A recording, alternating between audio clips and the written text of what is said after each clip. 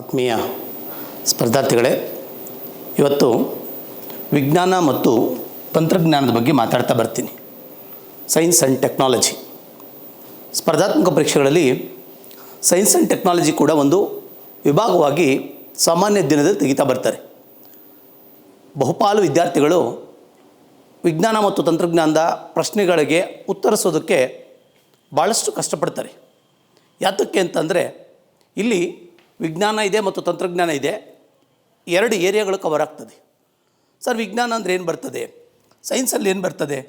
Basically ಬರುವಂಥ ಸಬ್ಜೆಕ್ಟ್ಗಳಾದಂಥ ಮೂಲ ವಿಜ್ಞಾನಗಳಾದಂಥ ಭೌತಶಾಸ್ತ್ರ, ಫಿಸಿಕ್ಸು, ಕೆಮಿಸ್ಟ್ರಿ, ಎರಡನೇದು ಬಂದಾಗ ಕೆಮಿಸ್ಟ್ರಿ, ಮೂರನೇದು ಬಯಾಲಜಿ. ಮೂರು ಸಬ್ಜೆಕ್ಟ್ಗಳು ಬರ್ತವೆ. ಈ ಮೂರನ್ನು ಒಳಗೊಂಡು ವಿಜ್ಞಾನದಲ್ಲಿ ಪ್ರಶ್ನೆಗಳನ್ನು ತೆಗಿತಾ ಬರ್ತಾನೆ.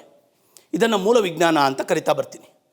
ಭೌತಶಾಸ್ತ್ರ, ರಸಾಯನಶಾಸ್ತ್ರ ಮತ್ತು ಜೀವಶಾಸ್ತ್ರಗಳನ್ನು. ಇಲ್ಲಿ ಈ ಮೂರು ವಿಷಯಗಳಿಗೆ ಸಾಮಾನ್ಯವಾಗಿ ಹೈಸ್ಕೂಲಿಂದ ಕಾಲೇಜ್ ಮಟ್ಟದಲ್ಲಿ ಮತ್ತು ಶಾಲಾ ಮಟ್ಟದಲ್ಲಿ ಪಠ್ಯಪುಸ್ತಕದಲ್ಲಿ ಓದಿರ್ತೀರ. ಜೊತೆಗೆ ಇದಕ್ಕೆ ಬೇಕಾದಷ್ಟು ಮಾಹಿತಿಗಳನ್ನು ಶಾಲಾ ಶಿಕ್ಷಕರು ಕೊಟ್ಟಿರ್ತಾರೆ. ಉತ್ತಮವಾದ ಶಿಕ್ಷಕರು ಒಳ್ಳೆ ರೀತಿಯಲ್ಲಿ ಪಾಠನೂ ಮಾಡಿದ್ದಾರೆ. ಭೌತಶಾಸ್ತ್ರವನ್ನು ಚೆನ್ನಾಗಿ ಮಾಡಿದ್ದಾರೆ. ಫಿಸಿಕ್ಸಲ್ಲಿ ಬೆಳಕು ಚಾಪ್ಟರ್ ಇರ್ಬೋದು, ಅಯಸ್ಕಾಂತ ಇರ್ಬೋದು, ಈ ಚಾಪ್ಟರ್ಗಳನ್ನೆಲ್ಲ ಮಾಡಿರ್ತಾರೆ. ಚಲನೆ ಚಾಪ್ಟರ್ ಇರ್ಬೋದು, ನ್ಯೂಟನ್ನ ನಿಯಮಗಳಿರ್ಬೋದು, ಇವೆಲ್ಲವೂ ಕೂಡ ನಾವು ಫಿಸಿಕ್ಸಲ್ಲಿ ಓದಿರ್ತೀವಿ.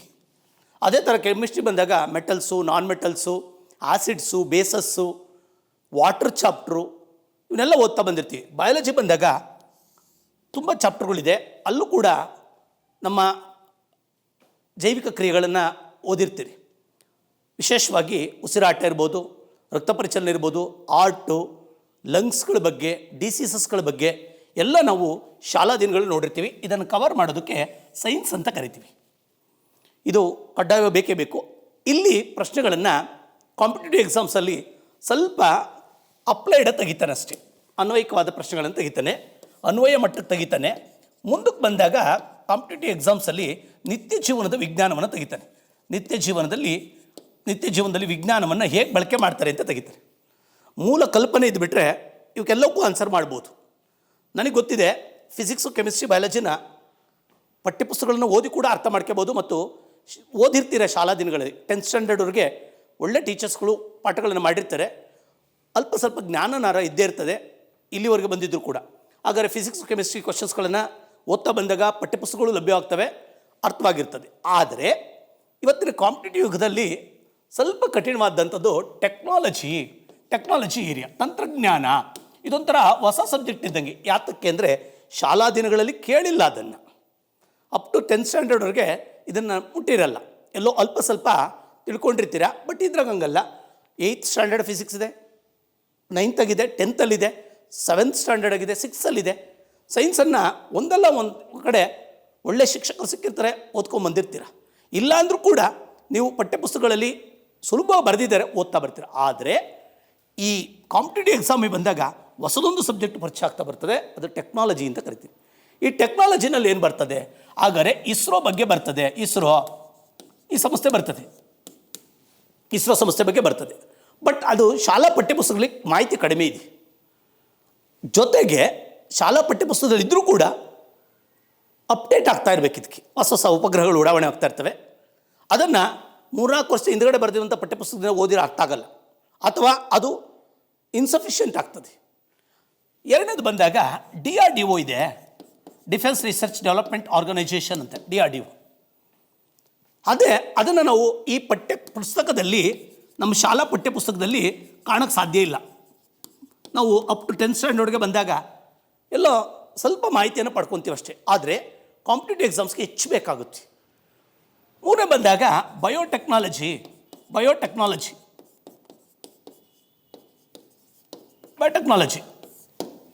ಜೈವಿಕ ತಂತ್ರಜ್ಞಾನ ಅಂತ ಕರಿತೀವಿ. ಈ ಟೆಸ್ಟ್ ಟ್ಯೂಬ್ ಬೇಬಿ, ಕ್ಲೋನಿಂಗು, ಇತ್ತೀಚೆಗೆ ಹೊಸ ಟ್ರೆಂಡ್ಸ್ ಬಂದಿದೆ. ಟಿಶ್ಯೂ ಕಲ್ಚರು, DNA ಟೆಸ್ಟ್ಗಳು, ಈ ಥರದವೆಲ್ಲ ಹೊಸ ವಿದ್ಯಮಾನಗಳು ಬಂದಿದೆ. ಗೊತ್ತಿಲ್ಲ, ಈಗ ಸ್ಟೆಮ್ ಸೆಲ್ ಅಂತ ಬಂದಿದೆ. ಇವನ್ನೆಲ್ಲವೂ ಕೂಡ ನಾವು ಬಯೋಟೆಕ್ನಾಲಜಿ ನೋಡ್ಬೋದು. IVF ಬಗ್ಗೆ ಮಾಹಿತಿ ಬರ್ತದೆ. ಇವೆಲ್ಲ ಎಲ್ಲಿದೆ ಅಂದರೆ ಇಲ್ಲಿದೆ. ಇದನ್ನು ನಾವು ಬಯೋಟೆಕ್ನಾಲಜಿನ ಸ್ಕೂಲ್ ಬುಕ್ಕಲ್ಲೂ ಓದ್ತೀವಿ, ಆದರೆ ಒಂಚೂರು ಹೈ ಲೆವೆಲ್ ಕೇಳ್ತಾ ಬರ್ತಾನೆ ಕಾಂಪಿಟೇಟಿವ್ ಎಕ್ಸಾಮ್ಸ್ಗೆ. ಹಾಗಾದರೆ ಇವನ್ನ ಬಯೋಟೆಕ್ನಾಲಜಿ ಇದೆ, ನ್ಯಾನೋ ಟೆಕ್ನಾಲಜಿ ಇದೆ, ಇನ್ಫಾರ್ಮೇಷನ್ ಟೆಕ್ನಾಲಜಿ ಇದೆ, ಇಂಥವನ್ನು ಕೂಡ ನಮ್ಮ ಪ್ರಶ್ನೆ ಪತ್ರಿಕೆಗಳು ತೆಗಿತಾ ಬರ್ತಾನೆ. ನಾನಿವತ್ತು ಪಾಠ ಮಾಡಬೇಕಾದ್ರೆ ಮೂಲ ಸೈನ್ಸನ್ನು ಡಿಸ್ಕಸ್ ಮಾಡೋದಕ್ಕಿಂತ ನಮ್ಮ ವಿದ್ಯಾರ್ಥಿಗಳಿಗೆ ಕಠಿಣವಾಗಿರುವಂಥ ಟೆಕ್ನಾಲಜಿ ಏರಿಯಾವನ್ನು ಎತ್ಕೊತೀನಿ. ಅದರಲ್ಲೂ ವಿಶೇಷವಾಗಿ ಇಸ್ರೋ, DRDO ಅಂತ ವಿಷಯಗಳನ್ನು ಅನ್ಫೆಮಿಲಿಯರ್ ಇರ್ತೀರ. ಅದು ಎಲ್ಲಿ ಸಾಧ್ಯವಾದಷ್ಟು ಮಟ್ಟಿಗೆ ಪಠ್ಯಪುಸ್ತಕಗಳಲ್ಲಿ ಮೆಟೀರಿಯಲ್ ಕಡಿಮೆ ಇರ್ತದೆ ಮತ್ತು ಓದಿದ್ರೂ ಅರ್ಥ ಆಗಲ್ಲ. ಇವು ಹಂಗಲ್ಲ.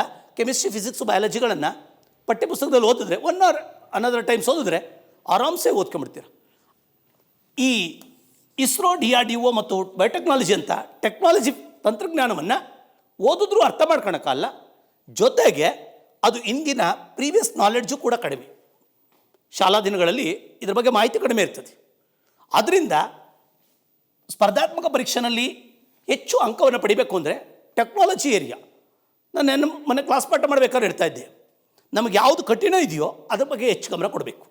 ಈಗ ನಾನು ಪಾಠ ಮಾಡಬೇಕಾಗಿರೋದು ಈ ಟೆಕ್ನಾಲಜಿ ಏರಿಯಾವನ್ನು ಕವರ್ ಮಾಡಿದ್ರೆ ನಿಮಗೆ ಹೆಚ್ಚು ಭರವಸೆ ಬರ್ತದೆ, ಪರೀಕ್ಷೆಗಳಲ್ಲಿ ಅತಿ ಹೆಚ್ಚು ಅಂಕಗಳನ್ನು ತೆಗೆಯೋದಕ್ಕೆ ಅವಕಾಶ ಆಗುತ್ತೆ.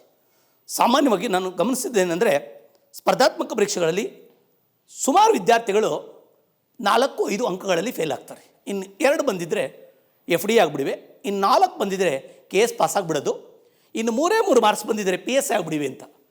ಅವ್ರು 3, 4, 5 ನಂಬರ್ಗಳಲ್ಲಿ ಹೋಗ್ತಾ ಇರೋದಿಲ್ಲ ಅಂದರೆ ಅನ್ಫೆಮಿಲಿಯರ್ ಆಗಿರುವಂಥ ಏರಿಯಾಗಳಲ್ಲಿ. ಯಾವುದನ್ನು ಅವರು ಶಾಲಾ ದಿನಗಳಲ್ಲಿ ಓದಿಲ್ಲ, ಯಾವುದಕ್ಕೆ ಸಂಪನ್ಮೂಲ ಕಡಿಮೆ ಇದೆ, ಯಾವುದನ್ನು ಗ್ರಹಿಸೋದು ಕಷ್ಟ ಆಗ್ತಾ ಇದೆ ಅಂಥವನ್ನು ಆ ವಿದ್ಯಾರ್ಥಿಗಳು ನೋಡ್ತಾ ಇಲ್ಲ. ಅದರಿಂದ ಅವ್ರಿಗೆ ಪದೇ ಪದೇ ಯಾವುದೋ ಕ್ಷೇತ್ರದ ಬಂದ ಒಂದು ಪ್ರಶ್ನೆ ತೆಗೆದಿದ್ದ, ವಿಕಾಸ್ ಎಂಬುದು ಒಂದು ಅಂತ ತೆಗ್ದ. ವಿಕಾಸ್ ಎಂಬುದು ಅಂದಾಗ ತಲೆಕೆಟ್ಟು ಹೋಗ್ತಾ ಹುಡುಗನಿಗೆ ವಿಕಾಸ್ ಎಂಬುದು ಇಲ್ಲೆಲ್ಲೂ ಹುಡುಕಿರೂ ಸಿಕ್ಕಲ್ಲ. ವಿಕಾಸ್ ಎಂಬುದು ಇಸ್ರೋದಲ್ಲಿದೆ, PSLV ಮತ್ತು GSLVನಲ್ಲಿ ಬಳಸುವಂಥ ರಾಕೆಟ್ ಇಂಜನ್ ಆಗಿದೆ.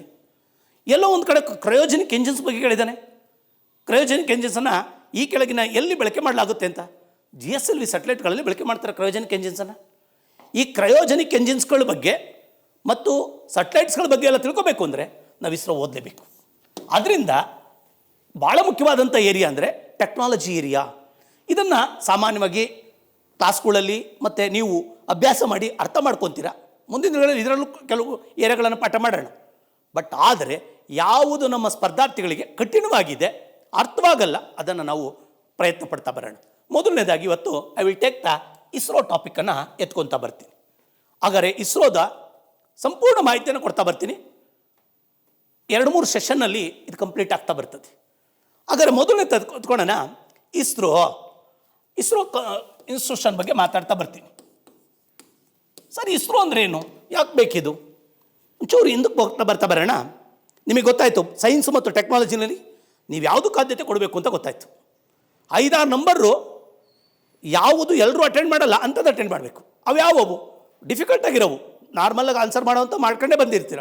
ಯಾವ ಪದೇ ಪದೇ ಕೈ ಕೊಡ್ತಾ ಇದೆ ಅವೇ ಯಾವ ಏರಿಯಾಗಳಂತ ಗುರುತಿಸಿ, ಅದರಲ್ಲೂ ನಾನು ಗಮನಿಸಿರೋದೇನೆಂದರೆ ವಿಶೇಷವಾಗಿ ಇಸ್ರೋ, DRDO, ಬಯೋಟೆಕ್ನಾಲಜಿ ಜೊತೆ ಗೊತ್ತಿರಲಿ ನಿಮಗೆ ಈ ಟೆಕ್ನಾಲಜಿ ಏರಿಯಾ ಇದೆಯಲ್ಲ, ಇದನ್ನು ಕರೆಂಟ್ ಇವೆಂಟ್ಸಲ್ಲೂ ಕೂಡ ತೆಗೆದುಬಿಡ್ತಾನೆ ಇದ್ರಾಗೆ. ಹಾಗಾದರೆ ಇದರಲ್ಲಿ ಕೆಲವು ಟೈಮಲ್ಲಿ ಜನರಲ್ ನಾಲೆಡ್ಜ್ ಆದಂಗೆ ಆಗ್ಬೋದು. ನ್ಯೂಟನ್ನ 3 ನಿಯಮಗಳು ಮುಗಿದೋಯ್ತು. ಆದರೆ ಇದ್ರಾಗ ಹಂಗಲ್ಲ. ಇಸ್ರೋದಲ್ಲಿ ಮೊನ್ನೆ ಉಡಾವಣೆ ಮಾಡಿರುವಂಥ ಉಪಗ್ರಹ ಕೂಡ ಕೇಳ್ಬೋದು, ಮೊನ್ನೆ ಬಿಡುಗಡೆ ಮಾಡಿರುವಂಥ ಮಿಸೈಲ್ಸನ್ನು ಕೂಡ ಕೇಳ್ಬೋದು, ಲಾಂಚ್ ಮಾಡಿರೋ ಮಿಸೈಲ್ಸ್ ಕೇಳ್ಬೋದು, ಮೊನ್ನೆ ಆಗಿರುವಂಥ ಯಾವುದೋ ಒಂದು ಆವಿಷ್ಕಾರ ಕೇಳ್ಬೋದು. ಕರೆಂಟ್ ಇವೆಂಟ್ಸ್ ಕೂಡ ಹೌದು. ಇದನ್ನ ಚೆನ್ನಾಗಿ ಓದ್ಕೊಂಡ್ರೆ ನಿಮಗೆ ಕರೆಂಟ್ ಇವೆಂಟ್ಸ್ ಕೂಡ ಅರ್ಥ ಆಗ್ತಾ ಬರ್ತದೆ. ಒಂದು ಪುಟ್ಟ ಎಕ್ಸಾಂಪಲ್ ಕೊಡ್ತೀನಿ. ಈಗ ಕೊರೋನಾಕ್ಕೆ ಔಷಧಿ ಕಂಡುಹಿಡಿತಾ ಇದ್ದಾರೆ. ಯಾವುದ್ರ ಮೇಲೆ ಕಂಡುಹಿಡಿತಾ ಇದ್ದಾರೆ ಅಂದರೆ ಈಗ ಪ್ಲಾಸ್ಮಾ ಥೆರಪಿ ಮಾಡ್ತಾ ಇದ್ದಾರೆ. ಪ್ಲಾಸ್ಮಾ ಥೆರಪಿ ಮಾಡ್ತಾ ಇರೋದು ಹೆಂಗೆ ಅಂದರೆ ರೋಗಿಷ್ಠ ವ್ಯಕ್ತಿಯಿಂದಲೇ ರೋಗದ ಗುಣಮಟ್ಟ ಕ್ಯೂರ್ ಆಗಿರುವಂಥ ವ್ಯಕ್ತಿಯಿಂದ ಅವನ ಬ್ಲಡ್ಡಿಂದಲೇ ಪ್ಲಾಸ್ಮಾ ತೆಗೆದು ಇನ್ನೊಬ್ಬರಿಗೆ ಟ್ರಾನ್ಸ್ಪ್ಲಾಂಟ್ ಮಾಡ್ತಾರೆ. ಅಲ್ಲಿ ಪ್ಲಾಸ್ಮಾ ಟೆಕ್ನಾಲಜಿಯನ್ನು ಬಳಸ್ತಾ ಇದ್ದಾರೆ ಅಂದರೆ ಹಿಂದ್ಗಡೆ ಇರುವಂಥ ಯಾವುದೋ ಒಂದು ಬಳಕೆ ಮಾಡಿರೋ ಲಸಿಕೆಗಳನ್ನು ಕಂಡಿರುವಂಥ ವಿಧಾನವನ್ನು ಬಳಕೆ ಮಾಡ್ತಾ ಇದ್ದಾರೆ. ಹಂಗಾರೆ ಈಗ ರೀಸೆಂಟು ಬರ್ತದೆ, ಓಲ್ಡು ಬರ್ತದೆ ಇದಕ್ಕೆ. ಹಾಗಾದರೆ ಇದರೊಳಗಡೆ ಕರೆಂಟ್ ಇವೆಂಟ್ಸು ಇದೆ. ನೀವು ಕರೆಂಟ್ ಇವೆಂಟ್ಸು ಕೂಡ ಓದ್ಕೋಬೇಕಾಗುತ್ತೆ. ಹಾಗಾದರೆ ಇತ್ತೀಚೆಗೆ ಆಗಿರುವಂಥ ಆವಿಷ್ಕಾರಗಳ ಸೂಪರ್ ಕಂಪ್ಯೂಟರ್ ಯಾವುದೋ ಕಂಡು ಹಿಡಿದ್ಬಿಡ್ತಾನೆ, ಅದು ಟೆಕ್ನಾಲಜಿ ಬರ್ತದೆ. ಅಲ್ಲಿಗೆ ಕರೆಂಟ್ ಇವೆಂಟ್ಸ್ ಅಪ್ಡೇಟ್ ಆದಂಗೆ ಆಗ್ಬೋದು. ಹಾಗಾದರೆ ಟೆಕ್ನಾಲಜಿನೂ ನಿಂತಿರಲ್ಲ, ಅದು ಮುಂದುವರಿತಾ ಇರ್ತದೆ. ಆದರೆ ಇದಂಗಲ್ಲ, ಸೆಲ್ ಬಗ್ಗೆ ಓದ್ಕೊಂಬಿಟ್ಟು ಅಂದರೆ ಅಲ್ಟಿಮೇಟ್ ಮುಗಿದೋಯ್ತದು. ಇಲ್ಲಂಗಲ್ಲ, ಸೆಲ್ಗೆ ಸಂಬಂಧಪಟ್ಟಂತೆ ಹೊಸದಾಗಿ ಏನಾರು ಆವಿಷ್ಕಾರ ಆದರೆ it comes under the technology. ಅದಕ್ಕೆ ಕರೆಂಟ್ ಇವೆಂಟ್ಸು ಬರ್ತದೆ. ಈ ಭಾಗಕ್ಕೆ ಹೆಚ್ಚು ಆದ್ಯತೆ ಕೊಡಬೇಕು. ಯಾವುದು ಡಿಫಿಕಲ್ಟ್ ಏರಿಯಾ ಇದೆ, ಯಾವ ಪ್ರಶ್ನೆ ಪತ್ರಿಕೆಗಳಲ್ಲಿ ಪದೇ ಪದೇ ಈಗ ತೆಗಿತಾ ಇದ್ದಾನೆ, ಯಾವುದಕ್ಕೆ ಆನ್ಸರ್ ಮಾಡೋಕ್ಕಾಗ್ತಾ ಇಲ್ಲ, ಯಾವುದಕ್ಕೆ ಸಂಪನ್ಮೂಲಗಳು ಸಿಗ್ತಾ ಇಲ್ಲ, ಸೋರ್ಸಸ್ ಸಿಗ್ತಾ ಇಲ್ಲ ಮತ್ತು ಅರ್ಥ ಆಗಲ್ಲ ಅಂಥವಕ್ಕೆ ಹೆಚ್ಚು ಆದ್ಯತೆ ಕೊಡಬೇಕು. ಆಗ ನಾವು ಸಕ್ಸೀಡ್ ಆಗೋಕ್ಕೆ ಸಾಧ್ಯ ಆಗುತ್ತೆ. ನಾವು ಆ ಪರೀಕ್ಷೆಯನ್ನು ಸಮರ್ಥವಾಗಿ ಎದುರಿಸ್ಬೋದು. ಈಗ ಬರ್ತಾ ಇದ್ದೀನಿ, ಇಸ್ರೋ ಬಗ್ಗೆ ಮಾತಾಡ್ತಾ ಬರ್ತೀನಿ. ಇಸ್ರೋ ಹೋಗೋಕ್ಕಿಂತ ಮುಂಚಿತವಾಗಿ, ಇಸ್ರೋ ಸಂಸ್ಥೆ ಬಗ್ಗೆ ಮಾತಾಡೋದಕ್ಕಿಂತ ಮುಂಚಿತವಾಗಿ ಒಂದು ಸ್ವಲ್ಪ ಹಿನ್ನೆಲೆ ಮಾತಾಡ್ತಾ ಬರ್ತೀನಿ. ಕಾಂಪಿಟೇಟಿವ್ ಎಕ್ಸಾಮ್ ದೃಷ್ಟಿನಲ್ಲಿ ಭಾರತ ದೇಶ ಪ್ರಗತಿಯತ್ತ ಸಾಗ್ತಾ ಇದೆ. ಪ್ರಗತಿ ಅಂದರೆ ಯಾವ ಮಟ್ಟಕ್ಕೆ ಅಂದರೆ ಜಗತ್ತೇ ನಮ್ಮ ಕಡೆ ನೋಡ್ತಾ ಇದೆ. ತುಂಬ ಪ್ರೋಗ್ರೆಸ್ ಆಗ್ತಾ ಇದೆ ಭಾರತ. ಅದಕ್ಕೆ 21ನೇ ಶತಮಾನವನ್ನು ಭಾರತೀಯರ ಶತಮಾನ ಅಂತ ಕರೀತಾರೆ. 21ನೇ ಶತಮಾನವನ್ನು ಭಾರತೀಯರ ಶತಮಾನ. ಸರ್, ಯಾಕಾಗಿ ಭಾರತೀಯರ ಶತಮಾನ ಅಂತ ಕರಿಬೇಕು? ಪ್ರೋಗ್ರೆಸ್ ಆಗ್ತಾ ಇದೆ ಇದು. ಆ ಪ್ರೋಗ್ರೆಸ್ಸನ್ನು ನೋಡಿ ಈ ಶತಮಾನವನ್ನು ಭಾರತೀಯರ ಶತಮಾನ ಅಂತ ಕರೀತಾರೆ. ಪ್ರೋಗ್ರೆಸ್ ಆಗ್ತಾ ಇರೋದ್ರಿಂದ ಕರೀತಾರೆ ಸರ್ ಅಂದರೆ ಯಾವ್ಯಾವ ಕ್ಷೇತ್ರದಲ್ಲಿ? ಎಲ್ಲ ರಂಗಲ್ಲೂ ಮುಂಚೂಣಿನಲ್ಲಿದ್ದೀವಿ. ವಿಶೇಷವಾಗಿ ವಿಜ್ಞಾನ ಮತ್ತು ತಂತ್ರಜ್ಞಾನದ ಮುಂದಿದ್ದೀವಿ. ಇದಕ್ಕೆ ಮೂಲ ಕಾರಣ ಕೆಲವು ಸಂಸ್ಥೆಗಳು ನಮ್ಮಲ್ಲಿ ಆಗಲಿರಲು ಶ್ರಮಿಸ್ತಾ ಇದ್ದಾವೆ. ಸಂಸ್ಥೆಗಳು ಕೆಲಸ ಮಾಡ್ತಾ ಇದ್ದಾವೆ. ಆ ಸಂಸ್ಥೆಗಳು ಕೆಲಸ ಮಾಡ್ತಾ ಇರೋದ್ರಿಂದ ಭಾರತ ಪ್ರಗತಿಯತ್ತ ಸಾಗ್ತಾ ಇದೆ. ಯಾವಾಗ ಪ್ರಗತಿಯತ್ತ ಸಾಗ್ತಾ ಇದೆಯೋ ಆಟೋಮೆಟಿಕಲಿ ಅದನ್ನು 21ನೇ ಶತಮಾನವನ್ನು ಭಾರತೀಯರ ಶತಮಾನ ಅಂತ ಕರೀತಾರೆ. ಎಲ್ಲ ಆಯಾಮದಲ್ಲೂ ಕೂಡ ನಾವು ಬೆಳೀತಾ ಇದ್ದೀವಿ. ಭಾರತ ಮುಂಚೂಣಿನಲ್ಲಿದೆ, ಜಗತ್ತಲ್ಲಿ ಅಭಿವೃದ್ಧಿ ಪಥದತ್ತ ಸಾಗ್ತಾ ಇದೆ. ಆ ಸಾಗಿಸೋದಕ್ಕೆ ಇದು ಕೆಲಸ ಮಾಡ್ತಾ ಇರುವಂಥ ಸಂಸ್ಥೆಗಳು ಕಾರಣ. ಆ ಸಂಸ್ಥೆಯಲ್ಲಿ ಕೆಲಸ ಮಾಡ್ತಾ ಇರುವಂಥ ಸಂಶೋಧಕರುಗಳು, ವಿಜ್ಞಾನಿಗಳು ಕಾರಣ. ಆಗಲಿರಲು ಶ್ರಮಿಸ್ತಾ ಇದ್ದಾರೆ. ಹಾಗಾದರೆ ಯಾವ ಸಂಸ್ಥೆಗಳದು? ಮೊದಲನೇದು ಬಂದಾಗ ಇಂಡಿಯನ್ ಇನ್ಸ್ಟಿಟ್ಯೂಟ್ ಆಫ್ ಸೈನ್ಸ್ ಅಂತ. ಇಂಡಿಯನ್ ಇನ್ಸ್ಟಿಟ್ಯೂಟ್ ಆಫ್ ಸೈನ್ಸ್ ಭಾರತೀಯ ವಿಜ್ಞಾನ ಸಂಸ್ಥೆ. ಸ್ವಲ್ಪ ಮಾತಾಡ್ತೀನಿ. ಯಾತಕ್ಕೆ ಅಂದರೆ ಇದು ಕಾಂಪಿಟೇಟಿವ್ ಎಕ್ಸಾಮ್ಸಲ್ಲಿ ಬರೋಕ್ಕೆ ಸಾಧ್ಯತೆ ಇದೆ. ಸುಮಾರು ಸಾರಿ ಎಕ್ಸಾಮಲ್ಲಿ ತೆಗೆದಿದ್ದಾರೆ, ಇಂಡಿಯನ್ ಇನ್ಸ್ಟಿಟ್ಯೂಟ್ ಆಫ್ ಬಗ್ಗೆ ಮಾಹಿತಿ ಕೇಳ್ತಾ ಬಂದಿದ್ದಾರೆ. ಹಾಗಾದರೆ ಈ ಸಂಸ್ಥೆ ಶ್ರಮಿಸ್ತಾ ಇದೆ ಭಾರತಕ್ಕೆ ಪ್ರಗತಿಗೆ.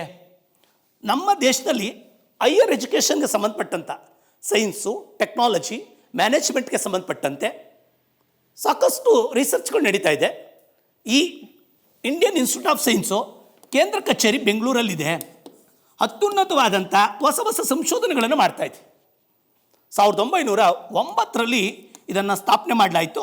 1909 ಈ ಪ್ರಶ್ನೆನ ಕೇಳಿದ್ದಾರೆ. ಇಂಡಿಯನ್ ಇನ್ಸ್ಟಿಟ್ಯೂಟ್ ಆಫ್ ಸೈನ್ಸ್ ಸ್ಥಾಪನೆ ಆದ ವರ್ಷ ಯಾವುದು ಅಂತ. ಜಮ್ಶೆಡ್ಜಿ ಟಾಟಾ ಮತ್ತು ನಾಲ್ವಡಿ ಕೃಷ್ಣರಾಜ ಒಡೆಯರು ಇಬ್ಬರ ಸಹಾಯದಿಂದ ಅಥವಾ ಇಬ್ಬರು ಸಹಯೋಗದಿಂದ ಈ ಸಂಸ್ಥೆ ಸ್ಥಾಪನೆ ಆಯಿತು. ನಾಲ್ವಡಿ ಕೃಷ್ಣರಾಜ ಒಡೆಯರು ಇದಕ್ಕೆ ಭೂಮಿಯನ್ನು ಒದಗಿಸಿದ್ರೆ ಬೆಂಗಳೂರಲ್ಲಿ ಜಮ್ಶೆಡ್ಜಿ ಟಾಟಾರವರು ಹಣಕಾಸಿನ ನೆರವನ್ನು ಕೊಡ್ತಾರೆ.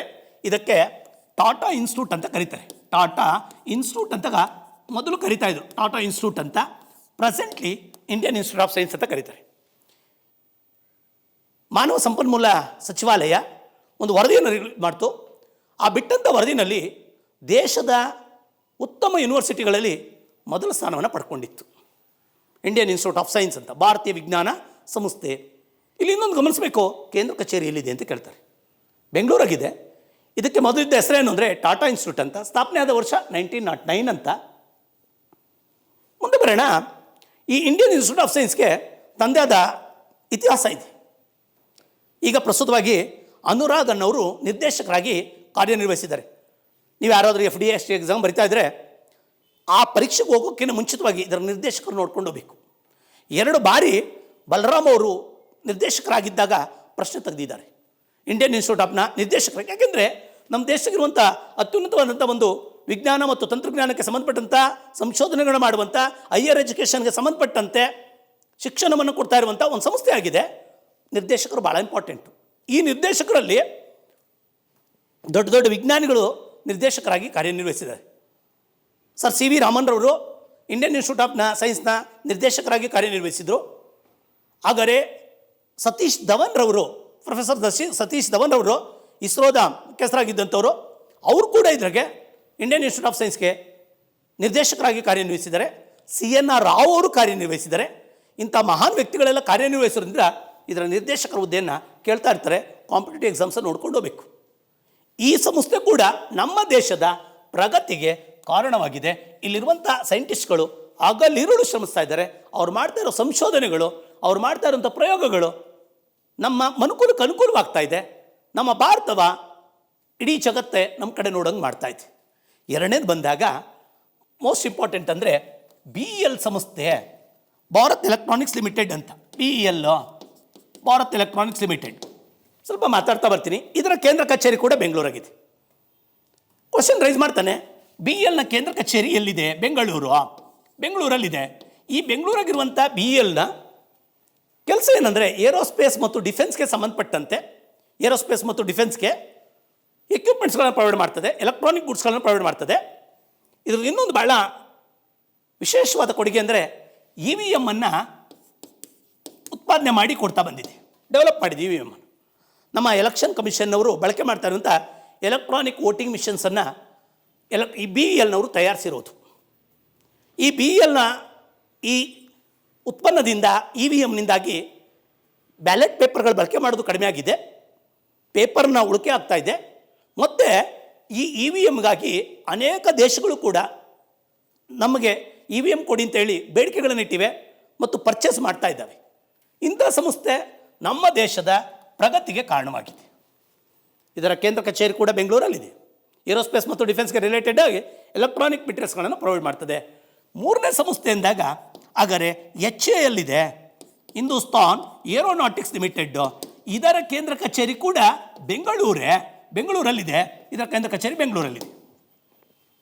ಸರ್, ಏನು ಮಾಡ್ತದೆ ಇದು?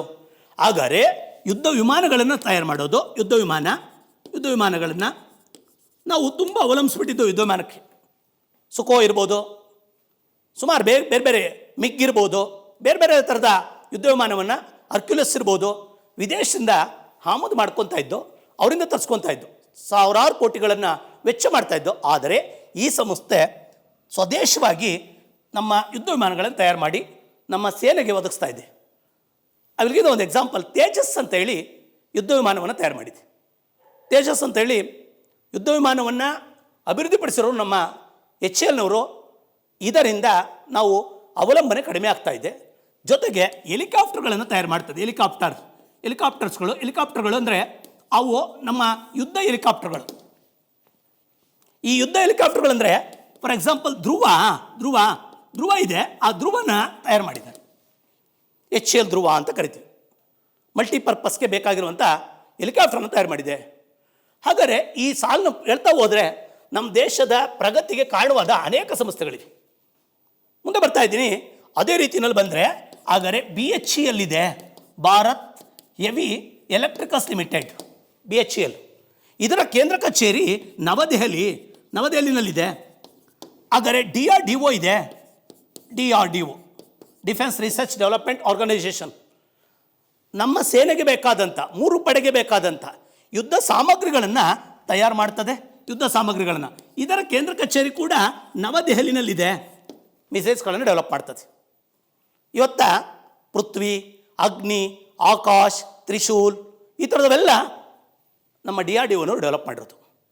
ಇಂಥವನ್ನೆಲ್ಲ ಡೆವಲಪ್ ಮಾಡೋದ್ರ ಮುಖಾಂತರ ದೇಶವನ್ನು ಪ್ರಗತಿಯತ್ತ ಕೊಂಡೊಯ್ತಾ ಇದ್ದಾರೆ. 21ನೇ ಶತಮಾನವನ್ನು ಭಾರತೀಯರ ಶತಮಾನವನ್ನಾಗಿ ಆಚರಣೆ ಮಾಡ್ತಾ ಇದ್ದಾರೆ. ಆದರೆ ಇತ್ತೀಚೆಗೆ ಈ ಎಲ್ಲ ಸಂಸ್ಥೆಗಳಿಗಿಂತ ಭಾಳಷ್ಟು ಕೊಡುಗೆ ಕೊಟ್ಟು ಇಡೀ ಜಗತ್ತನ್ನೇ ತಮ್ಮ ಕಡೆಗೆ ಸೆಳೀತಾ ಇರುವಂಥ ಒಂದು ಸಂಸ್ಥೆ ಅಂತ ಅಂದರೆ ನಡೆಸ್ತಾ ಇಸ್ರೋ ಸಂಸ್ಥೆ. ಹಾಗಾದರೆ ಇಸ್ರೋ ಸಂಸ್ಥೆ ಇದು ಕೂಡ ಬೆಂಗಳೂರಲ್ಲಿದೆ. ಈ ಬೆಂಗಳೂರಿಗಿರುವಂಥ ಇಸ್ರೋ ಸಂಸ್ಥೆ ತನ್ನದೇ ಆದಂಥ ಕೊಡುಗೆಗಳನ್ನು ನೀಡ್ತಾ ಇದೆ. ಜೊತೆಗಿದು ವಿಶೇಷವಾಗಿ ಬಾಹ್ಯಾಕಾಶ ಕಾರ್ಯಕ್ರಮವನ್ನು ಇಡೀ ಜಗತ್ತಿನಲ್ಲೇ ಕೆಲವು ಅದ್ವಿತೀಯವಾದಂಥ ಕಾರ್ಯಕ್ರಮಗಳನ್ನು ಕೈಗೊಂಡಿದೆ. ಈ ಮೂಲಕ ಭಾರತದ ಭೂಪಟವನ್ನು ಜಗತ್ತಿನ ಭೂಪಟದಲ್ಲಿ ರಾರಾಜಿಸುವಂತೆ ಮಾಡಿದೆ. ಹಾಗಾದರೆ ಭಾರತದತ್ತ ಜಗತ್ತೇ ತಿರುಗಿ ನೋಡುವಂತೆ ಮಾಡಿದೆ. ಆ ಕೆಲಸವನ್ನು ಮಾಡಿರುವಂಥ ಮತ್ತೊಂದು ಸಂಸ್ಥೆ ಇಸ್ರೋ ಸಂಸ್ಥೆ. ಸ್ಪರ್ಧಾರ್ಥಿಗಳೇ, ನೀವು ಅರ್ಥ ಮಾಡ್ಕೋಬೇಕು. ಈ ಇನ್ಸ್ಟಿಟ್ಯೂಷನ್ಸ್ಗಳ ಬಗ್ಗೆ ಪ್ರಶ್ನೆಗಳನ್ನು ರೈಸ್ ಮಾಡ್ತಾನೆ. ಬೆಮ್ಮೆಲ್ ಇದೆ, ಅರ್ತ್ ಮೂವರ್ಸ್ ಲಿಮಿಟೆಡ್ ಅಂತ, ಭಾರತ್ ಅರ್ತ್ ಮೂವರ್ಸ್ ಲಿಮಿಟೆಡ್ ಅಂತೇಳಿ ಬೆಂಗಳೂರು ಅದರ ಕೇಂದ್ರ ಕಚೇರಿ. ಈ ಥರದ್ದು CFTRI ಇದೆ, ಮೈಸೂರಲ್ಲಿದೆ. ಈ ಸಂಸ್ಥೆಗಳ ಬಗ್ಗೆ ನೋಡ್ಕೋಬೇಕು ನೀವು. ಯಾತಕ್ಕೆ ಅಂದರೆ ಇವನ್ನು ನಮ್ಮ ಸ್ಪರ್ಧಾತ್ಮಕ ಪರೀಕ್ಷೆನ ತೆಗಿತಾನೆ. ಯಾರಾದರೂ PSIಗೆ ಪ್ರಬಂಧ ಬರಿಬೇಕಾದ್ರೆ ಅಭಿವೃದ್ಧಿ ಜಾಗತಿಕವಾಗಿ ಭಾರತದ ಅಭಿವೃದ್ಧಿ ಆಗ್ತಾ ಇರುವಂಥ ಭಾರತ ಅಥವಾ ವಿಜ್ಞಾನ ತಂತ್ರಜ್ಞಾನದಲ್ಲಿ ಭಾರತ ಅಂತ ಕೇಳಿದಾಗ ಪೀಠಿಕೆ ಸಂದರ್ಭದಲ್ಲಿ ಇವನ್ನೆಲ್ಲ ಬಳಸ್ಕೋಬೋದು.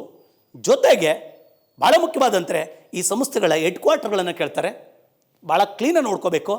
ಆಗ ನಾನೀಗ ಎಲ್ಲಿಗೆ ಹೋಗ್ತಾ ಇದ್ದೀನಿ ಅಂದರೆ ಇಸ್ರೋಗೆ ಹೋಗ್ತಾ ಇದ್ದೀನಿ. ಆದರೆ ಇದು ಬಾಹ್ಯಾಕಾಶ ಕಾರ್ಯಕ್ರಮದಲ್ಲಿ ಮುಂಚೂಣಿಲ್ಲುವಂಥ ಸಂಸ್ಥೆ. ಜಗತ್ತಿನಲ್ಲಿ ಬಾಹ್ಯಾಕಾಶ ಕಾರ್ಯಕ್ರಮದಲ್ಲಿ ಅನೇಕ ಅದ್ವಿತೀಯಗಳನ್ನು ಸಾಧಿಸಿದೆ. ಜೊತೆಗೆ ಬೇರೆ ದೇಶಗಳು ಮಾಡಿರುವಂಥ ಅನೇಕ ದಾಖಲೆಗಳನ್ನು ಮುರಿದು ಹೊಸ ದಾಖಲೆಗಳನ್ನು ನಿರ್ಮಾಣ ಮಾಡಿದೆ. ಅದು ಆ ಕೀರ್ತಿ ಇಸ್ರೋಗೆ ಬರ್ತದೆ. ಬೆಂಗಳೂರಲ್ಲಿ ಅದು ಸ್ಥಾಪನೆ ಆಗಿರುವಂಥದ್ದು. ಈಗ ನಾನು ಸ್ವಲ್ಪ ಇಸ್ರೋಗೆ ಹೋಗೋದಕ್ಕಿಂತ ಮುಂಚಿತವಾಗಿ ಹೇಗೆ ಇಸ್ರೋ ಬೆಳ್ಕೊಂಬಂತು ಅನ್ನೋದ್ರ ಬಗ್ಗೆ ಮಾತಾಡ್ತಾ ಬರ್ತೀನಿ. 1947 1947 ಭಾರತಕ್ಕೆ ಸ್ವತಂತ್ರ ಬಂತು. ಭಾರತಕ್ಕೆ ಸ್ವತಂತ್ರ ಬಂತು ಆಗಸ್ಟ್ 15ನೇ ತಾರೀಕು. ಆಗಸ್ಟ್ 15. ಜವಾಹರ್ಲಾಲ್ ನೆಹರೂರವರು ಭಾರತದ ಪ್ರಧಾನಮಂತ್ರಿ ಆಗಿದ್ದರು. ಅವ್ರಿಗೊಂದು ವಿಷಯ ಗೊತ್ತಿತ್ತು, ದೇಶ ಅಭಿವೃದ್ಧಿ ಆಗಬೇಕು ಅಂದರೆ ವಿಜ್ಞಾನ ಮತ್ತು ತಂತ್ರಜ್ಞಾನದಲ್ಲಿ ಬೆಳಿಬೇಕು. ವಿಜ್ಞಾನ ಮತ್ತು ತಂತ್ರಜ್ಞಾನ ಬೆಳೆದಾಗ ಮಾತ್ರ ದೇಶ ಅಭಿವೃದ್ಧಿ ಆಗುತ್ತೆ. ವಿಜ್ಞಾನ ಮತ್ತು ತಂತ್ರಜ್ಞಾನ ಬೆಳೆದ್ರೆ ದೇಶವನ್ನು ಪ್ರಗತಿಯತ್ತ ಕೊಂಡೊಯ್ಬೋದು ಅಂತ ಅರಿವು ಅವ್ರಿಗಿತ್ತು. ಯಾತಕ್ಕೆ ಅಂದರೆ ರಷ್ಯಾ ಬೇರೆ ಬೇರೆ ದೇಶಗಳ ಬಗ್ಗೆ ಅವ್ರಿಗೆ ಹೆಚ್ಚಿನ ಒಡನಾಟ ಇತ್ತು. 1946ರಲ್ಲೇ ಒಂದು ಪದವನ್ನು ಟಂಕಿಸಿದ್ರು. ಆ ಪದದ ಹೆಸರೇ ಸೈಂಟಿಫಿಕ್ ಟೆಂಪರ್ ಅಂತ. ಸೈಂಟಿಫಿಕ್ ಟೆಂಪರ್ ಸಾಮಾನ್ಯವಾಗಿ ಇದನ್ನು ಕಾಂಪಿಟೇಟಿವ್ ಎಕ್ಸಾಮ್ಸಲ್ಲಿ ಕೇಳಿಬಿಟ್ರೆ ಈ ಪದವನ್ನು ಟಂಕಿಸಿದವ್ರು ಯಾರು ಅಂತ ಕೇಳಿದ್ರೆ ಸುಮಾರು ಜನ ವಿದ್ಯಾರ್ಥಿಗಳಿಗೆ ಕಷ್ಟ ಆಗ್ತದೆ. ಒಬ್ಬ ಸೈಂಟಿಸ್ಟ್ ಬಗ್ಗೆ ಬರೆದು ಬಿಡ್ತಾರೆ. ಒಂದೇ ಒಂದು ಆಪ್ಷನ್ ಫ್ರೇಮ್ ಮಾಡ್ತೀನಿ. ಈ ಕೆಳಗಿನ ಯಾರು ಮೊಟ್ಟ ಮೊದಲ ಬಾರಿಗೆ ಸೈಂಟಿಫಿಕ್ ಟೆಂಪರಿನ ಪದವನ್ನು ಟಂಕಿಸಿದ ಅಥವಾ ಬಳಕೆ ಮಾಡಿದವರು ಅಂತ ಕೇಳಿದ್ರೆ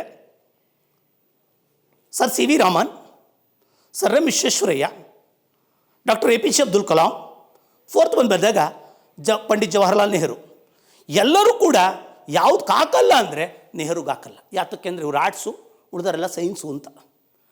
ನಿಮಗೆ ಗೊತ್ತಿರಲಿ, ಇವ್ರು ಆರ್ಟ್ಸೇ ಆದರೂ ಕೂಡ ಈ ಪದ ಟಂಕಿಸ್ತವರು ಸೈಂಟಿಫಿಕ್ ಟೆಂಪರ್ ಅಂತ ನೆಹರೂರವರು. ನಮ್ಮ ಸಂವಿಧಾನದ 4ನೇ ಎ ಭಾಗದಲ್ಲಿ 4th ಎ ಭಾಗದಲ್ಲಿ ನಾವು ಮೂಲಭೂತ ಕರ್ತವ್ಯಗಳಲ್ಲಿ ವೈಜ್ಞಾನಿಕ ಮನೋಭಾವನೆ ಹೊಂದೋದನ್ನು ನಮ್ಮ ಪ್ರಜೆಗಳ ಕರ್ತವ್ಯವನ್ನಾಗಿ ಮಾಡಿದ್ದೀವಿ. 42ನೇ ತಿದ್ದುಪಡಿ 1976 ಮೂಲಭೂತ ಕರ್ತವ್ಯಗಳನ್ನು ನಮ್ಮ ಸಂವಿಧಾನಕ್ಕೆ ಸೇರ್ಪಡೆ ಮಾಡ್ತಾ ಬಂದು ಅಮೆಂಡ್ ಮಾಡಿ ಅದರೊಳಗಡೆ 51 ಏನಲ್ಲಿ ಈ ಅಂಶವನ್ನು ಸೇರ್ಪಡೆ ಮಾಡಿದ್ದಾರೆ. ಅಲ್ಲಿಗರ್ಥ ಈ ನೆಲದಲ್ಲಿ ಬದುಕೋನಿಗೆ ಪ್ರತಿಯೊಬ್ಬನಿಗೂ ಮೌಢ್ಯಗಳಿರಬಾರ್ದು, ವೈಜ್ಞಾನಿಕ ಮನೋಭಾವವನ್ನು ಹೊಂದಿರಬೇಕು. ಹಾಗಾದರೆ ಇಂಥ ವಿಜ್ಞಾನ ಮತ್ತು ತಂತ್ರಜ್ಞಾನದ ಬಗ್ಗೆ ಗೊತ್ತಿದ್ದಂಥ ನೆಹರೂರವರು ಒಂದು ಕರೆ ಕೊಡ್ತಾರೆ. ಇಬ್ಬರು ವಿಜ್ಞಾನಿಗಳಿಗೆ ಒಂದು ಕರೆ ಕೊಡ್ತಾರೆ. ಅವರು ಯಾರವರು ವಿಜ್ಞಾನಿಗಳಿಬ್ಬರು? ಹಾಗಾದರೆ ನಮ್ಮ ದೇಶವನ್ನು 20 ವರ್ಷ, ಈಗೇನು 20 ವರ್ಷ ಮುಂದೆ ಬಂದಿದ್ದೀವಿ, ಅದಕ್ಕೆ ಮೂಲ ಕಾರಣವಾದಂಥ ಇಬ್ಬರು ಮಹಾನ್ ವಿಜ್ಞಾನಿಗಳಿದ್ದಾರೆ. ಆ ವಿಜ್ಞಾನಿಗಳು ಯಾರ್ಯಾರು ಅಂದರೆ ಆ ವಿಜ್ಞಾನಿಗಳಿಗೆ ಕರೆ ಕೊಡ್ತಾರೆ. ನೀವೇನಾದರೂ ಮಾಡಿ ನಮ್ಮ ದೇಶಕ್ಕೆ ವಿಜ್ಞಾನಕ್ಕೆ ಏನಾದರೂ ಕೊಡುಗೆ ಕೊಡಬೇಕು, ಇಲ್ಲಿ ಸಂಶೋಧನೆಗಳ ಮಾಡಬೇಕು ಅಂತ. ನಿಮಗೆ ಗೊತ್ತಿರಲಿ, ಜಗತ್ತೇ ಕೈ ಬೀಸಿ ಕರಿತಾ ಇದೆ ಅವರನ್ನು. ಆದರೂ ಕೂಡ ನಮ್ಮಲ್ಲಿ ಸೌಲಭ್ಯಗಳ ಕೊರತೆ ಇದ್ದರೂ ಕೂಡ ಅವರು ಈ ದೇಶದಲ್ಲೇ ಉಳಿದು ಅನೇಕ ಸಂಶೋಧನೆಗಳ ಮಾಡಿ ಭಾರತದ ಭೂಪಟವನ್ನು ಅಥವಾ ಭಾರತದ ಧ್ವಜವನ್ನು ಜಗದ್ವಿಖ್ಯಾತಗೊಳಿಸ್ತಾ ಬರ್ತಾರೆ. ಹಾಗಾದರೆ ಅಂಥ ವಿಜ್ಞಾನಿಗಳು ಯಾರ್ಯಾರು ಅಂದರೆ ಮೊದಲನೇದು ಬಂದಾಗ ಹಾಗಾದರೆ ಡಾಕ್ಟರ್ ವಿಕ್ರಮ್ ಸಾರಾಭಾಯಿ. ಎರಡನೇದು ಬಂದಾಗ ಮೋಸ್ಟ್ ಇಂಪಾರ್ಟೆಂಟ್ ಅಂದರೆ ಇನ್ನೊಬ್ಬರು ಹೋಮಿ ಜಹಾಂಗೀರ್ ಬಾಬಾರವರು. ಈ ಇಬ್ಬರು ಕೂಡ ದೊಡ್ಡ ಕೊಡುಗೆ ಕೊಟ್ಟಿದ್ದಾರೆ. ಸರಿ ಸರ್, ಹೋಮಿ ಜಹಾಂಗೀರ್ ಬಾಬಾ ಮತ್ತು ಇವ್ರಿಗೆ ಕರೆ ಕೊಟ್ಟಾಗ ಏನು ಮಾಡ್ತಾ ಬಂದರು? ನಾವೇನಾದರೂ ಈ ದೇಶಕ್ಕೆ ಏನಾದ್ರು ಕೊಡಿ, ನಂಬಕ್ಕೆ ಅಸಾಧ್ಯ. ನಮ್ಮಲ್ಲಿ ಪ್ರತಿಭೆಗಳಿದ್ದೇವೆ, ಏನು ಮಾಡ್ತವೆ? ಪಲಾಯನವಾಗ್ತವೆ. ಒಂದಷ್ಟು ನಾಲೆಡ್ಜ್ ಇದ್ದು ಬಿಟ್ಟರೆ ಹೊರಟೋಗ್ಬಿಡ್ತಾರೆ. ನಮ್ಮಲ್ಲಿ ಗೊತ್ತಿರಲಿ, ಇಂಡಿಯನ್ ಇನ್ಸ್ಟಿಟ್ಯೂಟ್ ಆಫ್ ಸೈನ್ಸ್ ಅಂತ ಇದೆ, IIT. ಇದು ಕೂಡ ನಮ್ಮ ದೇಶದ ಪ್ರಗತಿಗೆ ಶ್ರಮಿಸ್ತಾ ಇರೋ ಸಂಸ್ಥೆ IIT. ನಮ್ಮ ದೇಶಕ್ಕೆ ಒಟ್ಟು 23 IITಗಳಿವೆ. 2016ರಲ್ಲಿ ಧಾರವಾಡದಲ್ಲಿ ಕೂಡ ನಮ್ಮ ರಾಜ್ಯಕ್ಕೆ ಒಂದು IIT ಸ್ಥಾಪನೆ ಆಗಿದೆ. 2016 ಏಕೈಕ IIT ಕರ್ನಾಟಕದಾಗಿರುವಂಥ ಏಕೈಕ IIT. ಒಟ್ಟು 23 IITಗಳಿವೆ. 1951ಗೆ ಪಶ್ಚಿಮ ಬಂಗಾಳದ ಕಾರಕ್ಪುರದಲ್ಲಿ ಮೊಟ್ಟ ಮೊದಲ IIT ಆರಂಭ ಆಯಿತು. ಇದನ್ನು ಜ್ಞಾನ ದೇಗುಲಗಳು ಅಂತ ಕರಿತೀವಿ. ಈ IITನಲ್ಲಿ ಓದ್ತಾರಲ್ಲ, ಓದಂಥ ವಿದ್ಯಾರ್ಥಿಗಳು ಎಷ್ಟೋ ಜನ ದೊಡ್ಡ ದೊಡ್ಡ ಮೇಧಾವಿಗಳಾಗ್ತಾರೆ, ಟೆಕ್ನಾಲಜಿ ಚೆನ್ನಾಗಿ ತಿಳ್ಕೊತಾರೆ. ನಮ್ಮ ಭಾರತ ದೇಶದಲ್ಲಿ ಸೇವೆ ಸಲ್ಲಿಸಲ್ಲ. ನಮ್ಮ ತೆರಿಗೆ ಹಣದಲ್ಲಿ ನಾವು ಕಟ್ಟಿ ಓದಿಸಿರ್ತೀವಿ, ಬಟ್ ಅವರೆಲ್ಲೋ ಪ್ರತಿಭಾ ಪಲಾಯನವಾಗ್ತಾ ಬರ್ತದೆ. ಒಂದೊಂದು IITಯನ್ನು ನಡೆಸೋ ಬದಲು 500 ಶಾಲೆಗಳನ್ನು ನಡೆಸ್ಬೋದು. ಕೆಲವರು ಮಾತ್ರ ಹೋಗ್ತಾರೆ, ಇನ್ನೂ ಕೆಲವರು ಸೇವೆ ಸಲ್ಲಿಸ್ತಾ ಇದ್ದಾರೆ. ಆದರೆ ಇವರೆಲ್ಲರೂ ಕೂಡ ನಮ್ಮ ದೇಶದಲ್ಲೇ ಸೇವೆ ಸಲ್ಲಿಸಿದ್ರೆ ಭಾರತ ದೇಶ ಇನ್ನೂ ಬಲಿಷ್ಠವಾದಂಥ ದೇಶವಾಗ್ತಾ ಬರ್ತದೆ. IITನಲ್ಲಿರುವಂಥ ಎಷ್ಟೋ ಜನ ಇಂಜಿನಿಯರ್ಸ್ಗಳು ವಿದೇಶಕ್ಕೆ ಹೋಗಿ ಸೇವೆ ಸಲ್ಲಿಸ್ತಾ ಬರ್ತಾರೆ. ಆದರೆ ಈ ಮಹಾಶಯರಿಬ್ಬರು ಕೂಡ ಭಾರತದಲ್ಲಿ ಉಳಿತಾ ಬರ್ತಾರೆ. ಜಗತ್ತೇ ತನ್ನ ಕಡೆ ಕೈ ಬೀಸಿ ಕರಿತಾ ಇದೆ. ಗೊತ್ತಿರಲಿ, ಇವತ್ತು ಕೆಲಸ ಮಾಡ್ಬೋದು ಭಾರತದಲ್ಲಿ, ಯಾಕೆಂದರೆ ಸವಲತ್ತುಗಳನ್ನು ನಾವು ಕೊಡ್ತಾ ಇದ್ದೀವಿ. ಆದರೆ ಕೊರತೆಗಳ ಮಧ್ಯದಲ್ಲಿ ಸೇವೆಯನ್ನು ಸಲ್ಲಿಸೋದು ತಾಯ್ನಾಡಿಗೆ ಭಾಳ ಮುಖ್ಯವಾದದ್ದು. ಇವರಿಬ್ಬರನ್ನ ಮಾತಾಡೋಕ್ಕಿಂತ ಮುಂಚಿತವಾಗಿ ಇನ್ನೊಬ್ಬರನ್ನ ಜ್ಞಾಪಿಸ್ಕೊಳ್ಳೇಬೇಕು. ನಾನು ಈ ಸಂದರ್ಭದಲ್ಲಿ ಧ್ಯಾನ್ ಚಂದ್ರ ಅವ್ರನ್ನ ಜ್ಞಾಪಿಸ್ಕೋಬೇಕು. 1928 ಮತ್ತು 1932ರಲ್ಲಿ ಗೋಲ್ಡ್ ಮೆಡಲ್ನ ಪಡಿತಾರೆ ಹಾಕಿನಲ್ಲಿ. ಹಾಕಿ ಮಾಂತ್ರಿಕ ಅಂತ ಕರಿತಾ ಬರ್ತೀವಿ. ಅವ್ರ ಆಟವನ್ನು ನೋಡ್ತಾ ಇರ್ಬೇಕಾದ್ರೆ ಹಿಟ್ಲರ್ ಕರೀತಾರೆ, ಬಂದು ನನ್ನ ದೇಶಕ್ಕೆ ಆಡ್ಬಿಡು, ನಿನಗೆ ಒಳ್ಳೆ ಉದ್ಯೋಗ ಕೊಡ್ತೀನಿ, ನೀನು ನಾನು ಚೆನ್ನಾಗಿ ನೋಡ್ಕೊತೀನಿ ಅಂತಾರೆ. ಸರಿಯಾದಂಥ ಸವಲತ್ತುಗಳಿಲ್ಲ, ಶೂ ಇಲ್ಲ ಸರಿಯಾದ್ದು, ಅವರನ್ನು ಸರಿಯಾಗಿ ನಡೆಸ್ಕೊಂಡಿಲ್ಲ. ಆದರೂ ಕೂಡ ತಾಯ್ನಾಡಿಗೆ ಏನಾದರೂ ಕೊಡಬೇಕು ಅಂತ ಹೇಳಿ ಧ್ಯಾನ್ ಚಂದ್ರ ಅವ್ರು ಏನು ಬರ್ತಾರೆ, ನಾನು ಹಾಡಿದ್ರೆ ಭಾರತಕ್ಕಾಗೇ ಆಡೋದು ಅಂತಾರೆ. ಅವರ ಜ್ಞಾಪಕಾರ್ಥವಾಗಿ ಆಗಸ್ಟ್ 29 ರಾಷ್ಟ್ರೀಯ ಕ್ರೀಡಾ ದಿನವನ್ನಾಗಿ ಆಚರಣೆ ಮಾಡ್ತೀವಿ. ಆಗಸ್ಟ್ 29 ನ್ಯಾಷನಲ್ ಸ್ಪೋರ್ಟ್ಸ್ ಡೇ ಅನ್ನಾಗಿ ಆಚರಣೆ ಮಾಡ್ತೀವಿ. ಧ್ಯಾನ್ ಚಂದ್ರ ಅವರ ಹುಟ್ಟಿದ ದಿನ. ಅದಕ್ಕಾಗಿ ನಮ್ಮಲ್ಲಿ ಒಂದು ವಾಡಿಕೆ ಬಂದುಬಿಟ್ಟಿದೆ, ನಮ್ಮದು ರಾಷ್ಟ್ರೀಯ ಕ್ರೀಡೆ ಯಾವುದು ಅಂದರೆ ಹಾಕಿ ಅಂತ ಕರಿತೀವಿ. ಅವತ್ತಿಂದ ನಮ್ಮ ಕಾನ್ಸೆಪ್ಟೇ ಚೇಂಜ್ ಆಗೋತ್ತು, ಹಾಕಿ ಬಂದುಬಿಡ್ತು. ಅದಕ್ಕೆ ಮೂಲ ಕಾರಣ ಧ್ಯಾನ್ ಚಂದ್ರ ಅವರು. ಆ ಧ್ಯಾನ್ ಚಂದ್ರ ಅವರ ಹುಟ್ಟಿದ ದಿನವನ್ನು ನ್ಯಾಷನಲ್ ಸ್ಪೋರ್ಟ್ಸ್ ಡೇನಾಗಿ ಮಾಡಿ ಅವತ್ತು ಕ್ರೀಡಾರಂಗದಲ್ಲಿ ಅದ್ವಿತೀಯ ಸಾಧನೆ ಮಾಡಿದಂಥ ಅಥವಾ ಸಾಧಕರನ್ನು ಗುರುತಿಸಿ ರಾಜೀವ್ ಗಾಂಧಿ ಖೇಲ್ ರತ್ನ ಪ್ರಶಸ್ತಿ, ಅರ್ಜುನ್ ಪ್ರಶಸ್ತಿ, ದ್ರೋಣಾಚಾರ್ಯ ಪ್ರಶಸ್ತಿ, ಧ್ಯಾನ್ ಚಂದ್ ಪ್ರಶಸ್ತಿಯನ್ನು ನೀಡ್ತಾ ಬರ್ತೀವಿ. ಅದೇ ಥರ ಈ ಇಬ್ಬರು ಮಹಾಶಯರನ್ನು ಜ್ಞಾಪಿಸ್ಕೋಬೇಕು. ವಿಕ್ರಮ್ ಸಾರಾಭಾಯಿ. ಈ ವಿಕ್ರಮ್ ಸಾರಾಭಾಯಿ ಅವರು ನಮ್ಮ ದೇಶಕ್ಕೆ ಸಂಬಂಧಪಟ್ಟಂತೆ ವಿಶೇಷವಾಗಿ ಬಾಹ್ಯಾಕಾಶ ಕಾರ್ಯಕ್ರಮಕ್ಕೆ ಕೊಡುಗೆ ನೀಡ್ತಾ ಬಂದರು. ಬಾಹ್ಯಾಕಾಶ ಕಾರ್ಯಕ್ರಮಕ್ಕೆ ಅದಕ್ಕೆ ಇವರನ್ನು father of Indian space programme ಅಂತ ಕರೀತಾರೆ. Father of Indian space programme. ಈ ಕೆಳಗಿನ ಯಾರನ್ನ ಭಾರತೀಯ ಬಾಹ್ಯಾಕಾಶ ಕಾರ್ಯಕ್ರಮದ ಪಿತಾಮಹ ಎಂದು ಕರೆದಿದ್ದಾರೆ ಅಂದರೆ ಡಾಕ್ಟರ್ ವಿಕ್ರಮ್ ಸಾರಾಭಾಯಿ ಅವರನ್ನು. ಇವರು ಸಂಸ್ಥಾಪಕ ಮುಖ್ಯಸ್ಥರಾಗಿ ಇಸ್ರೋಗೆ ಕಾರ್ಯನಿರ್ವಹಿಸಿದ್ದಾರೆ. ಇವರ ಕೊಡುಗೆ ಅಪಾರ ಇದೆ, ಮುಂದೆ ಮಾತಾಡ್ತಾ ಬರ್ತೀನಿ. ಅದೇ ಥರ ಹೋಮಿ ಜಹಾಂಗೀರ್ ಬಾಬಾರವರು ನ್ಯೂಕ್ಲಿಯರ್ ಎನರ್ಜಿಗೆ ಕೊಡುಗೆ ನೀಡ್ತಾ ಬರ್ತಾರೆ. ನ್ಯೂಕ್ಲಿಯರ್ ಎನರ್ಜಿ, ಪರಮಾಣು ಶಕ್ತಿಗಾಗಿ. ಹಾಗಾದರೆ ಪರಮಾಣು ಶಕ್ತಿಗಾಗಿ ಕೆಲಸ ಮಾಡಿ 1956ರಲ್ಲಿ ಹಾಗಾದರೆ ಮೊದಲು ಆಟಾಮಿಕ್ ಎಸ್ಟಾಬ್ಲಿಷ್ಮೆಂಟ್ ಆಗ್ತಾ ಬರ್ತದೆ ಬಾಂಬೆನಲ್ಲಿ.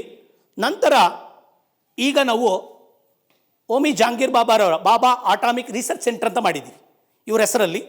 ಇವರು ನಿಧನವಾದ ನಂತರ ಇಲ್ಲಿ ರಿಸರ್ಚ್ ನ್ಯೂಕ್ಲಿಯರ್ ರಿಯಾಕ್ಟರ್ಗಳನ್ನು ತಯಾರು ಮಾಡ್ತಾರೆ, ಅಭಿವೃದ್ಧಿಪಡಿಸ್ತಾರೆ. Apsara nuclear reactor. ಇವತ್ತು ನಮ್ಮ ದೇಶ ಪರಮಾಣು ಸ್ಥಾವರಗಳನ್ನು ಸ್ಥಾಪನೆ ಮಾಡಿದೆ ಅಂದರೆ the credit is goes to the Homi Jehangir Bhabha. ಮೂಲತಃವಾಗಿ ಇದಕ್ಕೆ ಬುನಾದಿ ಆಗ್ತಂಥವ್ರು. ಜಗತ್ತಲ್ಲಿ ಎಲ್ಲ ಕಡೆಯೂ ಕೂಡ ನ್ಯೂಕ್ಲಿಯರ್ ಎನರ್ಜಿಯನ್ನು ಬಳಕೆ ಮಾಡ್ತಾ ಇದ್ದಾರೆ, ನಾವು ಬೆಳೆಸೋಣ ಅಂತ. ಅದಕ್ಕೆ ಇವರನ್ನು this a father of Indian nuclear programmes, ಭಾರತದ ಪರಮಾಣು ಕಾರ್ಯಕ್ರಮಗಳ ಪಿತಾಮಹ ಅಂತ ಕರಿತಾ ಬರ್ತೀವಿ. ಪರಮಾಣು ಕಾರ್ಯಕ್ರಮಗಳ ಪಿತಾಮಹ ಯಾರು ಅಂತ ಅಂದರೆ ಪರಮಾಣು ಕಾರ್ಯಕ್ರಮಗಳ ಪಿತಾಮಹ ಹೋಮಿ ಜಹಾಂಗೀರ್ ಬಾಬಾ. ಸ father of Indian nuclear programmes. ಹಾಗಾದ್ರೆ ಇವತ್ತ ನಮ್ಮಲ್ಲಿ ಪರಮಾಣು ಅಣುಸ್ಥಾವರಗಳು ಆರಂಭವಾಗಿದೆ.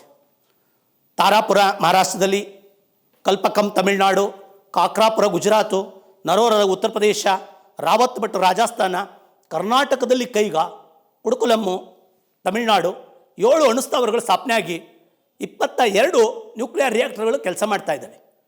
ಆದರೆ ಅದಕ್ಕೆಲ್ಲ ಮೂಲ ಕಾರಣ ಡಾಕ್ಟರ್ ಓಮಿ ಜಹಾಂಗೀರ್ ಬಾಬಾರವರು.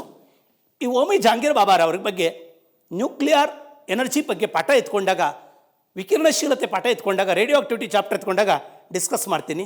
ಆದರೆ ನನ್ನ ಏರಿಯಾ ಡಾಕ್ಟರ್ ವಿಕ್ರಮ್ ಸಾರಾಭಾಯಿ ಅವ್ರನ್ನ ಎತ್ಕೊಂಡು ಸ್ಪೇಸ್ ಕಾರ್ಯಕ್ರಮವನ್ನು ಮಾತಾಡಬೇಕು, ಭಾರತದಲ್ಲಿ ಹೇಗೆ ಬಾಹ್ಯಾಕಾಶ ಕಾರ್ಯಕ್ರಮಗಳು ನಡೀತಾ ಬಂತು ಅಂತೇಳಿ. Come to the topic. ಆದರೆ ಈಗ ಇಬ್ಬರು ವ್ಯಕ್ತಿಗಳು ಸಿಕ್ಕಿದ್ರು, ಒಬ್ಬರು ಬಾಹ್ಯಾಕಾಶದ ಕಡೆಗೆ, ಇನ್ನೊಬ್ಬರು ಪರಮಾಣು ಕಾರ್ಯಕ್ರಮದ ಬಗ್ಗೆ.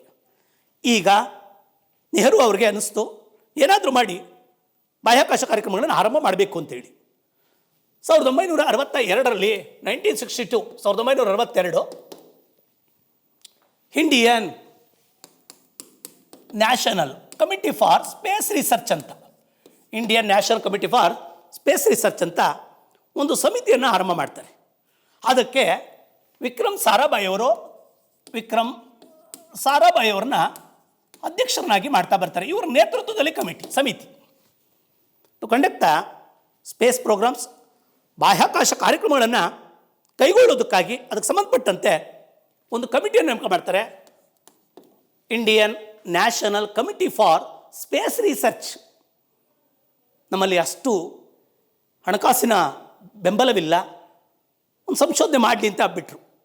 ಆದರೆ ಈಗ ವಿಕ್ರಮ್ ಸಾರಾಭಾಯಿ ಅವ್ರಿಗೆ ಅನ್ನಿಸ್ತು ಈ ಸಂಶೋಧನೆ ಮಾಡಬೇಕಾದ್ರೆ ಹಾಗಾದರೆ ರಾಕೆಟ್ಟು ಪರೀಕ್ಷೆಗಳನ್ನು ಮಾಡಬೇಕು, ನಾವು ರಾಕೆಟ್ ತಂತ್ರಜ್ಞಾನ ತಿಳ್ಕೋಬೇಕು. ಅದಕ್ಕಾಗಿ ಅವರು ಕೇರಳದ ತುಂಬಾದ ಬಳಿಗೆ ಹೋಗ್ತಾರೆ. ತುಂಬಾದ ಬಳಿ ಹೋಗಿ ಒಬ್ಬ ಪಾದ್ರಿ ಹತ್ರ ಹೋಗಿ ಕೇಳ್ತಾ ಬರ್ತಾರೆ, ನಮಗೊಂದು ಸ್ವಲ್ಪ ಜಾಗ ಕೊಡಿ. ಯಾತಕ್ಕಾಗಿ ತುಂಬಾ ಎತ್ಕೊಂಡ್ರು ಅಂದರೆ ಸದರನ್ ಟಿಪ್ ಭಾರತದ ದಕ್ಷಿಣದ ತುದಿಯಾಗಿದೆ ಮತ್ತು ಮ್ಯಾಗ್ನೆಟಿಕ್ ಪೋಲ್ ಇದೆ, ಅಲ್ಲಿ ಮ್ಯಾಗ್ನೆಟಿಕ್ ಪೋಲ್ಗೆ ಹತ್ತಿರವಾಗಿದೆ. ಆದ್ದರಿಂದ ಈ ತುಂಬವನ್ನು ಆಯ್ಕೆ ಮಾಡಿದ್ರು. ಆದರೆ ಈಗ ವಿಜ್ಞಾನಿಗಳು ಪಾದ್ರಿ ಹತ್ರ ಹೋಗಿದ್ದಾರೆ, ಅವರೊಂದು ಕೋಕೋನಟ್ ಗಾರ್ಡನ್ನ ಬಿಟ್ಕೊಟ್ರು. ಈಗ ರಿಸರ್ಚ್ ಮಾಡಬೇಕಾಗಿದೆ, ಸ್ಪೇಸ್ಗೆ ಸಂಬಂಧಪಟ್ಟಂತೆ ರಾಕೆಟ್ಗಳ ತಂತ್ರಜ್ಞಾನವನ್ನು ಅರ್ಥ ಮಾಡ್ಕೋಬೇಕಾಗಿದೆ. ಈಗ 1963ರಲ್ಲಿ 1963ರಲ್ಲಿ ನಿಕಿ ಅಪಾಚೆ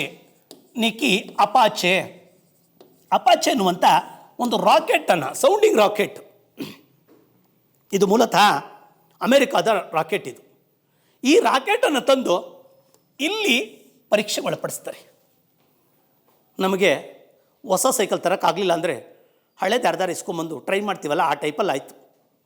ಹಾಗಾದರೆ ಯಾವ ಮಟ್ಟಕ್ಕೆ ಅಂದರೆ ನಮ್ಮ ದೇಶದಲ್ಲಿ ಇನ್ನೂ ಕೂಡ ರಾಕೆಟನ್ನು ಡೆವಲಪ್ ಮಾಡುವಂಥ ತಂತ್ರಜ್ಞಾನವೂ ಇಲ್ಲ, ಅಷ್ಟು ಸಾಮರ್ಥ್ಯವೂ ಇಲ್ಲ. ನಾವು 63ರಲ್ಲಿ ಆಗಿನ ಯುದ್ಧ ಮುಗಿದಿತ್ತು, ಇಂಡೋಸಿನೋ ವಾರ್, ಭಾರತ ಮತ್ತು ಚೀನಾ ಯುದ್ಧ ಮುಗಿದಿದೆ. ಹಸಿವು, ಬಡತನ ತಾಂಡವಾಡ್ತಾ ಇದೆ. ಹಸಿರು ಕ್ರಾಂತಿ ಆಗಿಲ್ಲ. ಇನ್ನು 65ರಿಗೆ ನಾರ್ಮನ್ ಬೋರ್ಲಾಗ್ ಬಂದು ಹಸಿರು ಕ್ರಾಂತಿ ಆಗ್ತಾ ಬರೋದು, 65ಕ್ಕೆ ಮತ್ತೆ ಶ್ವೇತಕ್ರಾಂತಿ ಕೂಡ ಆಗ್ತಾ ಬರ್ತದೆ.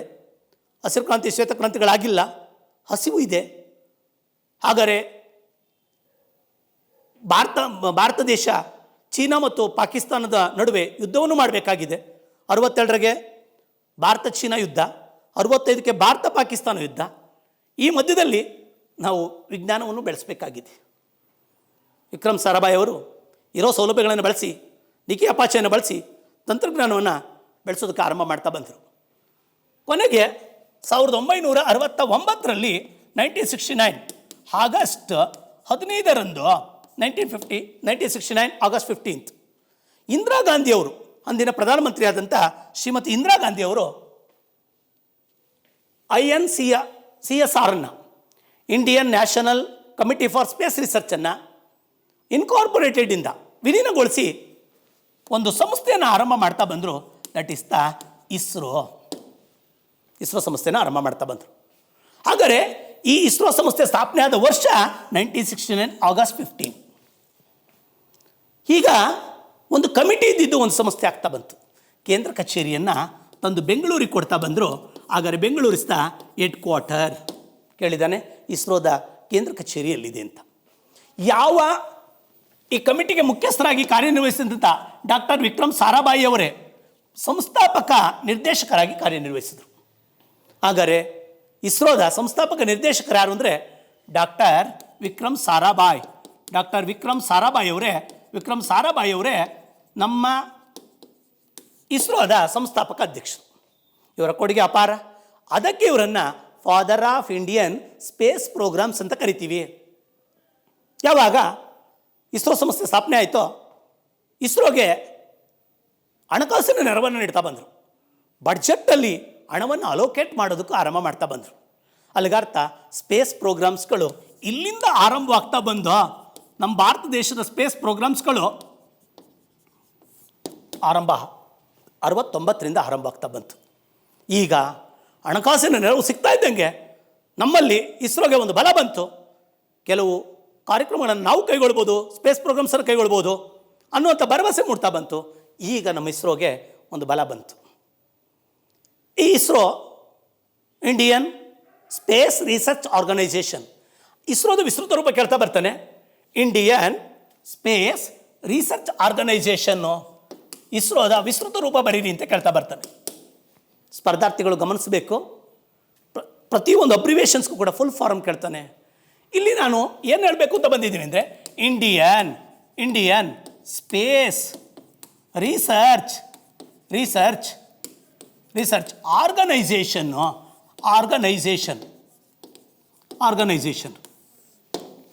ಭಾರತೀಯ ಬಾಹ್ಯಾಕಾಶ ಸಂಶೋಧನಾ ಸಂಘಟನೆ ಅಥವಾ ಸಂಸ್ಥೆ ಅನ್ಬೋದು, ಸಂಸ್ಥೆ ಅನ್ಬೋದು. ಕನ್ಫ್ಯೂಷನ್ ಏನು ಮಾಡ್ತಾನೆ, ಕಾಂಪಿಟೇಟಿವ್ ಎಕ್ಸಾಮ್ಸ್ಗೆ ಹೋಗ್ತಾ ಇದ್ದೀನಿ ನಾನೀಗ. ಇಲ್ಲಿ ಏನೇನು ಆಡ್ಬೋದು ಅಂದರೆ ಈ ಇಸ್ರೋ ಕೊಟ್ಬಿಟ್ಟು 4 ಆಪ್ಷನ್ಸಾಗೆ ಎರಡನೇದು ಬಂದಾಗ ಇಂಡಿಯನ್ ಸ್ಯಾಟಲೈಟ್ ರಿಸರ್ಚ್ ಆರ್ಗನೈಸೇಷನ್ ಕೊಡ್ತಾನೆ. ನೀವು ಎಕ್ಸಾಮಿಗೆ ಕೂತ್ಕೊಂಡಾಗ ಏನು ಅನಿಸುತ್ತೆ ಗೊತ್ತಾ, ಇಸ್ರೋ ಅಂದರೆ ಸಟ್ಲೈಟು ಅಂದರೆ ಇಸ್ರೋ. ಆನ್ಸರನ್ನು ಇದಕ್ಕೆ ಹಾಕಿ ಬಂದುಬಿಡ್ತೀರಾ. ಮನೆಗೆ ಬಂದಾಗ ನೋಡ್ತೀರಾ, ಎಸ್ ಅಂದರೆ ಸಟ್ಲೈಟ್ ಅಲ್ವಾ, ಹಂಗಾರೆ ಸ್ಪೇಸಾ? ನೀವು ಗಮನಿಸಬೇಕು, ಈ ಪದದ ಅರ್ಥವನ್ನು ತಿಳ್ಕೋಬೇಕು. ಸ್ಪೇಸ್ ಅನ್ನೋದು ಬ್ರಾಡರು, ಸಟ್ಲೈಟ್ನ್ಯಾರು. ಸ್ಪೇಸ್ ಪ್ರೋಗ್ರಾಮ್ಸಲ್ಲಿ ಸಟ್ಲೈಟ್ ಅನ್ನೋ ಒಂದು ಕಾರ್ಯಕ್ರಮ ಇದೆ ಅಷ್ಟೇ. ಸ್ಪೇಸ್ ಅನ್ನೋದು ವಾಸ್ಟು. ಆ ಸಂಸ್ಥೆ ಕೇವಲ ಸಟ್ಲೈಟ್ ಮಾಡ್ತಾ ಇಲ್ಲ, ಇವತ್ತು ಅನೇಕ ಉತ್ಪನ್ನಗಳನ್ನು ತಯಾರು ಮಾಡ್ತಾ ಇದೆ. ಹಾಗಾದರೆ ಈ ಇಸ್ರೋದವರು ನಮ್ಮ ಡಿಫೆನ್ಸಿಗೆ ಬೇಕಾದಂಥ ಅನೇಕ ಜಾಕೆಟ್ಗಳನ್ನು ತಯಾರು ಮಾಡ್ತಾ ಇದ್ದಾರೆ, ಬೇಕಾದಷ್ಟು ಹೊಸ ಉತ್ಪನ್ನಗಳನ್ನು ಕೊಡ್ತಾ ಇದ್ದಾರೆ. ಹಾಗಾದರೆ ಈ ಪದವನ್ನು ಬಳಸೋದ್ರಿಂದ ಸೀಮಿತವಾಗ್ತದೆ. ಇನ್ನೂ ಒಂದು ಕೊಟ್ಟರೆ, ನನ್ನ ಕೈ ಕೊಟ್ಟರೆ ಸಣ್ಣದ ಬದಲಾವಣೆ ಮಾಡಿ ತೋರಿಸ್ಬಿಡ್ತೀನಿ. ಇಸ್ರೋದ ವಿಸ್ತೃತ ರೂಪ ಅಂದರೆ ಮೊದಲೆರಡು ಪದ ಕರೆಕ್ಟ್ ಮಾಡ್ತೀನಿ, ಮೂರನೇ ಪದ ಮಿಸ್ ಮಾಡ್ತೀನಿ. Indian space resource organisation. ನೀವು ಓದ್ತಾ ಇರ್ಬೇಕಾದ್ರೆ ಮಾಡ್ತೀರಾ, ಆನ್ಸರ್ ಮಾಡಬೇಕಾದ್ರೆ ಮೊದಲೆರಡನ್ನೂ ನೋಡ್ತೀರಾ, ಮೂರನೇ ಪದ ನೋಡಲ್ಲ. ರಿಸೋರ್ಸ್ ಇಲ್ಲ ಅಲ್ಲಿ. They are conducting the research regarding the space. ಒಂದೊಂದು ಅಕ್ಷರ ತಗೋ. ನಾನೀಗ ಏನು ಹೇಳ್ತಾ ಇದ್ದೀನಿ ಅಂದರೆ ಕೇವಲ ಇಸ್ರೋ ಬಗ್ಗೆ ಮಾತ್ರ ಮಾತಾಡ್ತಾ ಇಲ್ಲ. ಮುದ್ರಾ ಕೊಡ್ತಾನೆ, ನೀತಿ ಕೊಡ್ತಾನೆ, ಸಾರ್ಕ್ ಅಂತ ಕೊಡ್ತಾನೆ.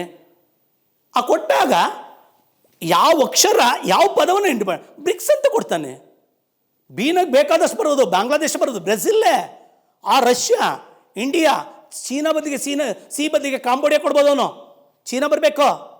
ಎಸ್ಗೆ ಅನೇಕ ರಾಷ್ಟ್ರಗಳು, ದಕ್ಷಿಣ ಸೂಡಾನು ಬರ್ಬೋದು, ಸೌತ್ ಆಫ್ರಿಕಾ ಬರುತ್ತೆ. ಎಸ್ ಅಂದಾಗ ಬ್ರಿಕ್ಸ್ ಅಂದಾಗ Brazil, Russia, India, China, South Africa. ಅದ್ರ ಬದಲಿಗೆ ಇವನ್ನ ಬೇರೆ ಬೇರೆ ಕೊಡ್ಬೋದು. ಇಲ್ಲಿ ನಾನು ಏನು ಪರಿಚಯ ಮಾಡ್ತಾ ಇದ್ದೀನಿ ಅಂದರೆ, ನೀವು ಕಾಂಪಿಟೇಟಿವ್ ಎಕ್ಸಾಮಲ್ಲಿ ಏನು ಎಡುತ್ತೀರಾ, ಮತ್ತು ಎರಡನೇದು ಹೆಂಗೆ ನೋಡಬೇಕು ಅದನ್ನು ಭಾಳ ಸೂಕ್ಷ್ಮ ಗಮನಿಸಬೇಕಾಗಿದೆ. ಒಂದು ಮಾಡಲ್ ಕೊಟ್ಟಿದ್ದೀನಿ, ಬೇರೆಯವ್ರು ನೋಡ್ಬೇಕಾದ್ರೆ ಅನ್ಬೇಕು ಈ ಅಕ್ಷರದಲ್ಲಿ ಏನು ಚೇಂಜಸ್ ಮಾಡೋ ಸಾಧ್ಯತೆ ಇದೆ. ಅವನು ನಮಗೆ ಎಕ್ಸಾಮ್ಸನ್ನು ಕೊಡ್ಬೇಕಾರೆ ನಾನು ಯಾವ ಅಕ್ಷರದಲ್ಲಿ ಡೂಪಾಗ್ಬೋದು ನೋಡಿ. ಇಲ್ಲ ಇನ್ಯಾವತ್ತೂ ಕೂಡ ನಿಮಗೆ ಮಿಸ್ ಆಗೋಕ್ಕೆ ಇದಿಲ್ಲ. ಯಾಕೆಂದರೆ ಸಟ್ಲೈಟ್ ಅಲ್ಲ, ಸ್ಪೇಸ್. ಅದು satellite is the part of the space ಅಂತ ಗೊತ್ತಾಯಿತು. ಈಗ ನಮ್ಮ ಇಸ್ರೋ ಸಂಸ್ಥೆ ಅಸ್ತಿತ್ವಕ್ಕೆ ಬಂದಿದೆ. ನಿಮಗೊಂದು ಗಮನಿಸಿ, ಈ ಇಸ್ರೋ ಸಂಸ್ಥೆ 1969ಕ್ಕೆ ಅಸ್ತಿತ್ವಕ್ಕೆ ಬಂತು. ಇದಕ್ಕಿಂತ ಮುಂಚಿತವಾಗಿ ಜಗತ್ತಿನ ಅನೇಕ ದೇಶಗಳಲ್ಲಿ ಅನೇಕ ಬಾಹ್ಯಾಕಾಶ ಸಂಸ್ಥೆಗಳು ಕಾರ್ಯನಿರ್ವಹಿಸ್ತಾ ಇದ್ದಾವೆ. ಹಾಗಾದರೆ ನಮ್ಮ ಮಗು ಈಗ ಜನನವಾಗಿದೆ, ನಮ್ಮ ಅಂಗಡಿ ಈಗ ತೆಗೆದಿದೆ. ಅದಕ್ಕಿಂತ ಮೊದಲೇ ಸಂಶೋಧನೆಗಳನ್ನು ಬಾಹ್ಯಾಕಾಶದಲ್ಲಿ ಅನೇಕ ಅದ್ವಿತೀಯಗಳನ್ನು ಸಾಧಿಸಿರುವಂಥ ಸಂಸ್ಥೆಗಳಿವೆ. ಅವರೊಂದಿಗೆ ಸೆಣಸಾಡಬೇಕಾಗಿದೆ ನಮ್ಮ ಇಸ್ರೋ. ಈ ಭಾರತದ ಇಸ್ರೋ ಅವರೊಂದಿಗೆ ಸೆಣಸಾಡಬೇಕಾಗಿದೆ. ಆಲ್ರೆಡಿ ಅವರು ಬಾಹ್ಯಾಕಾಶ ಕ್ಷೇತ್ರದಲ್ಲಿ ಮುಂತಿದ್ದಾರೆ. ಗೊತ್ತಿರಲಿ ನಿಮಗೆ, ಲೇಟಾಗಿ ಹುಟ್ಟಿತು, ಲೇಟೆಸ್ಟ್ ಆಯಿತು. ಲೇಟಾಗಿ ಹುಟ್ಟಿರೋ ಲೇಟೆಸ್ಟು ಕಾರಣ ನಮ್ಮ ದೇಶಕ್ಕೆ ದೊಡ್ಡ ದೊಡ್ಡ ವಿಜ್ಞಾನಿಗಳಿದ್ದಾರೆ, ಡೆಡಿಕೇಟೆಡ್ ಪರ್ಸನ್ಸ್ ಇದ್ದಾರೆ. ಹಗಲು ರಾತ್ರಿ ಶ್ರಮಿಸುವಂಥ ವಿಜ್ಞಾನಿಗಳಿದ್ದಾರೆ, ಸಂಶೋಧಕರಿದ್ದಾರೆ. ಅವರ ಶ್ರಮದ ಫಲ ಇವತ್ತ ಇಡೀ ಜಗತ್ತಿನಲ್ಲೇ ಇಸ್ರೋ ಸಂಸ್ಥೆ ಒಂದು ಮುಂಚೂಣಿಯಲ್ಲಿದೆ. ಹಾಗಾದರೆ ನಮ್ಮ ದೇಶವರು ತುಂಬ ಬುದ್ಧಿವಂತರು. ನಾವು ಸೊನ್ನೆಯನ್ನು ಕೂಡ ಕಂಡುಹಿಡ್ಕೊಟ್ಟಂಥವ್ರು. ಬ್ರಹ್ಮಗುಪ್ತ ಮೊಟ್ಟ ಮೊದಲ ಬಾರಿಗೆ ಸೊನ್ನೆಯನ್ನು ಕಂಡುಹಿಡಿದು. ಸೊನ್ನೆ ಗೊತ್ತಿಲ್ಲ ಅಂದರೆ ಇವತ್ತ ನಂಬರ್ ಸಿಸ್ಟಮ್ಮೇ ಅಸ್ತವ್ಯಸ್ತ ಆಗ್ಬಿಡೋದು. ಭಾರತೀಯರ ಕೊಡುಗೆ ಅಪಾರವಾಗಿದೆ. ಜೊತೆಗೆ ಈ ಬಾಹ್ಯಾಕಾಶ ಸಂಸ್ಥೆಯಲ್ಲಿ ಇವ್ರು ಯಾರ್ಯಾರಲ್ಲೇ ಮುಂದಿದ್ದವರು ಅಂದರೆ ಅಮೆರಿಕಾದ ನಾಸಾ. ಅಮೆರಿಕಾ ದೇಶದ ನಾಸಾ ಆಲ್ರೆಡಿ ಮುಂದಿದೆ.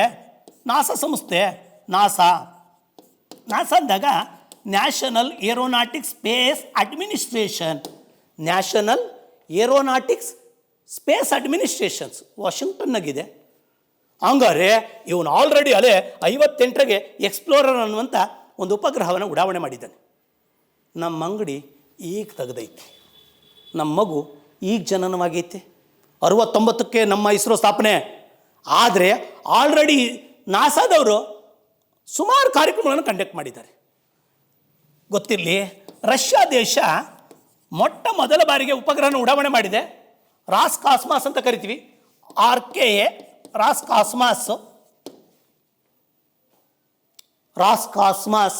State corporation for space activities ಅಂತ. ಇನ್ನು ಶಾರ್ಟ್ ಫಾರ್ಮಗೆ ರಾಸ್ಕಾಸ್ಮಾಸ್ ಅಂತ ಕರೀತಾರೆ. ರಷ್ಯಾದು RKA. ಇವರಲ್ಲೇ ಆಲ್ರೆಡಿ ಸ್ಪೇಸ್ ಕಾರ್ಯಕ್ರಮದಲ್ಲಿ ದೊಡ್ಡ ಸಾಧನೆ ಮಾಡಿದ್ದಾರೆ. 1957ಗೆ ಸ್ಪುಟ್ನಿಕ್ ಅನ್ನುವಂಥ ಮೊಟ್ಟ ಮೊದಲ ಕೃತಕ ಉಪಗ್ರಹವನ್ನು ಉಡಾವಣೆ ಮಾಡಿದ್ದಾರೆ. ಒಂದು ನಾಯಿಯನ್ನು ಕಳಿಸಿ ಬಂದಿದ್ದಾರೆ. ಆದರೆ ನಾವಿನ್ನೂ ಕೂಡ ನಮ್ಮ ಸಂಸ್ಥೆನ ಆರಂಭನೆ ಮಾಡಿಲ್ಲ. ಇವರು ದೊಡ್ಡ ದೊಡ್ಡ ಸಾಧನೆಗಳು ಮಾಡಿದರೂ ಕೂಡ ಇಸ್ರೋ ಸಂಸ್ಥೆ ಮಾಡಿಲ್ಲ. ಹಾಗಾದರೆ ಮೂರನೇದು ಬಂದಾಗ ಚೀನಾ ದೇಶದ ಸಂಸ್ಥೆ CNSA China national space administrations. China national space administration. ನಾಲ್ಕನೇದು ಬಂದಾಗ ಜಪಾನ್ ಸಂಸ್ಥೆ ಜಾಕ್ಸಾ. Japan aerospace exploration agency. Exploration X ಅಂದಾಗ ಎಕ್ಸ್ಪ್ಲೋರೇಷನ್ ಬರ್ತದೆ. ಇಲ್ವಲ್ಲ ಅಂತ ಯೋಚನೆ ಮಾಡಿಬಿಟ್ಟಿರ. ಜಾಕ್ಸಾ. ಹಾಗಾದರೆ ಇನ್ನೊಂದಿದೆ, ಯುರೋಪ್ ಯೂನಿಯನ್ನ ರಾಷ್ಟ್ರಗಳು ಸೇರಿಕೊಂಡೊಂದು ಬಾಹ್ಯಾಕಾಶ ಸಂಸ್ಥೆಯನ್ನು ಕಟ್ಕೊಂಡಿವೆ, ಯುರೋಪ್ ಸ್ಪೇಸ್ ಏಜೆನ್ಸಿ. ಇದು 22 ರಾಷ್ಟ್ರಗಳ ಒಂದು ಒಕ್ಕೂಟ. ಕನ್ಫ್ಯೂಸ್ ಮಾಡ್ಕೋಬೇಡಿ, ಯುರೋಪ್ ಯೂನಿಯನ್ ಇರೋದು 28 ರಾಷ್ಟ್ರಗಳದು. ಅದರಾಗೊಂದು ಎಕ್ಸಿಟ್ ಆಗ್ತಾ ಇದೆ ಬ್ರಿಟನ್ನು. ಬಾಹ್ಯಾಕಾಶ ಸಂಸ್ಥೆಯ ಸಹಭಾಗಿತ್ವ ಹೊಂದಿರೋ 22 ಮಾತ್ರ. 28 ಯುರೋಪ್ ಯೂನಿಯನ್ ಆಗಿದ್ದವು, ಬ್ರಿಟನ್ ಎಕ್ಸಿಟ್ ಆಗ್ತಾ ಇದೆ. ಯೂರೋ ನಾಣ್ಯವನ್ನು ಹೊಂದಿರೋ 19, ಬಾಹ್ಯಾಕಾಶಕ್ಕೆ ಸಹಭಾಗಿತ್ವ ಹೊಂದಿರೋ 22 ಮಾತ್ರ. ದೇರ್ ಆರ್ 22 ಕಂಟ್ರೀಸ್ ಆದ. ಇದು ಕನ್ಫ್ಯೂಸ್ ಆಗುತ್ತೆ ಅಂತ ನಾನು ಮತ್ತೆ ಬಿಡಿಸ್ತಾ ಇದ್ದೀನಿ ಇಲ್ಲಿಗ. ಈ ಎಲ್ಲ ಸಂಸ್ಥೆಗಳು ಕೂಡ ಆಲ್ರೆಡಿ ಬಾಹ್ಯಾಕಾಶ ಕಾರ್ಯಕ್ರಮದಲ್ಲಿ ತಮ್ಮದೇ ಆದಂಥ ಕೊಡುಗೆಗಳನ್ನು ಇಡ್ತಾ ಇದ್ದಾವೆ. ಈಗಿನ್ನು ನಮ್ಮ ಸಂಸ್ಥೆ ಉಗಮಾಗಿದೆ. ಯಾವ ಸಂಸ್ಥೆ ಅದು? ಇಸ್ರೋ. ಅವರು ಎಸಿನಲ್ಲಿ ಕೆಲಸ ಮಾಡ್ತಾ ಇದ್ದಾರೆ. ನಾವು ಇಲ್ಲಿ ಇವರು ಪಾದ್ರಿ ಹತ್ರ ಒಂದು ತೋಟದ ಹತ್ರ ಜಾಗ ಇಸ್ಕೊಂಡು ನಟ್ಟು ಬಲ್ಟು ತಯಾರು ಮಾಡ್ತಿದ್ದೀವಿ, ತಿರುಗಿಸ್ತಾ ಇದ್ದೀವಿ. ಯಾವುದು ನಿಕ್ಕಿ ಅಪಾಚೆ ಅನ್ನುವಂಥ ರಾಕೆಟನ್ನು ತಂದು ನಮ್ಮ ಸೈಂಟಿಸ್ಟು ಸೈಕಲ್ ಮೇಲೆ ನುಕ್ಕೊಂಡು ಹೋಗ್ತಾವ್ರೆ. ಎತ್ತಿನ ಗಾಡಿ ಮೇಲೆ ಉಪಗ್ರಹಗಳನ್ನು ನಾವು ತಾಂಡೋಗ್ತಾ ಇದ್ದೀವಿ. ಸೋಗೆ ಗರಿ ಹಾಕ್ಕೊಂಡು ನಟ್ಟು ಬೋಲ್ಟು ತಿರುಗಿಸ್ತಾ ಇದ್ದೀವಿ. ಅವ್ರು ಎಸಿಲ್ಲವ್ರೆ, ನಾವು ಸೋಗೆ ಗರಿಯನ್ನು ಇಟ್ಕೊಂಡು ಮೇಲೆ ಕೂತ್ಕೊಂಡು ನಟ್ಟು ಬೋಲ್ಟು ತಿರುಗ್ತಾ ಇದ್ದೀವಿ. ಅವ್ರದ್ದು ಎಸಿ, ನಮ್ಮದು ಎಸಿನೇ, ಬಟ್ ಕಂಡೀಷನ್ ಇಲ್ಲ ಅಷ್ಟೇ. ಆ ಮಟ್ಟದಲ್ಲಿದೆ. ಹಾಗಾದರೆ ಇಂಥ ಲೇಟಾಗಿ ಉಗಮವಾದಂಥ ನಮ್ಮ ಸಂಸ್ಥೆ ಇವರು ಮಾಡಿರುವ ಎಲ್ಲ ದಾಖಲೆಗಳನ್ನು ಮುರಿದು ಹೊಸ ದಾಖಲೆಗಳನ್ನು ಸೃಷ್ಟಿ ಮಾಡಿದೆ. ಮಂಗಳಯಾನ ಮಾಡಿದೆ. ಜಗತ್ತಿನ 4 ಸಂಸ್ಥೆಗಳಲ್ಲಿ ನಾವು ಕೂಡ ಒಬ್ಬರು. ಅದನ್ನು ಏಷ್ಯಾದಲ್ಲೇ ಮೊದಲ ಸಂಸ್ಥೆ. ನಿಮ್ಮ ನಂಬಕ್ಕೆ ಅಸಾಧ್ಯ, ರಷ್ಯಾ ದೇಶ 37 ಉಪಗ್ರಹಗಳನ್ನು ಉಡಾವಣೆ ಮಾಡಿ ಏಕಕಾಲಕ್ಕೆ ದಾಖಲೆ ಮಾಡಿತ್ತು. 104 ಏಕಕಾಲಕ್ಕೆ ಉಡಾವಣೆ ಮಾಡಿ ನಮ್ಮ ಇಸ್ರೋ ಸಂಸ್ಥೆ ಆ ದಾಖಲೆಯನ್ನು ಮುರಿದಿದೆ. ಇವ್ರು ಯಾರ್ಯಾರು ಏನೇನು ದಾಖಲೆಗಳು ಮಾಡಿದ್ರು, ಸುಮಾರು ದಾಖಲೆಗಳನ್ನು ಭಾರತದ ಇಸ್ರೋ ಮುರಿದಿದೆ ಮತ್ತು ಹೊಸ ದಾಖಲೆಗಳನ್ನು ಸೃಷ್ಟಿ ಮಾಡಿದೆ. ಆ ಸಂಸ್ಥೆಯೇ ನಮ್ಮ ಇಸ್ರೋ ಸಂಸ್ಥೆ. ಇವತ್ತು ಪ್ರಶ್ನೆ ಕೇಳಬಹುದು, ಹಂಗಾರೆ ನಮ್ಮ ಇಸ್ರೋ ಉಗಮ ಆಗೋದಕ್ಕಿಂತ ಮುಂಚಿತವಾಗಿ ಇವರೇನೇನು ದಾಖಲೆ ಮಾಡಿದ್ರು? ಮುರಿಯೋದಕ್ಕಿಂತ ಮುಂಚಿತವಾಗಿ ಏನೇನು ದಾಖಲೆ ಮಾಡಿದ್ರು ಗೊತ್ತಾಗಬೇಕಲ್ಲ.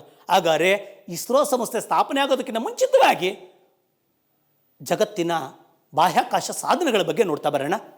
ಮೊದಲನೇದು 1957ರಲ್ಲಿ 1957. ನಾನು ಮಾತಾಡ್ತಾ ಇರೋದು ನಮ್ಮ ಸಂಸ್ಥೆ ಸ್ಥಾಪನೆ ಆಗೋಕ್ಕಿಂತ ಮುಂಚಿತವಾಗಿ ಜಾಗತಿಕವಾಗಿ ಸಾಧನೆ ಮಾಡಿರುವಂಥದ್ದು. ಬಾಹ್ಯಾಕಾಶ ಸಂಸ್ಥೆಯಲ್ಲಿ ಬೇರೆ ಬೇರೆ ದೇಶಗಳು ಮಾಡಿರುವಂಥದ್ದು.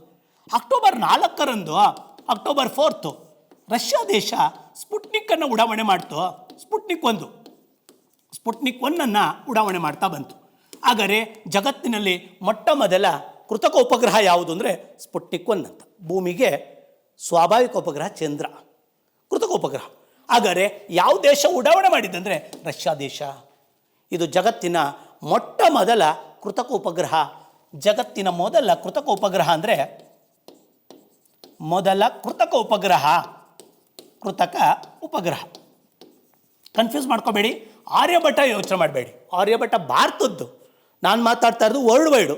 ನಮ್ಮ ಇಸ್ರೋ ಸ್ಥಾಪನೆ ಆಗಿಲ್ಲ. ಇಸ್ರೋ 69ಕ್ಕಾಗೋದು. ಹಾಗಾದರೆ 1957 ನವೆಂಬರ್ 3ರಂದು ಇದೇ ರಷ್ಯಾ ದೇಶ ಬಾಹ್ಯಾಕಾಶಕ್ಕೆ ಸ್ಪುಟ್ನಿಕ್ 2 ಉಪಗ್ರಹದಲ್ಲಿ ನೌಕೆಯಲ್ಲಿ ನಾಯಿಯನ್ನು ಕಳಿಸ್ತಾ ಬರ್ತಾರೆ. ಹ್ಯೂಮನ್ನ ಕಳಿಸೋದಕ್ಕಿಂತ ಮೊದಲು ಒಂದು ಅನಿಮಲನ್ನು ಕಳಿಸ್ಬೇಕಾಯ್ತು. ಅದರ ಹೆಸರು ಲೈಕಾ ಎನ್ನುವಂಥ ನಾಯಿಯನ್ನು ಕಳಿಸ್ತಾ ಬರ್ತಾರೆ. ಲೈಕಾ ಎನ್ನುವಂಥ ನಾಯಿ. ಹಾಗಾದರೆ ಈ ಲೈಕಾ ಅನ್ನುವಂಥ ನಾಯಿಯನ್ನು ಕಳಿಸ್ತಾ ಬಂದರು. ಪ್ರಶ್ನೆ ಪತ್ರಿಕೆಯಲ್ಲಿ ತೆಗಿತಾನೆ, ಬಾಹ್ಯಾಕಾಶಯಾನ ಮಾಡಿದಂಥ ಮೊದಲ ಪ್ರಾಣಿ ಯಾವುದು ಅಂತ ಕೇಳ್ತಾನೆ. ನಾಯಿ. ಅದರ ಹೆಸರು ಲೈಕಾ ನಾಯಿನ ಕಳಿಸ್ತಾ ಬಂದರು. ಇನ್ನು ನಮ್ಮ ಇಸ್ರೋ ಸಂಸ್ಥೆ ಆರಂಭವಾಗಿಲ್ಲ. 1900 ಇವ್ರು ಯಾವಾಗ ಮಾಡ್ತಾ ಬಂದರೋ ಅಮೆರಿಕಾದವ್ರಿಗೆ ನಾವು ಏನಾರು ಬಾಹ್ಯಾಕಾಶ ಸಂಶೋಧನೆ ಮಾಡಲೇಬೇಕು, ಕಾರ್ಯಕ್ರಮ ಕೈಗೊಳ್ಳಬೇಕು ಅನ್ನಿಸ್ತು. ಯಾಕೆಂದರೆ ಎರಡರ ನಡುವೆ ಶೀತಲ ಸಮರ ನಡೀತಾ ಇದೆ. 2ನೇ ಮಹಾಯುದ್ಧ ನಿಂತ ಮೇಲೆ 2 ಬಣಗಳಾಗ್ತಾ ಬಂತು. ರಷ್ಯಾ ಬೆಂಬಲಿತ ಮತ್ತು ಅಮೆರಿಕ ಬೆಂಬಲಿತ. ಪ್ರತಿಷ್ಠೆ ಆರಂಭ ಆಯಿತು. ರಷ್ಯಾ ಕೃತಕ ಉಪಗ್ರಹ ಉಡಾವಣೆ ಮಾಡ್ತಿದ್ದಂಗೆ ಅಮೆರಿಕ ನಾನು ಮಾಡಬೇಕು ಅಂತ 1958ರಲ್ಲಿ 1958 ಅಮೆರಿಕ ದೇಶ ಎಕ್ಸ್ಪ್ಲೋರರ್ ಅನ್ನುವಂಥ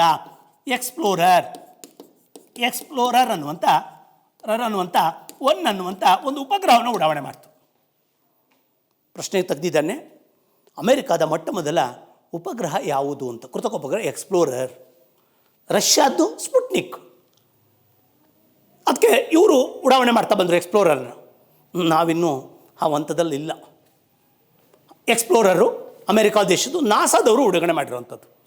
ಈಗ ರಷ್ಯಾ ದೇಶ 1961ರಲ್ಲಿ ವಾಸ್ಟಾಕ್ 1 ನೌಕೆ ಇದು.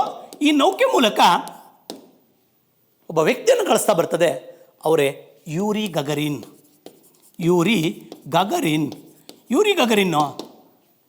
ಏನು ಸರ್ ಇವರು? ಜಗತ್ತಿನಲ್ಲಿ ಮೊಟ್ಟ ಮೊದಲ ಬಾರಿಗೆ ಬಾಹ್ಯಾಕಾಶಯಾನ ಮಾಡಿದಂಥ ಮೊದಲ ವ್ಯಕ್ತಿನೇ ಯೂರಿ ಗಗರಿನ್. ಯಾವ ದೇಶ ಅಂದರೆ ಮತ್ತೆ ಒನ್ಸ್ ಅಗೈನ್ ರಷ್ಯಾದವರು. ನೌಕೆ ಹೆಸರು ವಾಸ್ಟಾಕ್ 1 ಅಂತ. ಈ ನೌಕೆಯಲ್ಲಿ ಪ್ರಯಾಣ ಬೆಳೆಸ್ತಾ ಮೊದಲ ಗಗನಯಾತ್ರಿ, ಜಗತ್ತಿನ ಮೊದಲ ಗಗನಯಾತ್ರಿ. ಕನ್ಫ್ಯೂಸ್ ಆಗ್ತೀರಾ?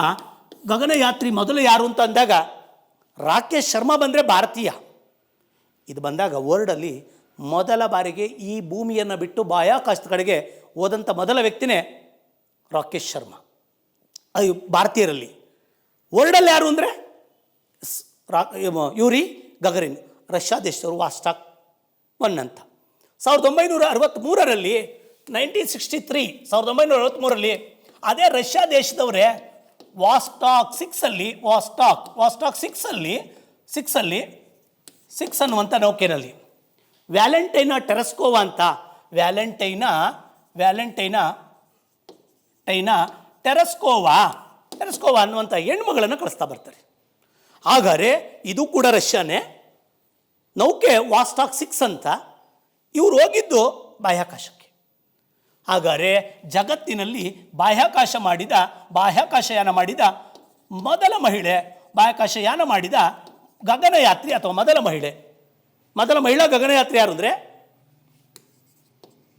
ಮಾಡಿದ ಮೊದಲ ಮಹಿಳೆ ಯಾರು ಅಂದರೆ ವ್ಯಾಲೆಂಟೈನಾ ಟೆರೆಸ್ಕೋವಾ. ಕನ್ಫ್ಯೂಸ್ ಮಾಡ್ಕೊತೀರಾ? KPSCನಲ್ಲಿ ಕ್ವಶನ್ ಕೇಳಿದ್ದ, ಬಾಹ್ಯಾಕಾಶಯಾನ ಮಾಡಿದ ಮೊದಲ ಭಾರತೀಯ ಮಹಿಳೆ ಯಾರು ಅಂತ ಕೇಳಿ ಕಲ್ಪನಾ ಚಾವ್ಲಾ ಬರ್ತಾರೆ. ನಮ್ಮ ದೇಶದ ಇಬ್ಬರು ಹೆಣ್ಮಕ್ಳು ಈ ಸಾಧನೆ ಮಾಡಿದರು, ಕಲ್ಪನಾ ಚಾವ್ಲಾ ಮತ್ತು ಸುನೀತಾ ವಿಲಿಯಮ್ಸ್. ಕಲ್ಪನಾ ಚಾವ್ಲಾ ಮತ್ತು ಸುನೀತಾ ವಿಲಿಯಮ್ಸ್ ಬಗ್ಗೆ ಮುಂದೆ ಮಾತಾಡ್ತೀನಿ ಇಸ್ರೋದಲ್ಲಿ. ಬಟ್ ಇಲ್ಲಿ ಕನ್ಫ್ಯೂಸ್ ಆಗಬಾರ್ದು ಅಂತ ಕ್ಲಿಯರ್ ಮಾಡ್ತಾ ಇದ್ವಿ. ವ್ಯಾಲೆಂಟೈನಾ ಟೆರೆಸ್ಕೋವಾ ಅನ್ನೋರು ಮೊದಲ ಮಹಿಳೆ, ರಷ್ಯಾದವರು ಬಾಹ್ಯಾಕಾಶಯಾನ ಮಾಡಿದಂಥ ಮೊದಲ ಮಹಿಳೆ. ವ್ಯಕ್ತಿಗಳು ಬಂದಾಗ ಯೂರಿ ಗಗರಿನ್. ಈಗ 1969ರಲ್ಲಿ 1969 ಜುಲೈ 20 ಭಾರತೀಯ ಕಾಲಮಾನ ಜುಲೈ 21. ಸರ್ ಜುಲೈ 20 ಅದ್ಯಾಕೆ? ವೆಸ್ಟಲ್ಲಿದೆ, ಅದು ನಮ್ಮದು ಈಸ್ಟಲ್ಲಿದೆ. ಭೂಮಿ ಪೂರ್ವದ ಕಡೆ ಸುತ್ತಾ ಇರಬೇಕಾದ್ರೆ ನಮಗೆ ಪೂರ್ವದಲ್ಲಿದ್ದೀವಿ, ಅದರಿಂದ 82.5 ಡಿಗ್ರಿ ಪೂರ್ವ ರೇಖಾಂಶಗಿರೋದ್ರಿಂದ ನಮಗೆ ಬೇಗ ಟೈಮ್ ಆಗ್ತದೆ. ಹಾಗಾದರೆ 21 ಅಮೆರಿಕಾದ 20. ಏನು ಸರ್ ಇದು? ಅಪೋಲೋ 11ನಲ್ಲಿ ನೌಕೆ ಇದು ನಾವೆಲ್ಲಲ್ಲಿ ನಮ್ಮ ಅಮೆರಿಕ ದೇಶ ಒಂದು ನೌಕೆಯನ್ನು ಕಳಿಸ್ತಾ ಬರ್ತದೆ. ಆ ನೌಕೆಯಲ್ಲಿ 3 ಜನ ಗಗನಯಾತ್ರಿಗಳು ಹೋಗ್ತಾರೆ. ಅವರು ಚಂದ್ರನ ಮೇಲೆ ಪಾದವನ್ನು ಇಡ್ತಾ ಬರ್ತಾರೆ. ಹಾಗಾದರೆ ಚಂದ್ರನ ಮೇಲೆ ಪಾದ ಇಟ್ಟಂಥ ಮೊದಲ ವ್ಯಕ್ತಿ ಅಂದರೆ ನೀಲ್ ಆರ್ಮ್ಸ್ಟ್ರಾಂಗ್ ಅವರು ಪಾದ ಇಡ್ತಾರೆ, ಮೊದಲ ವ್ಯಕ್ತಿ. First person. ಯಾವ ದೇಶದವರು ಅಂತ ಕೇಳಿದ್ರೆ ಅಮೆರಿಕ. ಹಾಗಾದ್ರೆ ಯಾವುದು? ಅಪೋಲೋ 11 ಇದು last year the completed the 50 years celebrations ಆಯಿತು. 50ನೇ ವರ್ಷದ ಆಚರಣೆ. ಚಂದ್ರನ ಮೇಲೆ ಪಾದ ಇಟ್ಟ ಮೇಲೆ 50 ವರ್ಷ ಆಗಿದೆ. 2019ಕ್ಕೆ ಈ ನೀಲ್ ಆರ್ಮ್ಸ್ಟ್ರಾಂಗ್ ಅವರು ಅಮೆರಿಕಾದ ಗಗನಯಾತ್ರಿ ಚಂದ್ರನ ಮೇಲೆ ಪಾದ ಇಟ್ಟ. ಒಂದು ಪ್ರಶ್ನೆ ನನಗೆ ಜ್ಞಾಪಕ ಬರ್ತಾ ಇದೆ, ಸೈನ್ಸಲ್ಲಿ ಕೇಳಿದ್ದ. ನೀಲ್ ಆರ್ಮ್ಸ್ಟ್ರಾಂಗ್ ಅವರು ಅಪೋಲೋ 11ಗೆ ಹೋಗಿ ಚಂದ್ರನ ಮೇಲೆ ಪಾದ ಇಡಬೇಕಾರೆ ನೌಕೆಯಿಂದ ಜಿಗಿದರೆ ಯಾಕೆ ಅಂತ ಮೊದಲು ಆಪ್ಷನ್ ಕೊಟ್ಟಿದ್ದ. ತುಂಬ ಖುಷಿಯಾಗಿ ಜಿಗಿದ್ರು ಅಂತ ಅಲ್ಲ, ಅವ್ರು ಜಿಗಿದಿದ್ದು ಯಾಕೆ ಅಂದರೆ ಗೊತ್ತಿರಲಿ, ಗುರುತ್ವ ಕಡಿಮೆ ಇತ್ತು. ಚಂದ್ರನ ಗುರುತ್ವ ಭೂಮಿಯ ಗುರುತ್ವದ 1/6 ಭೂಮಿಯ ಗುರುತ್ವದ 1/6. ಗುರುತ್ವಕ್ಕೂ ಗ್ರಾವಿಟೇಷನ್ಸ್ಗೂ ವೆಯ್ಟ್ಗೂ ಸಂಬಂಧ ಇರ್ತದೆ. ಒಂದು ವಸ್ತುಗೆ ತೂಕ ಬರಬೇಕಂದ್ರೆ ಗ್ರಾವಿಟೇಷನ್ಸ್ ಭಾಳ ಇಂಪಾರ್ಟೆಂಟು. ಇಲ್ಲಿ 60 kg ತೂಗುವಂಥ ವ್ಯಕ್ತಿ ಇದ್ರಾಗೆ ಚಂದ್ರನಲ್ಲಿ ಬರೀ 10 kg ತೂಗ್ತಾನೆ. 1/6. ಯಾರು? ಚಂದ್ರನ ಗುರುತ್ವ. ಯಾರಿಗೆ ಹೋಲಿಕೆ ಮಾಡಿಕೊಂಡಾಗ ಹಾಗಾದರೆ ಭೂಮಿಯ ಗುರುತ್ವದ ಹೋಲಿಕೆ ಮಾಡಿಕೊಂಡ್ರೆ ಹಾಗಾದರೆ ಚಂದ್ರನ ಗುರುತ್ವ 1/6. ಅಲ್ಲಿಗೆ ಮಾಸ್ ಚೇಂಜ್ ಆಗಲ್ಲ, ದ್ರವ್ಯರಾಶಿ ಚೇಂಜ್ ಆಗಲ್ಲ, ತೂಕ ಚೇಂಜ್ ಆಗ್ತದೆ. ಇಲ್ಲಿ ಇನ್ನೊಂದು ಪ್ರಶ್ನೆ ಕೇಳಿದ, ಮೊದಲ ಪಾದ ಇಟ್ಟವನು ಯಾರು ಅಂದರೆ ಯಾರ್ದು ಅಂದರೆ ನೀಲ್ ಆರ್ಮ್ಸ್ಟ್ರಾಂಗ್ದು. 2ನೇ ಪಾದ ಇತ್ತೀಚೆಗೆ ಬರ್ತಾ ಇರೋದು ನೀಲ್ ಆರ್ಮ್ಸ್ಟ್ರಾಂಗ್ ಬಿಟ್ಬಿಟ್ಟಿದ್ದಾರೆ. 2ನೇ ಪಾದ ಯಾರ್ದು ಅಂತ ಕೇಳ್ತಾರೆ. 2ನೇ ಪಾದ ಅಂದರೆ ತುಂಬ ಜನ ಎಕ್ಸಾಮ್ಸ್ ಬರೀಬೇಕಾದ್ರೆ ನೀಲ್ ಆರ್ಮ್ಸ್ಟ್ರಾಂಗ್ದೇ ಆಗ್ತಾರೆ. ಒಂದು ಪಾದ ಇಟ್ಟ ಮೇಲೆ 2ನೇದು ಇಡಲೇಬೇಕು, ಪ್ರಶ್ನೆ ಬೇರೆ. ವ್ಯಕ್ತಿಗತವಾಗಿ ಕೌಂಟ್ ಮಾಡಿದಾಗ ಅವನು ಒಂದಾಗ್ತಾನೆ. 2ನೇ ವ್ಯಕ್ತಿಯಿಂದಾಗ ಬುಜ್ ಆಲ್ಡ್ರಿನ್ ಅನ್ನೋನು 2ನೇ ಪಾದ ವ್ಯಕ್ತಿಗತವಾಗಿ ಬಂದಾಗ 2ನೇ ಪಾದ. ಹಾಗಾದರೆ 2ನೇ ಪಾದ ಯಾರ್ದು ಅಂದರೆ ಬುಜ್ ಆಲ್ಡ್ರಿನ್ದು. ಇನ್ನೊಬ್ಬ ಕೋಲಿನ್ ಅನ್ನೋನು ನೌಕೆನಲ್ಲೇ ಕುಂತಿದ್ದಾನೆ. 3 ಜನ ಹೋಗಿದ್ದಾರೆ, ನೌಕೆನಲ್ಲೇ ಕುಂತಿದ್ದಾರೆ. ಮೊದಲ ವ್ಯಕ್ತಿ ಯಾರು ಅಂದರೆ ನೀಲ್ ಆರ್ಮ್ಸ್ಟ್ರಾಂಗು. 2ನೇ ವ್ಯಕ್ತಿ ಯಾರು ಅಂದರೆ ಬುಜ್ ಆಲ್ಡ್ರಿನ್ನು. ತುಂಬ ಬಾರಿ ಕ್ವಶನ್ ಪೇಪರ್ಗಳು ರೈಸ್ ಆಗಿದೆ. ಲಾಸ್ಟ್ ಇಯರ್ ಅಂತೂ ತುಂಬ ಪ್ರಶ್ನೆ ಪತ್ರಿಕೆಗಳು ರಿಪೀಟ್ ಆಯ್ತು. ಯಾಕೆಂದರೆ 50 years ಕಂಪ್ಲೀಷನ್ ಆಗಿತ್ತು. ಈಗ ನಮ್ಮ ದೇಶದಲ್ಲಿ ಯಾವುದೇ ಅಚೀವ್ಮೆಂಟ್ಸ್ ಇಲ್ಲ. ಯಾಕಿಲ್ಲ ಅಂದರೆ ನಾವು ಈಗಿನ್ನ ಆರಂಭ ಮಾಡಿದ್ದೀವಿ. ಅಲ್ಲಿಗರ್ಥ ನಿಮಗೆ ಗೊತ್ತಾಯಿತು, ಜಗತ್ತಿನ 5 ಬಾಹ್ಯಾಕಾಶ ಸಂಸ್ಥೆಗಳು ಬೇಕಾದಷ್ಟು ಸಾಧನೆ ಮಾಡಿದರೂ ಕೂಡ ನಮ್ಮ ಇಸ್ರೋ ಇನ್ನೂ ಸ್ಥಾಪನೆ ಆಗಿರಲಿಲ್ಲ. ಆದರೆ 69 ಆಗಸ್ಟ್ 15ನೇ ತಾರೀಕು ಸ್ಥಾಪನೆ ಆದ ನಮ್ಮ ಇಸ್ರೋ ಸಂಸ್ಥೆ ಈ 5 ಸಂಸ್ಥೆಗಳನ್ನು ಮೀರಿ ಬೆಳೀತಾ ಇದೆ. ಕೆಲವೊಮ್ಮೆ ಅಮೇರಿಕಾದ ನಾಸಾ ಕೂಡ ಮಾಡಿದಂಥ ಅನೇಕ ಕಾರ್ಯಕ್ರಮಗಳನ್ನು ನಮ್ಮ ಇಸ್ರೋ ಸಂಸ್ಥೆ ಕೈಗೊಂಡಿದೆ. ಗೊತ್ತಿರಲಿ, ಇವರು 1969ಕ್ಕೆ ಚಂದ್ರನ ಮೇಲೆ ಪಾದ ಇಟ್ಟಿದ್ದಾರೆ. ನಾವು 2008 ಅಕ್ಟೋಬರ್ 22ಕ್ಕೆ ಚಂದ್ರಯಾನ 1 ಮಾಡಿದ್ದೀವಿ. ಆದರೂ ಕೂಡ ನಾವು ತಂದಿರುವಂಥ ಫೋಟೋಗಳನ್ನು ಇವತ್ತು ನಾಸಾದವರು ಅವರ ರಿಸರ್ಚ್ಗೆ ಬಳಸ್ಕೊತಾ ಇದ್ದಾರೆ. ಇಂಪ್ಯಾಕ್ಟ್ ಪ್ರೋಬ್ ಅನ್ನುವಂಥ ಒಂದು ಇನ್ಸ್ಟ್ರೂಮೆಂಟನ್ನು ಕಳಿಸಿದ್ದು, ತುಂಬ ಉಪಯುಕ್ತವಾದಂಥ ಡಿವೈಸ್ ಅದು ಚಂದ್ರಯಾನ 1ಗೆ. ಆದರೆ ಇವತ್ತು ಅಮೇರಿಕಾದ ಸಂಶೋಧನೆಗಳು ನಮ್ಮ ಮುಂದೇನೇನೂ ಅಲ್ಲ, ಆ ಮಟ್ಟಕ್ಕೆ ಬೆಳೀತಾ ಇದ್ದೀವಿ. ಇಸ್ರೋ ಇವತ್ತು ಜಗತ್ತನ್ನೇ ಭಾರತದತ್ತ ನೋಡುವಂತೆ ಮಾಡ್ತಾ ಬಂದಿದೆ. ಇದು ಭಾಳ ಮುಖ್ಯವಾದಂಥ ಅಂಶ. ಆದರೆ ಈ ಇಸ್ರೋ ಹೇಗೆಲ್ಲ ಬೆಳೀತು ಮತ್ತು ಏನು ಕಾರ್ಯಕ್ರಮ ಕೈಗೊಂಡಿತು ಅಂತ. 69 ಆಗಸ್ಟ್ 15ಕ್ಕೆ ಇಸ್ರೋ ಬಂತು ಅಂತ ಹೇಳಿದೆ. ಈಗ ಸಣ್ಣದಾಗಿ ಜಗತ್ತಿನ ಬಾಹ್ಯಾಕಾಶ ಕಾರ್ಯಕ್ರಮಗಳ ಸಣ್ಣ ಒಂದು ತುಣುಕನ್ನು ನೋಡ್ತಾ ಬರೋಣ. ನಂತರ ನಾನು ಇಸ್ರೋದ ಕಾರ್ಯಕ್ರಮಗಳ ಬಗ್ಗೆ ಕೈಗೆತ್ಕೊತೀನಿ. ಮೊದಲು ಇವನ್ನ ಉಪಗ್ರಹಗಳು, ವರ್ಲ್ಡ್ ವೈಡ್ ಆಗಿರುವಂಥ ಉಪಗ್ರಹಗಳನ್ನೆಲ್ಲ ನೋಡ್ತಾ ಬರೋಣ. ಯಾವ್ಯಾವು ಅಂತ ಒಂದು ಸಣ್ಣ ತುಣುಕನ್ನು ನಾನು ತೋರಿಸ್ತಾ ಬರ್ತೀನಿ, ನೋಡ್ತಾ ಬರೋಣ.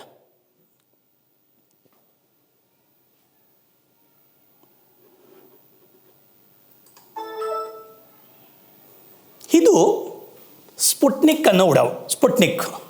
ಹಾಗಾದರೆ ಸ್ಪುಟ್ನಿಕ್ ಅನ್ನೋದು ಇದು ರಷ್ಯಾದವರು 1957ರಲ್ಲಿ ಅಕ್ಟೋಬರ್ 4ರಂದು ಉಡಾವಣೆ ಮಾಡಿದ ಮೊಟ್ಟ ಮೊದಲ ಉಪಗ್ರಹ. ಆದರೆ ರಷ್ಯಾ ದೇಶದ ಉಪಗ್ರಹವಾದಂಥ ಸ್ಪುಟ್ನಿಕ್ಕು ಜಗತ್ತಿನ ಮೊಟ್ಟ ಮೊದಲ ಕೃತಕ ಉಪಗ್ರಹ. ರಷ್ಯಾದವರು ಉಡಾವಣೆ ಮಾಡಿದೆ ಅಂತ ಹೇಳಿದೆ. ಇದೇ ಉಪಗ್ರಹವನ್ನು ಮೊಟ್ಟ ಮೊದಲ ಬಾರಿಗೆ ಉಡಾವಣೆದು. ಇದು ಅನೇಕ ಕಾಂಪಿಟೇಟಿವ್ ಎಕ್ಸಾಮ್ಸಲ್ಲಿ ತುಂಬ ಬಾರಿ ರಿಪೀಟ್ ಆಗಿದೆ, ನೋಡ್ಕೋಬೇಕಾಗಿದೆ. ನೆಕ್ಸ್ಟ್ ಮುಂದೆ ಬರ್ತಾ ಇದ್ದೀನಿ.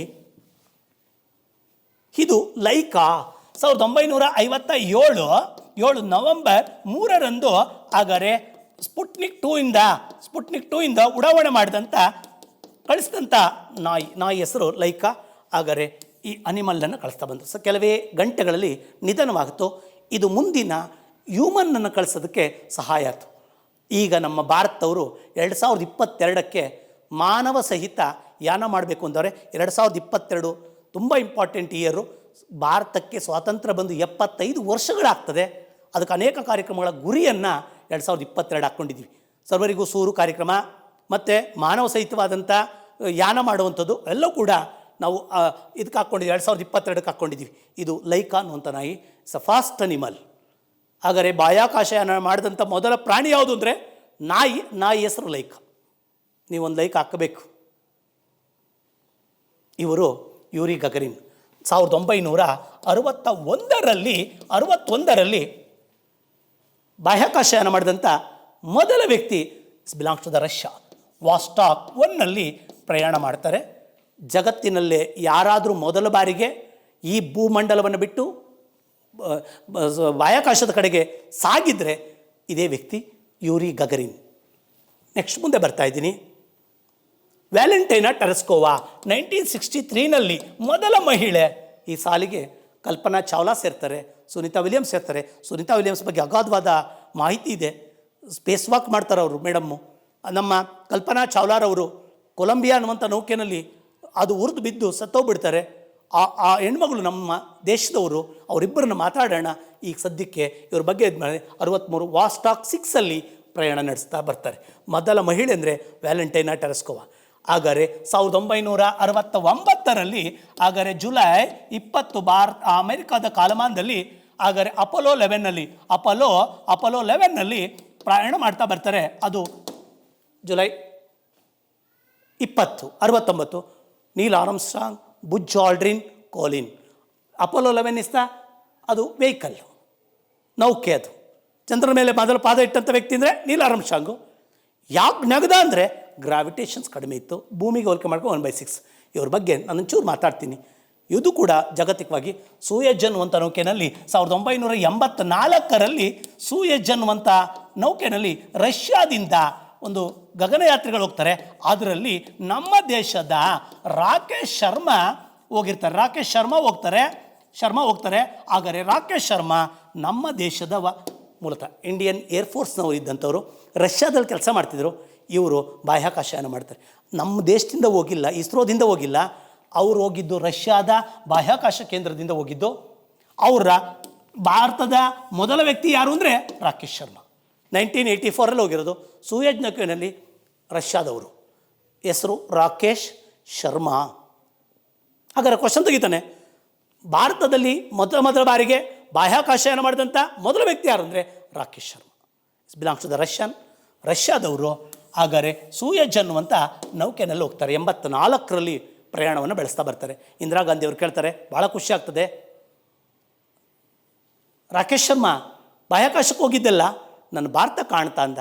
ಆಗ ರಾಕೇಶ್ ಶರ್ಮಾ ಭಾಳ ಚೆನ್ನಾಗಿ ಹೇಳ್ತಾರೆ, ಮೇಡಮ್ ಖುಷಿ ಆಗುತ್ತೆ ಅವ್ರಿಗೂ, ನಾನು ಭಾರತವನ್ನು ರೆಪ್ರೆಸೆಂಟ್ ಮಾಡಿದ್ದೀನಿ ಅಂತೇಳಿ. ಅವ್ರು ಕೇಳಿದಾಗ ಹೇಳ್ತಾರೆ, ಮೇಡಮ್ ಸಾರೇ ಜಹಾನ್ ಸೆ ಅಚ್ಚ ಅಂತಾರೆ. ಮೊಹಮ್ಮದ್ ಇಕ್ಬಾಲ್ ಬರೆದಂಥ ಹಾಡನ್ನು ಆಡ್ತಾ ಬರ್ತಾರೆ, ಸಾರೇ ಜಹಾನ್ ಸೆ ಅಚ್ಚ ಅಂತ. ರಾಕೇಶ್ ಶರ್ಮಾ ಭಾರತೀಯ, ಬಟ್ ರಷ್ಯಾದಿಂದ ಬಾಹ್ಯಾಕಾಶಕ್ಕೆ ಎಲ್ಲಿಂದಲ್ಲ ಹೋಗಿರಲಿ, ನನ್ನ ದೇಶದವ್ರು ಹೋಗಿದ್ದರಿಂದ ಬಾಹ್ಯಾಕಾಶ ಯಾನ ಮಾಡಿದಂಥ ಮೊದಲ ಭಾರತೀಯ ವ್ಯಕ್ತಿ ಯಾರು ಅಂದರೆ ನಾವು ಬರಿಬೇಕಾದ್ದು ರಾಕೇಶ್ ಶರ್ಮಾರನ್ನ ಬರಿಬೇಕು. ಇದು ಭಾಳ ಮುಖ್ಯವಾದಂಥವು. ಇದುವರೆಗೂ ಮಾತಾಡಿರೋವೆಲ್ಲ ಕಾಂಪಿಟೇಟಿವ್ ಎಕ್ಸಾಮ್ಸಲ್ಲಿ ಅಂತಾರಾಷ್ಟ್ರೀಯ ಮಟ್ಟದಲ್ಲಿ ನಡೆದಿರುವಂಥ ಮೊದಲುಗಳೆಲ್ಲ, ಬಾಹ್ಯಾಕಾಶ ಕ್ಷೇತ್ರದಲ್ಲಿ ನಡೆದಿರುವಂಥ ಮೊದಲುಗಳು. ಮೊದಲ ಕೃತಕ ಉಪಗ್ರಹ ಗೊತ್ತಾಯಿತು, ಮೊದಲ ವ್ಯಕ್ತಿ ಗೊತ್ತಾಯಿತು, ಮೊದಲ ಮಹಿಳೆ ಗೊತ್ತಾಯಿತು, ಮೊದಲ ಪ್ರಾಣಿ ಗೊತ್ತಾಯಿತು, ಚಂದ್ರ ಮೇಲೆ ಪಾದ ಇಟ್ಟರೆ ಗೊತ್ತಾಯಿತು, ಅಮೆರಿಕಾದ ಮೊದಲ ಯಾನ ಗೊತ್ತಾಯಿತು, ಇದ್ಯಾವುದು ಅಂತ ಉಪಗ್ರಹ ಯಾವುದು ಅಂತ ಗೊತ್ತಾಯಿತು. ಇದೆಲ್ಲದೂ ಕೂಡ ಗಮನಿಸಬೇಕಾದಂಥ ಅಂಶ. ಈಗ ನಾನು ಇಸ್ರೋ ಕಡೆಗೆ ಹೋಗ್ತಾ ಇದ್ದೀನಿ. ಇಸ್ರೋಗೆ ಸಂಸ್ಥೆ ಆರಂಭವಾಗಿದೆ 1969 ಆಗಸ್ಟ್ 15ನೇ ತಾರೀಕು. ಈ ಇಸ್ರೋದ ಮುಖ್ಯಸ್ಥರಾಗಿ ವಿಕ್ರಮ್ ಸಾರಾಭಾಯ್ ಅವರು ಕಾರ್ಯನಿರ್ವಹಿಸ್ತಾ ಇದ್ದಾರೆ. ಏನಾದರೂ ಮಾಡಿ ಹಣಕಾಸಿನ ನೆರವು ಸಿಕ್ತು, ಈಗ ಬಾಹ್ಯಾಕಾಶ ಕಾರ್ಯಕ್ರಮ ಕೈಗೊಳ್ಳಬೇಕು. 1975 ಏಪ್ರಿಲ್ 19ರಂದು, ಏಪ್ರಿಲ್ 19 1975 ಏಪ್ರಿಲ್ 19ನೇ ತಾರೀಕು ಒಂದು ಉಪಗ್ರಹನ ರೆಡಿ ಮಾಡ್ತಾರೆ. ಅದರ ಹೆಸರೇ ಆರ್ಯಭಟ. ಆರ್ಯಭಟ ಅನ್ನುವಂಥ ಒಂದು ಉಪಗ್ರಹವನ್ನು ತಯಾರು ಮಾಡ್ತಾರೆ. ಹಂಗಾರೆ ಭಾರತ ದೇಶದ ಮೊಟ್ಟ ಮೊದಲ ಕೃತಕ ಉಪಗ್ರಹ ಯಾವುದು ಅಂದರೆ, ಭಾರತದ ಮೊದಲ ಕೃತಕ ಉಪಗ್ರಹ, ಭಾರತ ದೇಶದ ಮೊದಲ ಉಪಗ್ರಹ ಯಾವುದು ಅಂದರೆ ಆರ್ಯಭಟ. ಮೊದಲ ಕೃತಕ ಉಪಗ್ರಹ ಆರ್ಯಭಟ. ಪ್ರಶ್ನೆ ಕೇಳಿದ್ದಾನೆ, ಅಲ್ಲಿ ಸ್ಪುಟ್ನಿಕ್, ಇಲ್ಲಿ ಆರ್ಯಭಟ. 57 1975 ಉಲ್ಟಾ ಹೊಡ್ಕೋಬೇಕು ಇಸ್ವಿನ. 57 ಆಗ್ತದೆ, ಇಲ್ಲಾಂದರೆ 75 ಆಗ್ತದೆ. ಹಾಗಾದರೆ ಇಲ್ಲಿವರೆಗೂ ನಾವು ಮಾಡಿಲ್ಲ, ಅವರೆಲ್ಲ 57ಕ್ಕೆ ಮಾಡಿದ್ದಾರೆ ಆರ್ಯಭಟ. ಈ ಆರ್ಯಭಟನ ಬಗ್ಗೆ ಸ್ವಲ್ಪ ಮಾತಾಡಬೇಕು. ಭಾರತೀಯ ಮ್ಯಾಥಮೆಟಿಷಿಯನ್ ಮತ್ತು ಆಸ್ಟ್ರಾನಮರ್, ಖಗೋಳಶಾಸ್ತ್ರಜ್ಞ. ಜಗತ್ತಿನಲ್ಲೆಲ್ಲರೂ ಕೂಡ ಟಾಲಮಿ ಅಂಥವರೆಲ್ಲ ಭೂಕೇಂದ್ರ ಸಿದ್ಧಾಂತವನ್ನು ಹೇಳ್ತಾ ಬಂದರೆ, ನಮ್ಮ ಆರ್ಯಭಟ ಅವರು ಮೊದಲ ಬಾರಿಗೆ ವರ್ಲ್ಡಲ್ಲಿ ಸೌರ ಕೇಂದ್ರ ಸಿದ್ಧಾಂತವನ್ನು ಮಂಡಿಸಿದ್ರು. ಸೂರ್ಯನಿಗೆ ಹೆಚ್ಚು ಗುರುತ್ವ ಇದೆ, ಎಲ್ಲ ಗ್ರಹಗಳು ಕೂಡ ಸೂರ್ಯನ ಸುತ್ತ ಇದ್ದಾವೆ ಅಂತ ಮೊದಲ ಬಾರಿಗೆ ಜಗತ್ತಿಗೆ ಪರಿಚಯ ಮಾಡಿದವರೇ ಆರ್ಯಭಟ. ಅದನ್ನು ಕೊಪರ್ನಿಕಸ್ ಅವರು ಸೌರ ಕೇಂದ್ರ ಸಿದ್ಧಾಂತದಲ್ಲಿ ಪ್ರತಿಪಾದಿಸ್ತಾ ಬರ್ತಾರೆ. ಬಟ್ ಬುನಾದಿ ಮಾತ್ರ ಆರ್ಯಭಟ್ಟಂದು. ಕೆಪ್ಲರ್ ಅವರು ಗ್ರಹಗಳ ಚಲನೆ ಬಗ್ಗೆ ಹೇಳ್ತಾ ಬರ್ತಾರೆ. ಅದಕ್ಕೆಲ್ಲ ಬುನಾದಿ ಹಾಕಿದಂಥವರು ಆರ್ಯಭಟ. ಈ ಆರ್ಯಭಟ ಅವರ ಹೆಸರಿನಲ್ಲೇ ಭಾರತದ ಮೊದಲ ಕೃತಕ ಉಪಗ್ರಹವನ್ನು ಉಡಾವಣೆ ಮಾಡಲಾಗುತ್ತೆ. ನೀವು ಗಮನಿಸಬೇಕು, ಉಪಗ್ರಹಗಳಲ್ಲಿ 2 ಅಂಶಗಳನ್ನು ಗಮನಿಸಬೇಕು. ಏನೇನದು ಇಲ್ಲಿ ನೋಡ್ತಾ ಬನ್ನಿ. ಒಂದೇದು ಬಂದಾಗ, ಒಂದು ಈ ಕಡೆ ಇದು ರಾಕೆಟ್ಟು, ಇದು ಉಪಗ್ರಹ. ಮೇಯ್ನ್ 2 ಭಾಗ. ರಾಕೆಟ್ಟು ಈ ಉಪಗ್ರಹವನ್ನು ತಾಂಡೋಗಿ ಕಕ್ಷೆಗೆ ಕೊಂಡಿರಿಸುತ್ತೆ. ಅಲ್ಲಿಗೆ 2 ಭಾಗ ಬೇಕೇ ಬೇಕು. ಒಂದು ವೆಹಿಕಲ್ಲು, ಅದನ್ನೇ ನಾವು ರಾಕೆಟ್ ಅಂತ ಕರಿತೀವಿ. ಅದು ಏನನ್ನು ಹೊತ್ತೊಯ್ಯುತ್ತೆ ಅಂದರೆ ಉಪಗ್ರಹವನ್ನು, ಸ್ಯಾಟಲೈಟನ್ನು ಕೊಂಡೊಯ್ಯುತ್ತೆ. ಈಗ ನಮ್ಮ ಹತ್ರ ತಯಾರಾಗಿರೋದು ಆರ್ಯಭಟ ಅನ್ನೋದು ಉಪಗ್ರಹ. ನಮ್ಮ ಹತ್ರ ಏನಿಲ್ಲ ಅಂದರೆ ರಾಕೆಟ್ ಇಲ್ಲ. ಇನ್ನು ರಾಕೆಟನ್ನು ನಾವು ಡೆವಲಪ್ ಮಾಡಿಲ್ಲ, ನಮಗೆ ಕೇವಲ ಉಪಗ್ರಹ ಮಾತ್ರ ಆಗೈತಿ. ಈಗ ರಾಕೆಟ್ ಬೇಕು ಮತ್ತು ಉಡಾವಣಾ ತಾಣ ಬೇಕು. ಅದಕ್ಕಾಗಿ ನಮ್ಮ ಭಾರತ ಅತ್ಯಂತ ಹೆಚ್ಚು ನಿಕಟವಾದಂಥ ಸಂಬಂಧವನ್ನು ಹೊಂದಿದ್ದು ರಷ್ಯಾದೊಂದಿಗೆ. ಹಾಗಾದರೆ ಈ ರಾಕೆಟ್ಗೆ ಅಲ್ಲಿಗೆ ಹೋಗ್ತಾರೆ. ಹಾಗಾದರೆ ಕಾಸ್ಮೋಸ್ ಅನ್ನುವಂಥ ವೆಹಿಕಲ್ಲನ್ನು ರಷ್ಯಾದಿಂದ ಇದು ಮಾಡ್ತಾರೆ. ವಿಚ್ ಇಸ್ ದ ವೆಹಿಕಲ್ ಅಂದರೆ, ಅಥವಾ ರಾಕೆಟ್ ಅಂದರೆ ಕಾಸ್ಮೋಸ್ ಅಂತ. ಯಾವ ದೇಶದ್ದು ಅಂದರೆ ರಷ್ಯಾದ್ದು. ಇದು ರಾಕೆಟ್ಟು. ಕಾಸ್ಮೋಸ್ ಅನ್ನೋದು ರಷ್ಯಾದ್ದು. ಇಲ್ಲಿ ಹೋದ್ಮೇಲೆ ನಮ್ಮ ಉಪಗ್ರಹವನ್ನು ಇಟ್ಕೊಂಡು ಅಲ್ಲಿಗೆ ಹೋದ ಅಲ್ಲೇ ಕಾಪುಸ್ತಿನಿಯಾರನ್ನು ಸ್ಥಳದಿಂದ ಉಡಾವಣೆ ಮಾಡಲಾಗುತ್ತೆ. ಉಡಾವಣಾ ತಾಣ ಇದು, ಉಡಾವಣಾ ಸ್ಥಳ. ಆ ಉಡಾವಣಾ ಸ್ಥಳದಿಂದ ನಾವು ನಮ್ಮ ಉಪಗ್ರಹವನ್ನು ಉಡಾವಣೆ ಮಾಡ್ತೀವಿ. ಭೂವೀಕ್ಷಣ ಉಪಗ್ರಹ, ಅದು ವೆಹಿಕಲ್ಲು, ರಾಕೆಟ್ಟು ಕಾಸ್ಮೋಸು, ಪ್ಲೇಸು ಕಾಪುಸ್ತಿನಿಯಾರ್. ಈಗ ಮತ್ತೆ ಭಾಸ್ಕರ 1 ಮತ್ತೆ ಉಡಾವಣೆ ಮಾಡಿದ್ರು. ಭಾಸ್ಕರ 1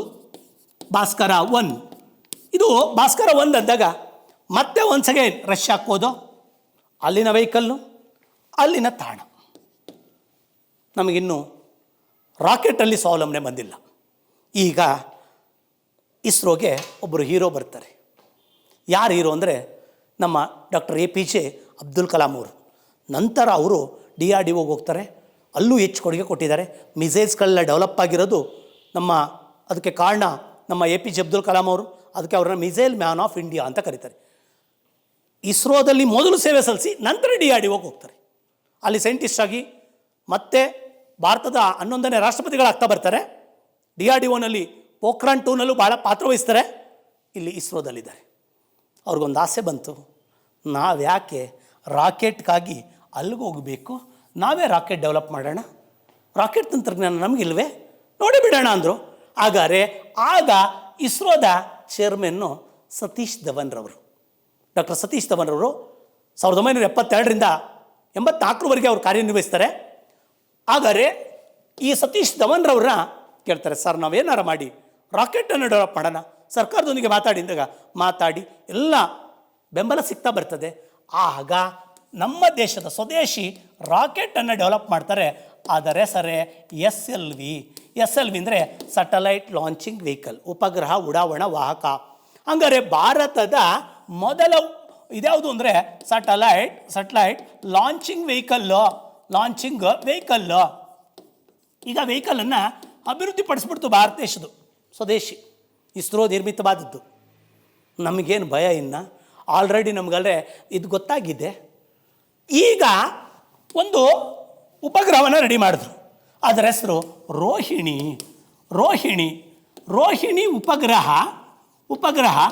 ನೆಕ್ಸ್ಟು ನಮ್ಮದೇ ಆದಂಥ ವೆಹಿಕಲ್ ಕೂಡ ಇದೆ.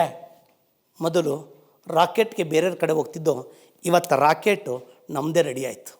ಈಗ ಇದನ್ನು ಕುಂಡ್ರಿಸಿ ನಾವು ಕಳಿಸ್ಬೇಕು, ಇಲ್ಲಿಗೆ ಅಂತರಿಕ್ಷ ಕಳಿಸ್ಬೇಕಾಗಿದೆ. ಎಲ್ಲ ಸಿದ್ಧತೆಗಳಾಯಿತು. ಎಲ್ಲಿಂದ ಕಳಿಸ್ಬೇಕು, ನಮಗೆ ಅವಶ್ಯಕತೆ ಇಲ್ಲ, ವಿದೇಶಕ್ಕೆ ಹೋಗಬೇಕಾದ ಅವಶ್ಯಕತೆ ಇಲ್ಲ. ಇಲ್ಲೇ ಆಂಧ್ರ ಪ್ರದೇಶದ ಅರಿಕೋಟಕ್ಕೆ ತಗೊಂಡು ಹೋಗ್ತಾ ಬಂದರು. ಅಲ್ಲಿ ಆ ತಾಣದಿಂದ ಉಡಾವಣೆ ಮಾಡಬೇಕು ಅಂತ. ಶ್ರೀಹರಿಕೋಟದಲ್ಲಿ ಮೊಟ್ಟ ಮೊದಲು ಉಡಾವಣೆ ಮಾಡಿರೋದು ಎಲ್ಲಿಂದ ಅಂದರೆ ಯಾವುದನ್ನು ಅಂದರೆ ರೋಹಿಣಿಯನ್ನು SLV ಮೂಲಕ. ಇದಕ್ಕಿನ್ನೂ ಸತೀಶ್ ಧವನ್ ಅಂತ ಕೊಟ್ಟಿಲ್ಲ. ಆಂಧ್ರದ ಶ್ರೀಹರಿಕೋಟದಾಗಿರುವಂಥ ಉಪಗ್ರಹ ಉಡಾವಣಾ ಕೇಂದ್ರಕ್ಕೆ ಸತೀಶ್ ಧವನ್ ಉಪಗ್ರಹ ಉಡಾವಣಾ ಕೇಂದ್ರ ಅಂತ ಕರಿತಾ ಬರ್ತೀವಿ. 2002ರಿಂದ ರೀನೇಮ್ ಮಾಡಿದ್ದಾರೆ ಅವರ ಸ್ಮರಣಾರ್ಥವಾಗಿ. ಆದರೆ ಮೊದಲು ಶ್ರೀಹರಿಕೋಟದಲ್ಲಿ ಈ ರಾಕೆಟನ್ನು ಬಳಸಿ ಇದನ್ನು ಬಿಡುಗಡೆ ಮಾಡಲಾಯಿತು. 1979ರಲ್ಲಿ 1979ನಲ್ಲಿ ಈ ತಾಣದಿಂದ ಈ ವೆಹಿಕಲನ್ನು ಬಳಸಿ ಉಡಾವಣೆ ಮಾಡಲಾಯಿತು. ಸಂತೋಷದ ವಿಚಾರ, ಇಡೀ ಭಾರತೀಯರಿಗೆ ಹೆಮ್ಮೆ ವಿಚಾರ. ನಮ್ಮದೇ ವೆಹಿಕಲ್ಲು, ನಮ್ಮದೇ ಇದು ಉಡಾವಣೆ ಆಗ್ತದೆ ಅಂತ ಹೊರತು. ಈ ಶ್ರೀಹರಿಕೋಟ ಆಂಧ್ರ ಪ್ರದೇಶದಲ್ಲಿ ಕಂಡು ಬರ್ತದೆ, ಆಂಧ್ರ ಪ್ರದೇಶದ ಕರಾವಳಿ ಭಾಗದಲ್ಲಿ. ಇಲ್ಲಿಂದ ಉಡಾವಣೆ ಮಾಡಿದ್ರು. ನಮ್ಮ ವೆಹಿಕಲನ್ನು ಹೊತ್ಕೊಂಡು ಸ್ವದೇಶಿ ನಿರ್ಮಿತವಾದಂಥ ಉಪಗ್ರಹ ನಮ್ಮದೇ ತಾಣದಿಂದ ಉಡಾವಣೆ ಮಾಡಿದಾಗ ಸುಮಾರು ದೂರಕ್ಕೆ ಹೋಗಿದ್ದು ಒತ್ತಿ ಉರಿದು ಬಂಗಾಳ ಕೊಲ್ಲಿ ಬಿದ್ದುಬಿಡ್ತು. ಲಕ್ಷಾಂತರ ರೂಪಾಯಿ ವೆಚ್ಚದ, ಇನ್ನೂ ಅಷ್ಟು ಆರ್ಥಿಕವಾಗಿ ಸಬಲತೆ ಹೊಂದಿಲ್ಲ ನಾವು. ಆದರೂ ಕೂಡ ಸುಟ್ಟೋಗಿ ಲಕ್ಷಾಂತರ ರೂಪಾಯಿ ನಷ್ಟವಾಗ್ತಾ ಬಂತು. ಇದನ್ನು ತಡ್ಕೊಳೋ ಶಕ್ತಿ ಕೂಡ ಭಾಳ ಕಡಿಮೆ. ಇಡೀ ನ್ಯೂಸ್ ಪೇಪರ್ನಲ್ಲೆಲ್ಲ ನುಗ್ತಾ ಬಂದರು. ಏನಂತ, ಇಷ್ಟು ಲಕ್ಷಾಂತರ ರೂಪಾಯಿಯನ್ನು ತಗೊಂಡೋಗಿ ಬಂಗಾಳ ಕೊಲ್ಲಿಗೆ ಹಾಕಿದ್ರಲ್ಲ ಅಂತ. ಪ್ರಾಜೆಕ್ಟ್ ಡೈರೆಕ್ಟ್ರು ಡಾಕ್ಟರ್ APJ ಅಬ್ದುಲ್ ಕಲಾಂ, ಚೇರ್ಮನ್ನು ಸತೀಶ್ ಧವನ್ರವರು. ಒಮ್ಮೆ ಇಂಟ್ರ್ಯೂನಲ್ಲಿ ಒಂದು ಪ್ರಶ್ನೆಯನ್ನು ಕೇಳ್ತಾ ಬಂದರು, ಯಾರನ್ನು ಉತ್ತಮವಾದ ನಾಯಕ ಅಂತ ಕರಿತೀರಾ ಅಂತ ಕೇಳಿದ್ರೆ ಈ ಸಂದರ್ಭವನ್ನು ಸೊಗಸಾಗಿ ಕಲಾಂ ಅವರು ಹೇಳ್ತಾ ಬಂದರು. ಏನದು, ಯಾರನ್ನು ನಾಯಕ ಅಂತ ಕರಿತೀಯ ಅಂದರೆ, ಯಾರು ಸೋಲಾದಾಗ ನಷ್ಟವಾದಾಗ ಯಾರು ಹೆಗಲು ಹೊತ್ಕೊತಾರೋ ಅವನು ನಾಯಕ. ಒಂದು ಸಂಸ್ಥೆಯಲ್ಲಿ ನಷ್ಟವಾದಾಗ ಅಥವಾ ಸೋಲಾದಾಗ ಅದನ್ನು ತಾನು ಹೆಗಲ ಮೇಲೆ ತಗೊಂಡು ಯಶಸ್ಸಾದಾಗ ಎಲ್ಲಿಗೂ ಹಂಚ್ತಾನೋ ಅವನನ್ನು ನಾಯಕ ಅಂತ ಕರಿತೀವಿ ಅಂದರು. ಸಂದರ್ಭ ಅಂದರೆ ಯಾವಾಗ ಎಲ್ಲ ಟಿ ವಿ ಇದು ಪೇಪರ್ನವ್ರು ಬಂದರು, ಪೇಪರ್ನವ್ರು ಬತ್ತಿದ್ದಂಗೆ, ಪೇಪರ್ನವರು ಟಿ ವಿ ಅಲ್ಲ ಪೇಪರ್ನವರು ಬತ್ತಿದ್ದಂಗೆ ಸತೀಶ್ ಧವನ್ರವರು ಅವ್ರು ಇಂಟ್ರ್ಯೂ ಕೊಟ್ಟರು. ಎಡವಿದ್ದೀವಿ, ನಮಗೆ ಒಂದು ಯಶಸ್ಸನ್ನು ಕಾಣಬೇಕಾದ್ರೆ ಅನೇಕ ವಿಫಲತೆಗಳಾಗ್ತವೆ. ವಿಜ್ಞಾನದಲ್ಲಿ ಅನೇಕ ಪ್ರಯತ್ನಗಳನ್ನು ಮಾಡ್ತಾ ಇರಬೇಕಾಗತ್ತೆ, ಆಗ ಮಾತ್ರ ಯಶಸ್ಸನ್ನು ಕಾಣಕ್ಕೆ ಸಾಧ್ಯ. ಇಂಥ ಯಶಸ್ಸಿನ ನಡೆ ಸಾಗ್ತಾ ಇರ್ಬೇಕಾದ್ರೆ ಸೋಲುಗಳು ಸಹಜವಾಗಿ ಆಗ್ತವೆ. ಮುಂದಿನ ದಿನಗಳಲ್ಲಿ ಇದಾಗೋದನ್ನು ತಪ್ಪಿಸಿ ಏನು ತಪ್ಪಾಗಿದೆ ಸರಿ ಮಾಡಿಕೊಂಡು ನಮ್ಮ ದೇಶವನ್ನು ಸ್ವಾವಲಂಬತೆ ಸಾಗಿಸ್ತೀವಿ ಅಂತ ಹೇಳ್ತಾ ಬರ್ತಾರೆ. ಯಾವುದೇ ಕಾರಣಕ್ಕೂ ಕೂಡ ಅಬ್ದುಲ್ ಕಲಾಂ ಹತ್ರ ತೋರಿಸಲ್ಲ. ನಂತರ ಅಬ್ದುಲ್ ಕಲಾಂಗೆ ಹೇಳ್ತಾ ಬರ್ತಾರೆ, ಬಿಡಬೇಡಿ ನೀವು ಮುಂದುವರಿಸಿದಾಗ 1980 ಅದೇ ಕಲಾಂ ಅವರು ಇದೇ ರೋಹಿಣಿಯನ್ನು ಏನು ತಪ್ಪಾಗಿತ್ತು ಅದನ್ನೆಲ್ಲ ಸರಿ ಮಾಡಿಕೊಂಡು SLV ಮೂಲಕ ಉಡಾವಣೆ ಮಾಡ್ತಾರೆ. ಆಗ ಯಶಸ್ಸನ್ನು ಕಾಣುತ್ತೆ. 1980 ನಮ್ಮ ರೋಹಿಣಿ ಅನ್ನುವಂಥ ಉಪಗ್ರಹ ನಮ್ಮ SLV ಮೂಲಕನೇ ಉಡಾವಣೆ ಆಗ್ತಾ ಬರ್ತದೆ, ಕಕ್ಷೆಗೆ ಹೋಗಿ ಕುತ್ಕೊತದೆ, ಯಶಸ್ವಿ ಆಗ್ತಾ ಬರ್ತದೆ. ಆಗ ಮತ್ತೆ ಯಶಸ್ಸಾದಾಗ ಪತ್ರಕರ್ತರು ಬರ್ತಾರೆ ಹುಡುಕೊಂಡು. ಆಗ ಸತೀಶ್ ಧವನ್ರವರೇ ಇಸ್ರೋದ ಅಧ್ಯಕ್ಷರಾಗಿದ್ದರು. ಸಾರ್, ಭಾರತ ಅದ್ವಿತೀಯವಾದ ಸಾಧನೆ ಮಾಡಿದೆ, ನಿಜವಾಗ್ಲೂ ಕೂಡ ಇದೊಂದು ಮೈಲಿಗಲ್ಲು ಅಂತ ಹೇಳ್ತಾ ಬರ್ತಾರೆ. ಇದಕ್ಕಾಗಿ ಇಂಟ್ರ್ಯೂವನ್ನು ಕಲಾಂ ಹತ್ರ ತೆಗೆದುಕೊಳ್ಳಿ ಅಂತ ಹೇಳ್ತಾ ಬರ್ತಾರೆ. ಸೋತಾಗ ತಾನು ಹೆಗಲಮಾಗಿ ಹೊತ್ಕೊಂಡು, ಗೆದ್ದಾಗ ಹಂಚ್ತಾರಲ್ಲ, ಇದು ನಿಜವಾದ ನಾಯಕನ ಗುಣಲಕ್ಷಣವಾಗಿದೆ ಅಂತ ಹೇಳ್ತಾ ಬರ್ತಾರೆ. ಅಬ್ದುಲ್ ಕಲಾಂ ಮಾತ್ರ ಈ ಥರದ ಹೇಳೋಕ್ಕೆ ಸಾಧ್ಯವಾಗುತ್ತೆ. ಒಮ್ಮೆ BBC ಅವರು ಒಂದು ಸಾರಿ ಒಂದು ಪ್ರಶ್ನೆ ಕೇಳ್ತಾ ಬರ್ತಾರೆ, ಇವತ್ತು ಕೂಡ ಅದು ದಾಖಲೆ ಆಗಿದೆ. ಯಾವುದಾದ್ರು ಸಂದರ್ಭದಲ್ಲಿ ಮಗುವಿಗೆ ಅಳ್ತಾ ಇರಬೇಕಾರೆ ಅಥವಾ ನೋವಾದಾಗ ತಾಯಿ ನಗುತ್ತಾಳ ಅಥವಾ ಅಳಬೇಕಾದ್ರೆ ನಗುತ್ತಾಳ ಅಂದರೆ ಎಸ್, ಒಂದು ಸಂದರ್ಭ ಇದೆ. ಹೆರಿಗೆ ಆದಾಗ ಅಥವಾ ಮಗು ಜನನವಾದಾಗ ಆ ತಾಯಿ ಅಳ್ತಾ ಇದ್ರೂ ಕೂಡ ನಗುತ್ತಾಳೆ. ಯಾಕೆಂದರೆ ನನ್ನ ಮಗು ಆರೋಗ್ಯವಾಗಿದೆ, ಬದುಕಿದೆ ಅನ್ನೋದನ್ನು ಗೊತ್ತಾಗ್ತದೆ, ಖುಷಿ ಆಗ್ತದೆ ಅವಳಿಗೆ. ಅದೊಂದು ಸಂದರ್ಭ ಬಿಟ್ಟರೆ ಇನ್ಯಾವತ್ತೂ ಕೂಡ ಯಾವ ತಾಯಿಯೂ ತನ್ನ ಮಗುವಿಗೆ ಅಳ್ತಾ ಇರಬೇಕಾದ್ರೆ ಅಥವಾ ನೋವಾದಾಗ ಖುಷಿ ಪಡಲ್ಲ. ಆದರೆ ಜನನವಾದಾಗ ಮಾತ್ರ ಅಳ್ತಾ ಇರಬೇಕಾದ್ರೂ ಕೂಡ ಆ ಆನಂದದಲ್ಲಿ ನಗ್ತಾಳೆ. ಅದೊಂದೇ ಒಂದು ಸಂದರ್ಭ ಅಂತ ಹೇಳ್ತಾ ಬರ್ತಾರೆ. ಈ ಕಲಾಂ ಅವರು ಮುನ್ನುಗ್ಗಿ ಮಾಡಿದ್ರಿಂದ ನಮ್ಮ ದೇಶ ರಾಕೆಟ್ನಲ್ಲೂ ಕೂಡ ಮುಂಚೂಣಿಲಿ ಬಂತು. ಆದರೆ ಈ ರಾಕೆಟ್ ರೆಡಿ ಆದೋ ಮತ್ತು 2 ಇದಾಗ್ತಾ ಬಂತು. ಆದರೆ ಉಡಾವಣಾ ಪ್ಲೇಸು ರೆಡಿ ಆಗ್ತಾ ಬಂತು. ಭಾರತ ದೇಶದ ಇಸ್ರೋ ಅನೇಕ ಸವಲತ್ತುಗಳಿಲ್ದಾಗೂ ಕೂಡ ಹೇಗೆ ಬೆಳೀತಾ ಬಂತು, ಪ್ರಸ್ತುತವಾಗಿ ಜಗತ್ತಿನ ಬಲಿಷ್ಠವಾದಂಥ ಬಾಹ್ಯಾಕಾಶ ಸಂಸ್ಥೆಯಾಗಿ ಹೊರಹೊಮ್ಮುತ್ತಾ ಬಂದಿದೆ. ಹಿಂದಿನ ದಿನಗಳಲ್ಲಿ ನಮ್ಮ ಇಸ್ರೋ ಸಂಸ್ಥೆ ಹೇಗೆ ಕಾರ್ಯನಿರ್ವಹಿಸಿತು ಅದರ ಇತಿಹಾಸವನ್ನು ಸ್ವಲ್ಪ ನೋಡ್ತಾ ಬರೋಣ. ಮೊದಲನೇದಾಗಿ ಬಂದಾಗ ಡಾಕ್ಟರ್ ವಿಕ್ರಮ್ ಸಾರಾಭಾಯಿ ಅವರು ಇಸ್ರೋದ ಸಂಸ್ಥಾಪಕ ಅಧ್ಯಕ್ಷರು. ಇವರು ನಮ್ಮ ಭಾರತದ ಇಸ್ರೋಗೆ ತಮ್ಮದೇ ಆದಂಥ ಕೊಡುಗೆಯನ್ನು ನೀಡ್ತಾ ಬಂದಿದ್ದಾರೆ. ಡಾಕ್ಟರ್ ವಿಕ್ರಮ್ ಸಾರಾಭಾಯಿ ಅವರು 1919 ಆಗಸ್ಟ್ 12 ಜನನವಾಯಿತು. ಏನಕ್ಕೆ ಹೇಳ್ತಾ ಇದ್ದೀನಿ ಅಂದರೆ 2019 100 ವರ್ಷವನ್ನು ಶತಮಾನೋತ್ಸವನ ಆಚರಣೆ ಆಯಿತು, ಜನ್ಮ ಶತಮಾನೋತ್ಸವ. ಆ ಹಿನ್ನೆಲೆ ಒಳಗಡೆ ಕಳೆದ ಬಾರಿ ಸುಮಾರು ಪ್ರಶ್ನೆಗಳನ್ನು ಕೇಳ್ತಾ ಬಂದಿದ್ದರು. ಡಾಕ್ಟರ್ ವಿಕ್ರಮ್ ಸಾರಾಭಾಯಿಯವ್ರನ್ನ father of Indian space programme ಅಂತ ಕರಿತೀವಿ. Father of Indian space programme ಅಂತ, ಸ್ಪೇಸ್ ಪ್ರೋಗ್ರಾಮ್ ಬಾಹ್ಯಾಕಾಶ ಕಾರ್ಯಕ್ರಮಗಳ ಪಿತಾಮಹ ಅಂತ ಕರಿತೀವಿ ಪ್ರೋಗ್ರಾಮ್. ಇವರು ವಿಕ್ರಮ್ ಸಾರಾಭಾಯಿ ಅವರು ಇವರ ಸ್ಮರಣಾರ್ಥವಾಗಿ ತುಂಬಾದಲ್ಲಿರುವಂಥ ಈಕ್ವಿಟೋರಿಯಲ್ ರಾಕೆಟ್ ಲಾಂಚಿಂಗ್ ಸೆಂಟರ್ಗೆ ಇವ್ರ ಹೆಸರನ್ನು ಕೊಡ್ತಾ ಬಂದಿದ್ದೀವಿ. ರಾಕೆಟ್ ಪರೀಕ್ಷಾ ಕೇಂದ್ರ ಅದು. ಡಾಕ್ಟರ್ ವಿಕ್ರಮ್ ಸಾರಾಭಾಯಿ ಅವರು ಇವರು ಇಸ್ರೋದ ಮುಖ್ಯಸ್ಥರಾಗಿದ್ದಂಥವರು. 1962 Indian national committee for space ರಿಸರ್ಚನ್ನು ರಚನೆ ಮಾಡಿದಾಗ ಅದರ ನೇತೃತ್ವವನ್ನು ವಹಿಸಿದಂಥವ್ರು. ಹಾಗಾದರೆ ಭಾರತದ ಬಾಹ್ಯಾಕಾಶ ಕ್ಷೇತ್ರದಲ್ಲಿ ಇವರ ಕೊಡುಗೆ ಅಪಾರವಾದಂಥದ್ದು. ನಂತರ ಬರ್ತಾ ಬಂದಾಗ ನೆಕ್ಸ್ಟ್ ಮುಂದೆ ಬಂದರೆ ನಮ್ಮ ಭಾರತದ ದೇಶದಲ್ಲಿ ಮೊಟ್ಟ ಮೊದಲ ಬಾರಿಗೆ ನಾವು ಒಂದು ಚರ್ಚ್ ಹತ್ರ ಹೋಗಿ ಕೇಳ್ತಾ ಬಂದರು ಅಂತ ಹೇಳ್ತಾ ಬಂದೆ. ಚರ್ಚ್ ಇದೆ, ಜೊತೆಗೆ ತೋಟದ ಜಾಗದಲ್ಲಿ ಉಪಗ್ರಹಗಳನ್ನು ರಾಕೆಟ್ಗಳನ್ನು ಪರೀಕ್ಷೆ ಮಾಡಬೇಕಾಗಿದೆ. ಆಗ ತುಂಬ ಬಳಿಗೆ ಹೋಗಿ ಒಬ್ಬ ಪಾದ್ರಿ ಹತ್ರ ಕೇಳ್ತಾರೆ ಅಂತ ಹೇಳಿದ್ದೆ. ಆ ಪಾದ್ರಿಗೆ ಕೊಟ್ಟಂಥ ಜಾಗ ಇದು. ಇಲ್ಲಿ ಯಾತಕ ಕೊಟ್ಟರು ಅಂದರೆ ಮ್ಯಾಗ್ನೆಟಿಕ್ ಪೋಲ್ ಇದೆ, ನಮ್ಮ ಭಾರತ ದೇಶದ ಸದರನ್ ಟಿಪ್ ಆಗಿದೆ, ಮ್ಯಾಗ್ನೆಟಿಕ್ ಪೋಲ್ಗೆ ಹತ್ತಿರವಾಗಿದೆ, ಭೂಮಿಯ ಮ್ಯಾಗ್ನೆಟಿಕ್ ಪೋಲ್ಗೆ ಕಾಂತೀಯ ಧ್ರುವಕ್ಕೆ ಹತ್ತಿರವಾಗಿದೆ. ಅದರಿಂದ ಈ ತಾಣವನ್ನು ಆಯ್ಕೆ ಮಾಡ್ತಾ ಬಂದರು. ಇಲ್ಲಿ ಒಂದು ಪರೀಕ್ಷೆಯನ್ನು ಮಾಡಿದ್ದಾರೆ ತೋಟದೊಳಗಡೆ. ಆ ಪರೀಕ್ಷೆ 1963ಗೆ ನಿಕಿ ಅಪಾಚೆ ಅನ್ನುವಂಥ ರಾಕೆಟನ್ನು ಪರೀಕ್ಷೆ ಮಾಡಿದ್ದು. ಆ ರಾಕೆಟ್ ಸೌಂಡಿಂಗ್ ರಾಕೆಟು ಅಮೆರಿಕಾದಿಂದ ತಂದಿದ್ದು. ಇದು ಭಾಳ ಮುಖ್ಯವಾದಂಥ ಒಂದು ಸ್ಥಳ. ನಮ್ಮ ಭಾರತದ ಇಸ್ರೋದವರು ಈ ಸ್ಥಳದಲ್ಲಿ ಆರಂಭ ಮಾಡ್ತಾ ಬಂದರು ತಮ್ಮ ಪರೀಕ್ಷೆಗಳನ್ನು. ನಮ್ಮದು ಇಲ್ಲಿಂದ ಆರಂಭ ಆಯ್ತಾ ಬಂತು ನಮ್ಮ ಜರ್ನಿ, ಇಸ್ರೋದ ಜರ್ನಿ. ಮುಂದೆ ಬರ್ತಾ ಇದ್ದೀನಿ. ಮುಂದಿನ ಇದು ಬಂದಾಗ ನಮ್ಮ ಸೈಂಟಿಸ್ಟ್ಗಳು ಆಗಿನ ಕಾಲದಾಗೆ ಜಗತ್ತಿನ ನಾಸಾ, ರಷ್ಯಾದ ಬಾಹ್ಯಾಕಾಶ ಸಂಸ್ಥೆಗಳು, ಜಪಾನ್ನವೆಲ್ಲ ಮುಂದುವರೆದು ಅನೇಕ ಇದನ್ನು ಮಾಡ್ತಾ ಬಂದರೆ, ಕಾರ್ಯಕ್ರಮಗಳನ್ನು ಕೈಗೊಂಡಿದ್ದರೆ, ನಾವಿನ್ನೂ ಕೂಡ ರಾಕೆಟಿನ ಬಿಡಿ ಭಾಗಗಳನ್ನು ಸೈಕಲ್ಲೇ ಕ್ಯಾರಿ ಮಾಡ್ತಾ ಇದ್ದೀವಿ. ಇದು ಇಂಡಿಕೇಟ್ ಮಾಡ್ತಾ ಇದೆ ನಾವು ಎಷ್ಟು ಹಿಂದಿದ್ದೋ ಇವತ್ತು ಎಷ್ಟು ಮುಂದಿದ್ದೀವಿ ಅನ್ನೋದನ್ನು ಪ್ರಸ್ತುತಪಡಿಸ್ತಾ ಇದೆ. ಆಗ ರಾಕೆಟ್ನ ಕೆಲವು ಭಾಗಗಳನ್ನು ನಮ್ಮ ಸೈಂಟಿಸ್ಟ್ಗಳು ಸೈಕಲ್ನಲ್ಲಿ ಕಟ್ಕೊಂಡು ಹೋಗ್ತಾ ಇದ್ದಾರೆ. ಇದು ನಮ್ಮ ಇಂದಿನ ಸ್ಥಿತಿಯನ್ನು ಸ್ವಚ್ಛವಾಗಿ ಇಂಡಿಕೇಟ್ ಮಾಡ್ತಾ ಇದೆ. ಮತ್ತು ಸೈಂಟಿಸ್ಟ್ಗಳು ಭಾಗವನ್ನು ತೆಗೆದುಕೊಂಡು ಹೋಗ್ತಾ ಇದ್ದಾರೆ. ತುಂಬ ಬಳಿ ಹತ್ತತ್ರ ಈ ಸಂದರ್ಭವನ್ನು ಸೆರೆ ಹಿಡಿದಿರುವಂಥ ಚಿತ್ರ. ನಮ್ಮ ಉಪಗ್ರಹವನ್ನು ಎತ್ತಿನ ಗಾಡಿನಲ್ಲಿ ಕೊಂಡೊಯ್ತಾ ಇದ್ರು. ಅಲ್ಲಿಗೆ ಇದು ಕೂಡ ನಮ್ಮ ಇಂದಿನ ಕಥೆಯನ್ನು ಸ್ಪಷ್ಟವಾಗಿ ಸೂಚಿಸ್ತಾ ಬರ್ತದೆ. ಮುಂದೆ ಬಂದಾಗ ನಮ್ಮ ಡಾಕ್ಟರ್ APJ ಅಬ್ದುಲ್ ಕಲಾಂ ಅವರು ಅಂದಿನ ಸಂದರ್ಭದಲ್ಲಿ ರಾಕೆಟನ್ನು ಅಭಿವೃದ್ಧಿಪಡಿಸಬೇಕು ಅಂತೇಳಿ ನೆಲದಲ್ಲಿ ಕುಂತು ಅದನ್ನು ನಟ್ಟು ಬೋಲ್ಟನ್ನು ಟೈಟ್ ಮಾಡ್ತಾ ಇದ್ದಾರೆ.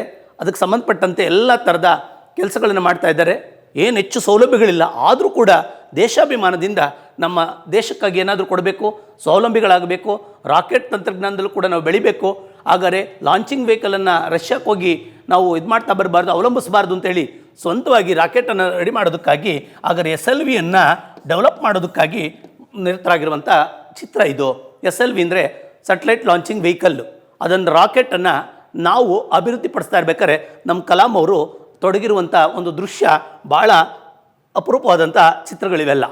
ನೆಕ್ಸ್ಟ್ ಮುಂದೆ ಬಂದಾಗ ಸತೀಶ್ ಧವನ್ರವರು ಮತ್ತು ಯುವಕರಾಗಿದ್ದಾಗ ನಮ್ಮ ಕಲಾಂಜಿ ಮತ್ತು ಅಂದಿನ ಸತೀಶ್ ಧವನ್ರವರು. ಸತೀಶ್ ಧವನ್ ಅಂದಾಗ ನಾನು ಹೇಳ್ತಾ ಬಂದೆ 1972ರಿಂದಲೂ ಕೂಡ 1982ವರೆಗೂ ಕೂಡ ಅವರು ಕಾರ್ಯನಿರ್ವಹಿಸ್ತಾರೆ. ಸತೀಶ್ ಧವನ್ರವರು ಆಗ SLV ರೆಡಿ ಆಗಬೇಕಾದ್ರೆ ಇಸ್ರೋದ ಚೇರ್ಮನ್ ಆಗಿ ಕೆಲಸ ಮಾಡಿದ್ದಾರೆ. ಅವರು ಈ ಸಂದರ್ಭದಲ್ಲಿ ರಾಕೆಟ್ನ ಪರಿಚಯ ಮಾಡ್ತಾ ಇರೋದು, ರಾಕೆಟ್ಗೆ ಸಂಬಂಧಪಟ್ಟಂತೆ ಚರ್ಚೆಗಳಾಗ್ತಾ ಇರುವಂಥದ್ದು. ನಮ್ಮ ಯಂಗಾಗಿದ್ದಂಥ ಕಲಾಂಜಿ ಅವರು ಆ ಸಂದರ್ಭದಲ್ಲಿ ನಮ್ಮ ಇಸ್ರೋದ ಅಧ್ಯಕ್ಷರೊಂದಿಗೆ ಚರ್ಚಿಸ್ತಾ ಇರುವಂಥ ಸಂದರ್ಭ ಇದು. ಮುಂದೆ ಬರ್ತಾ ಇದ್ದೀನಿ.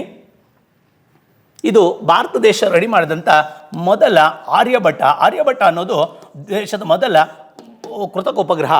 ಸ್ಪುಟ್ನಿಕ್ ಅನ್ನೋದು ಜಗತ್ತಿನಲ್ಲಿ, ಆರ್ಯಭಟ ಅನ್ನೋದು ಭಾರತದಲ್ಲಿ 1975 ಏಪ್ರಿಲ್ 19ರಂದು ಉಡಾವಣೆ ಮಾಡಲಾಯಿತು. ಇದನ್ನು ಆರ್ಯಭಟ ಅನ್ನೋರು ನಮ್ಮ ಗಣಿತಶಾಸ್ತ್ರಜ್ಞ ಮತ್ತು ಖಗೋಳಶಾಸ್ತ್ರಜ್ಞರು. 1975 ಏಪ್ರಿಲ್ 19ರಲ್ಲಿ ಭಾರತ ದೇಶ ಈ ಉಪಗ್ರಹವನ್ನು ಉಡಾವಣೆ ಮಾಡುತ್ತೆ. ರಷ್ಯಾದ ಕಾಪುಸ್ತಿನಿಯಾರಲ್ಲಿ ಮತ್ತು ಕಾಸ್ಮೋಸ್ ಅನ್ನುವಂಥ ಲಾಂಚಿಂಗ್ ವೆಹಿಕಲಲ್ಲಿ ಉಡಾವಣೆ ಮಾಡ್ತಾ ಬರ್ತದೆ. ಇದು ನಮ್ಮ ದೇಶದ ಮೊಟ್ಟ ಮೊದಲ ಕೃತಕ ಉಪಗ್ರಹ. ಇದನ್ನು ನಾನು ಹಿಂದುಗಡೆ ಪರಿಚಯ ಮಾಡಿದ್ದೀನಿ.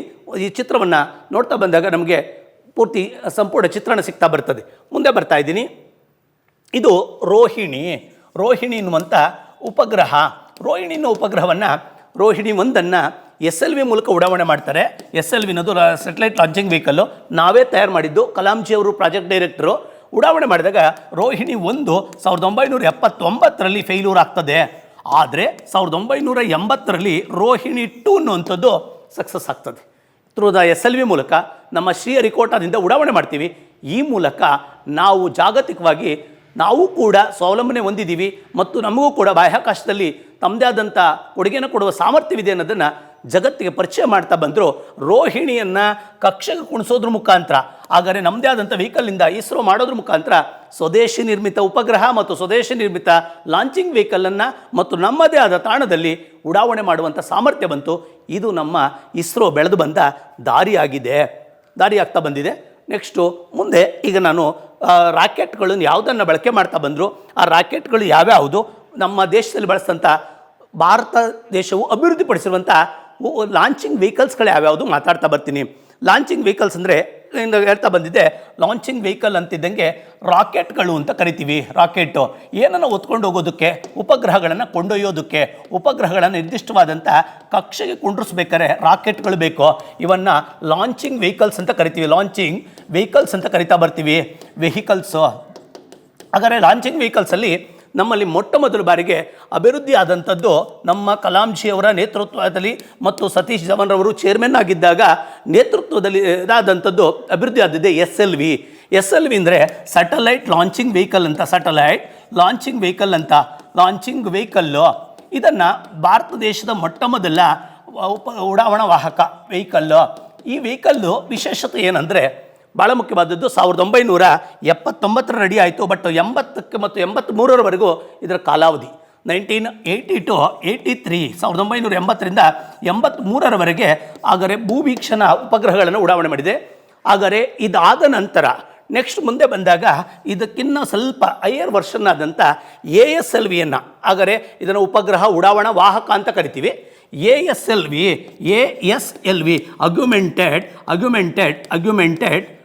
ಅಗ್ಯುಮೆಂಟೆಡ್ satellite launching vehicle. Satellite launching vehicle ಇದ್ರದ್ದೇನು ಸರ್ ವಿಶೇಷತೆ ಅಂದಾಗ ನಿಮಗೆ ಗೊತ್ತಿರಬೇಕು. 83ರಲ್ಲಿ ಮಧ್ಯಭಾಗದಿಂದ ಇದನ್ನು ಆರಂಭ ಮಾಡ್ತಾ ಬಂದರು. 1983ಯಿಂದ ಆದರೆ 1993ರವರೆಗೆ ಇದನ್ನು ಅಭಿವೃದ್ಧಿಪಡಿಸ್ತಾ ಬಂದರು. ಅದರ ಹೆಸರು ASLV. ಇದಕ್ಕೂ ಏನು ವ್ಯತ್ಯಾಸ ಅಂದರೆ, ಆಗರೆ ಗೊತ್ತಿರಲಿ ನಿಮಗೆ, ಪೇಲೋಡು ಜಾಸ್ತಿ ಬರ್ತದೆ.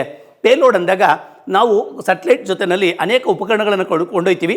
ಆ ಒತ್ತೊಯ್ಯುತ್ತಲ್ಲ, ಅದಕ್ಕೆ ನಾವು ಪೇಲೋಡ್ ಅಂತ ಕರಿತಾ ಬರ್ತೀವಿ. ಪೇಲೋಡು ಮತ್ತು ದೂರ ಎಷ್ಟು ದೂರ ಹೋಗುತ್ತೆ ಅನ್ನೋದು ಭಾಳ ಮುಖ್ಯವಾದದ್ದು. ದೂರ ಹೋಗ್ತಾ ಬರುತ್ತೆ. ಅಲ್ಲಿಗೆ ಅರ್ಥ ಇಲ್ಲಿ ಎಂಜಿನ್ಗಳು ಭಾಳ ಬಲಿಷ್ಠವಾದಂಥ ಎಂಜಿನ್ಗಳು ಮತ್ತು when compared to the ASLVs advanced ಅಂತ. ಅಲ್ಲಿಗರ್ಥ ಅಡ್ವಾನ್ಸ್ಡು. ಆದರೆ ಇದರ ಬಳಕೆಯನ್ನು ಸ್ಟಾಪ್ ಮಾಡ್ತಾ ಬಂದು ನಮಗೆ ತಂತ್ರಜ್ಞಾನ ಜಾಸ್ತಿ ಗೊತ್ತಾಗ್ತಾ ಬಂತು. ಆಗ ASLVನ ಬಳಕೆ ಮಾಡ್ತಾ ಬಂತು. ಹಾಗಾದ್ರೆ 83ರಿಂದ 93ರವರೆಗೆ ಉಡಾವಣೆ ಮಾಡಿರುವಂಥ ಉಪಗ್ರಹಗಳಲ್ಲಿ ASLV ಮೂಲಕ ಉಡಾವಣೆ ಮಾಡ್ತಾ ಬಂದಿದ್ವಿ. ಆದರೆ ಈಗ ಈ ಕಾಲಘಟ್ಟದಲ್ಲಿ ಮೂರದು PSLV polar satellite launching vehicle ಅಂತೇಳಿ PSLV. ಇದ್ರಾಗ ವರ್ಷನ್ಸ್ ಇದೆ. PSLV 1, ಹಾಗಾದರೆ C11, C37, C40, C41, 42, 43 ಈ ಥರ ವರ್ಷನ್ಸ್ ಇದೆ. ಹಾಗಾದ್ರೆ ಇವನ್ನು PSLVನೇ ಬಟ್ ಬೇರೆ ಬೇರೆ ವರ್ಷನ್ಸಲ್ಲಿ ಉಡಾವಣೆ ಮಾಡ್ತಾ ಇದ್ದೀವಿ. ಇದುವರೆಗೂ ಕೂಡ 50 ಇಂಥವನ್ನು ರಾಕೆಟ್ಗಳನ್ನು ತಯಾರು ಮಾಡಿದ್ದಾರೆ. 50 ರಾಕೆಟ್ಗಳು PSLVನಲ್ಲಿ ವರ್ಷನ್ಸ್ ಇದೆ. ನೀವು ನೋಡಿದ್ರೆ ಗೊತ್ತಾಗುತ್ತೆ. ನಮ್ಮ 2008 ಅಕ್ಟೋಬರ್ 22ಕ್ಕೆ ಚಂದ್ರಯಾನ 1 ಮಾಡಿದಾಗ ಆಗರ PSLV C11 ಮೂಲಕ ಉಡಾವಣೆ ಮಾಡಿದರು. ಮಂಗಳಯಾನವನ್ನು ಮಾಡಬೇಕಾದ್ರೆ PSLV C25 ಮೂಲಕ ಉಡಾವಣೆ ಮಾಡಿದ್ದಾರೆ. ಆದರೆ 104 ಉಪಗ್ರಹಗಳನ್ನು ಉಡಾವಣೆ ಮಾಡಬೇಕಾದ್ರೆ PSLV C37 ಮಾಡಿದ್ದಾರೆ. ಅಲ್ಲಿಗೆ ಅರ್ಥ ನಾವು ಬೇರೆ ಬೇರೆ ಉಪಗ್ರಹಗಳನ್ನು ಬಳಕೆ ಮಾಡ್ತೇವೆ. ಅಲ್ಲಿಗೆ ಇದು ಸ್ಟಾಪ್ ಆಯಿತು, ಇದು ಆರಂಭ ಆಯಿತು. ಹಾಗಾದರೆ 93ರಿಂದ 1993ಯಿಂದ ನಮ್ಮ ಇಸ್ರೋದವರು PSLVಯನ್ನು ಬಳಸೋದಕ್ಕೆ ಸ್ಟಾರ್ಟ್ ಮಾಡಿದ್ರು. PSLV ಅಂದರೆ ಪೋಲಾರ್ ಸ್ಯಾಟಲೈಟ್ ಲಾಂಚಿಂಗ್ ವೆಹಿಕಲ್. ಹಾಗಾದ್ರೆ ಇದರದ್ದು ವಿಶೇಷತೆ ಏನಂದರೆ, ಇದನ್ನು working horse of the ISRO ಅಂತ ಕರೀತಾರೆ. Working horse of the ISRO ಅಂತ ಕರೀತಾರೆ. Horse of ISRO. ಯಾಕೆ ಸರ್ ಇದನ್ನು ಕರಿತಾ ಬರ್ತಾರೆ ಅಂದರೆ, ಬಿಕಾಸ್ ಹೆಚ್ಚು ಬಳಕೆ ಆಗ್ತಾ ಇರೋದು ನಂಬಿಕಸ್ಥವಾದಂಥ ಒಂದು ಉಪಗ್ರಹ ಅಂದರೆ ಉಡಾವಣಾ ವಾಹಕ ಅಂದರೆ PSLV. ನಾವು ಸುಮಾರು ಇದರಲ್ಲಿ 47 ಸಕ್ಸಸ್ ಆಗಿದೆ, 2 ಫೇಲ್ಯೂರ್ ಆಗಿದೆ, 1 ಪಾರ್ಷಿಯಲಿ ಸಕ್ಸಸ್ ಆಗಿದೆ. ಅಲ್ಲಿಗರ್ಥ ನಾವು ಯಾವುದೇ ಉಡಾವಣೆ ಮಾಡಿದ್ರೂ ಈ ವೆಹಿಕಲಿಂದ ಕರೆಕ್ಟಾಗಿ ತಾಂಡೋಗಿ ಕೊಡ್ತಾ ಬರ್ತದೆ. ಆದರೆ ಇದನ್ನು ನಂಬಿಕಸ್ಥವಾಗಿದೆ. 93ರಿಂದ ಟಿಲ್ ಟುಡೇ ಬಳಕೆಯಲ್ಲಿದೆ. ಹಾಗಾದರೆ 50 ರಾಕೆಟ್ಗಳನ್ನು ಉಡಾವಣೆ ಮಾಡಿದರೆ ಬೇರೆ ಬೇರೆ ಹೆಸರಿನಲ್ಲಿ PSLV C31, 32, 33 ಈ ಥರ ಹೆಸರಿನಲ್ಲಿ. ಆದರೆ ಇದು ಅನೇಕ ಮಂಗಳಯಾನವನ್ನು ಮಾಡಿದೆ. ಹಾಗಾದರೆ ಚಂದ್ರಯಾನವನ್ನು ಮಾಡಿದೆ. ಚಂದ್ರಯಾನ 2ನಲ್ಲಿ ಬೇರೆದು ಬಳಸ್ತಾ ಬಂದಿದ್ದೀವಿ. GSLV ಬಳಸ್ತಾ ಬಂದಿದ್ದೀವಿ. ಅದು ಮಾತಾಡ್ತಾ ಬರ್ತೀನಿ. ಹಾಗಾದರೆ 50 ರಾಕೆಟ್ಗಳನ್ನು ಬಳಸ್ತಾ ಬಂದಿದ್ದಾರೆ. ಕೆಲವು ರಾಕೆಟ್ಗಳಲ್ಲಿ 104 ತನಕ ಉಪಗ್ರಹಗಳನ್ನು ಕೊಂಡೊಯ್ದೆ. ನ್ಯಾನೋ ಉಪಗ್ರಹಗಳೆಲ್ಲ ಸಣ್ಣ ಸಣ್ಣ ಗಾತ್ರದ ಉಪಗ್ರಹಗಳನ್ನು ಕೊಂಡೊಯ್ದೆ. 104 ತನಕ ಕೊಂಡೊಯ್ದಿದೆ. ಅಲ್ಲಿಗೆ ಇದರೊಳಗಡೆ 100 ಉಪಗ್ರಹಗಳನ್ನು 50 ರಾಕೆಟಲ್ಲಿ ಉಡಾವಣೆ. ಒಂದೊಂದು ರಾಕೆಟಲ್ಲಿ ಸುಮಾರು ಉಪಗ್ರಹಗಳನ್ನು ಉಡಾವಣೆ ಮಾಡ್ತಾರೆ. ಬೇರೆ ಬೇರೆ ಕಕ್ಷೆಯಲ್ಲಿ. ಮತ್ತು ಎರಡನೇದು ಬಂದಾಗ ಬೇರೆ ಬೇರೆ ದೇಶವನ್ನು ಉಡಾವಣೆ ಮಾಡ್ತಾ ಬರ್ತಾರೆ. ಆ ಸಾಮರ್ಥ್ಯ ಇದಕ್ಕಿದೆ. ಆದರೆ ಇದರದೊಂದು ಇನ್ನೊಂದು ಡಿಮೆರಿಟ್ ಏನಂದರೆ, ಹೆಚ್ಚು ಭಾರವನ್ನು ಹೊರಲ್ಲ. ಪೇಲೋಡ್ ಜಾಸ್ತಿ ಆದಾಗ ಇದು ಬರಲ್ಲ. ಅದಕ್ಕಾಗಿ 2001ರಿಂದ ಒಂದು ವಿಧದ ವೆಹಿಕಲನ್ನು ರೆಡಿ ಮಾಡಿದ್ರು. That is GSLV geosynchronous launching vehicle, ಭೂಸ್ಥಾಯಿ ಉಪಗ್ರಹ ಉಡಾವಣಾ ವಾಹಕ. ಭೂಸ್ಥಾಯಿ ಜಿಯೋಸೈಕ್ರೋನಸ್ ಲಾಂಚಿಂಗ್ ವೆಹಿಕಲ್ ಅಂತ. GSLV ಏನಂದರೆ ಇದರಲ್ಲೂ ಕೂಡ ವರ್ಷನ್ಸ್ ಬರ್ತದೆ. ಹಾಗಾದರೆ 2001ನಿಂದ ಇದರ ಬಳಕೆ ಇದೆ. ಇದರದ್ದು ಏನಂದರೆ ಕ್ರಯೋಜನಿಕ್ ಎಂಜಿನ್ಸ್ಗಳನ್ನು ಬಳಸ್ತಾ ಬರ್ತಾರೆ. ಕ್ರಯೋಜನಿಕ್ ಎಂಜಿನ್ಸನ್ನು ಬಳಸೋದ್ರಿಂದ ಅತ್ಯಂತ ಬಲಿಷ್ಠವಾದಂಥದ್ದು ಮತ್ತು ಹೆಚ್ಚು ದೂರಕ್ಕೆ ಹೋಗ್ತಾ ಬರುತ್ತೆ, ಹೆಚ್ಚು ಪೇಲೋಡನ್ನು ಬರುತ್ತೆ. 5000 kgಕ್ಕಿಂತ ಹೆಚ್ಚು ಪೇಲೋಡ್ಗಳಿದ್ರೆ ಆ ಟೈಮಲ್ಲಿ PSLV ಕೈನ ಆಗಲ್ಲ. ಅದನ್ನು ಯಾರ ಕೈಲಿ ಓಡಿಸ್ಬೇಕು ಅಂದರೆ GSLV ಕೈಲಿ ಓಡಿಸ್ಬೇಕು. ಹಾಗಾದ್ರೆ ಇದರಲ್ಲೂ ಕೂಡ ಮತ್ತೆ ವರ್ಷನ್ಸ್ ಇದೆ. GSLV MK1 ಅಂತ, ಹಾಗಾದ್ರೆ MK1, MK2 ಅಂತ, MK3 ಅಂತ. MK3 ಇಲ್ಲಿ ಬಂದಂಗೆ ಈ ಕಡೆ ಬಂದಂಗೆ ಸಾಮರ್ಥ್ಯ ಜಾಸ್ತಿ ಆಗ್ತದೆ ಮತ್ತು ಪೇಲೋಡ್ ಅವರದ್ದು ಜಾಸ್ತಿ ಆಗುತ್ತೆ. GSLV MK3 ಬಾಹುಬಲಿ ಅಂತ ಕರೀತಾರೆ. ಬಾಹುಬಲಿ ಅಂದರೆ ಹೆಚ್ಚು ಓದ್ಕೊಂಡು, ಅದಕ್ಕೆ GSLV MK3 ಎಲ್ಲ ಆಗ್ತಾ ಇರೋದ್ರಿಂದ 2022ಕ್ಕೆ ಮಾಡ್ತಾ ಇರುವಂಥ ಮಾನವ ಸಹಿತವಾದಂಥ ಹಾಗಾದರೆ ಇದನ್ನು ಯಾನಕ್ಕೆ ಈ GSLVನ ಬಳಕೆ ಮಾಡ್ತಾರೆ. ಯಾಕೆಂದರೆ ಅದರೊಳಗಡೆ ಕ್ಯಾಪ್ಸೂಲ್ ಎಲ್ಲ ಇರಬೇಕು, ಹ್ಯೂಮನ್ಸನ್ನು ಕಳಿಸ್ಬೇಕಾಗಿದೆ, ದೊಡ್ಡದು ಬೇಕಾಗಿದೆ. ಅದರಿಂದ ನಮ್ಮ PSLV ಬಳಸಲ್ಲ. ಏನನ್ನು ಬಳಸ್ತಾರೆ? GSLV ಬಳಸ್ತಾರೆ. ಪೇಲೋಡ್ ಜಾಸ್ತಿ ಇದ್ದಾಗ. ಯಾಕೆ ಸರ್ ಪೇಲೋಡ್ ಜಾಸ್ತಿ ಇರಬೇಕು ಅಂದರೆ ಇನ್ಸ್ಟ್ರೂಮೆಂಟ್ ಜಾಸ್ತಿ ಇದ್ದಾಗ ಅದರ ಲೈಫ್ ಸ್ಪ್ಯಾನು ಜಾಸ್ತಿ ಆಗ್ತಾ ಬರ್ತದೆ, ಡ್ಯೂರೇಷನ್ ಜಾಸ್ತಿ ಇರ್ತದೆ. ಹಾಗಾದರೆ ಜಿಯೋ ಸ್ಟೇಷನರಿ ಉಪಗ್ರಹಗಳನ್ನು ಉಡಾವಣೆ ಮಾಡಿದಾಗ ಕಮ್ಯುನಿಕೇಷನ್ ಉಪಗ್ರಹಗಳು 10 ವರ್ಷ 12 ವರ್ಷದ ಕಾಲಾವಧಿ ಇರ್ತವೆ. ಅವ್ರ ಲೈಫ್ ಸ್ಪ್ಯಾನ್ ಜಾಸ್ತಿ ಇರಬೇಕು ಅಂದರೆ ಪೇಲೋಡು ಮತ್ತು ಸಲಕರಣೆಗಳು ಜಾಸ್ತಿ ಇರಬೇಕು, ಕಳಿಸಿರ್ಬೇಕಾಗುತ್ತೆ. ಅಂಥ ಇನ್ಸ್ಟ್ರೂಮೆಂಟ್ಸನ್ನು ಹಾಕಿ ಕಳಿಸ್ಬೇಕಾದ್ರೆ ನಮಗೆ GSLV ಬೇಕು. ಮೊದಲು ಈ ತಂತ್ರಜ್ಞಾನ ಭಾಳ ಇರಲಿಲ್ಲ. ಕಲಾಂಜಿ ಪದೇ ಹೇಳ್ತಾ ಇದ್ರು, ನಾವೇನಾದರೂ ಮಾಡಿ GSLVನಲ್ಲಿ ತಂತ್ರಜ್ಞಾನವನ್ನು ಅಡಾಪ್ಟ್ ಮಾಡ್ಕೋಬೇಕು, ಅದನ್ನು ಬಳಸಿ. ಯಾಕೆ ಅಂತಂದರೆ ಭಾರವಾದ ಉಪಗ್ರಹಗಳನ್ನು ನಾವು ಕಳಿಸೋದಕ್ಕೆ ಕಷ್ಟವಾಗ್ತಾ ಇತ್ತು. ಯಾತಕ್ಕೆಂದರೆ GSLV ಅನೇಕ ಬಾರಿ ಫೇಲ್ಯೂರ್ ಆಗಿತ್ತು, ಸುಟ್ಟೋಗಿತ್ತು. ಆದ್ದರಿಂದ ಇತ್ತೀಚೆಗೆ ನಾವು ಉಡಾವಣೆ ಮಾಡ್ತಾ ಇರುವಂಥ ಎಲ್ಲವೂ ಕೂಡ ಸಕ್ಸಸ್ ಆಗ್ತಾ ಇದೆ. ಅಲ್ಲಿಗರ್ಥ ನಾವು ಈ ಪ್ರಸ್ತುತವಾಗಿ ಇವೆರಡನ್ನು ಬಳಕೆ ಮಾಡ್ತಾ ಇದ್ದೀವಿ. ಈ 2 ಉಪಗ್ರಹಗಳು ಕೂಡ ನಮ್ಮಲ್ಲಿ ಚಾಲ್ತಿನಲ್ಲಿದೆ. ಒಂದು ಉಪಗ್ರಹ ಉಡಾವಣಾ ಮಕ್ಕಳು, ಒಂದು PSLV, ಇನ್ನೊಂದು GSLV. ಸಾಮಾನ್ಯವಾದಂಥ ಕಡಿಮೆ ತೂಕವಾದರೆ ನಾವು ಎಲ್ಲಿಗೆ ಬೇಕಾದ್ರೂ ಕೂಡ ನಾವು ಯಾವುದನ್ನು ಕಳಿಸ್ಬೋದು ಅಂತಂದರೆ ನಾವು PSLVನ ಕಳಿಸ್ಬೋದು. ಅತ್ಯಂತ ಹೆಚ್ಚು ಭಾರವಾದರೆ ಆಗ ಕಳಿಸ್ಬೇಕಾದ್ರೆ GSLV. ಒಂಥರ ಲಾರಿ ಇದ್ದಂಗೆ ಇದು. ಹಾಗಾದ್ರೆ ಇದೊಂಥರ ಕಾರ್ ಇದ್ದಂಗೆ ಕಂಪೇರ್ ಮಾಡುವುದು ಭಾಳ ಸುಲಭವಾಗಿ. ಸೈಕಲ್ ಇತ್ತು, ಸೈಕಲಿಂದ ಸ್ಕೂಟ್ರ್ ಬಂದು, ಕಾರ್ ಬಂದಿದೆ, ಲಾರಿ ಬಂದಿದೆ. ಲಾರಿದೊಂದು ಪ್ರಾಬ್ಲಮ್ ಏನಂದರೆ ಆಗಾಗ್ಗೆ ಕೆಟ್ಟೋಗ್ತಿತ್ತು, ಇದು ಸರಿ ಆಗ್ತಾ ಇದೆ. ಹಾಗಾದ್ರೆ ಇಲ್ಲಿ ನಾವು ಬಳಕೆ ಮಾಡ್ತಾ ಇರೋದು PSLV ಮತ್ತು GSLV. ವರ್ಷನ್ಸ್ಗಳು ಚೇಂಜ್ ಆಗ್ತಾ ಇದೆ. ಮುಂದಕ್ಕೆ ಬಂದಾಗ ಬಳಕೆ ಮಾಡ್ತಾ ಬಂದಾಗ ನಂಬರ್ಸನ್ನು C11, C41, C42, 43, 44, 45 ಈಗ ಕೊಡ್ತಾ ಬರ್ತೀವಿ. ಇದನ್ನು ಅಂಥವು 50 ಬಳಕೆ ಮಾಡಿದ್ದೀವಿ. GSLVಗಳನ್ನು ಬಳಕೆ ಮಾಡ್ತಾ ಇದ್ವಿ. GSLVಗಳು ಅಂತಂತೂ ಬಂದಾಗ ಅದರ ಎಫಿಷಿಯನ್ಸಿ ಜಾಸ್ತಿ ಆಗ್ತಾ ಇದೆ, ಪೇಲೋಡ್ ಜಾಸ್ತಿ ಆಗ್ತಾ ಇದೆ, ಸಾಮರ್ಥ್ಯ ಜಾಸ್ತಿ ಆಗ್ತಾ ಇದೆ.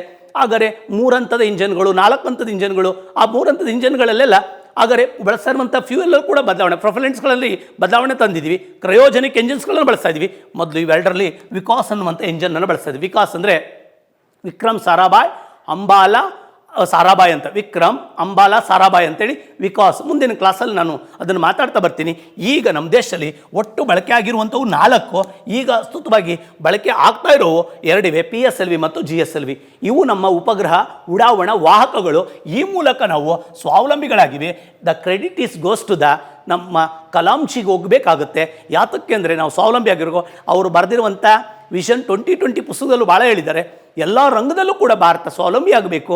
ಹಾಗಾದರೆ ನಾವು ಯಾರನ್ನೂ ಅವಲಂಬಿಸಬಾರ್ದು ಅಂತ ನಾವು ಹಾಗಾದರೆ ಮೊದಲು ಭಾರವಾದ ಉಪಗ್ರಹಗಳನ್ನು ಉಡಾವಣೆ ಮಾಡಬೇಕಾದ್ರೆ ಹಾಗಾದರೆ ಯೂರೋಸ್ಪೇಸ್ ಏಜೆನ್ಸಿ ಹೋಗಿ ಅರಿಯನ್ ಅನ್ನುವಂಥ ಲಾಂಚಿಂಗ್ ವೆಹಿಕಲಿಂದ ಉಡಾವಣೆ ಮಾಡ್ತಿದ್ದು. ಯಾತಕ್ಕೆ ಅಂದರೆ ನಮಗಿನ್ನೂ ಹೆಚ್ಚು ಜ್ಞಾನ GSLV ಇದಾಗ್ತಿರಲಿಲ್ಲ, ಅಥವಾ ತಂತ್ರಜ್ಞಾನದ ಬಗ್ಗೆ ಸಂಪೂರ್ಣವಾದಂಥ ಹಿಡ್ತಾ ಇರಲಿಲ್ಲ. ಈಗ ಇದು ಬಂದಿದೆ. ಇನ್ನು 2022ಕ್ಕೆ ಮಾನವ ಸಹಿತ ಇದು ಮಾಡ್ತಾ ಬರ್ತೀವಿ. ಹಾಗಾದರೆ ಭಾಳಷ್ಟು ದಾಖಲೆಗಳನ್ನು ನಿರ್ಮಾಣ ಮಾಡಿದೆ.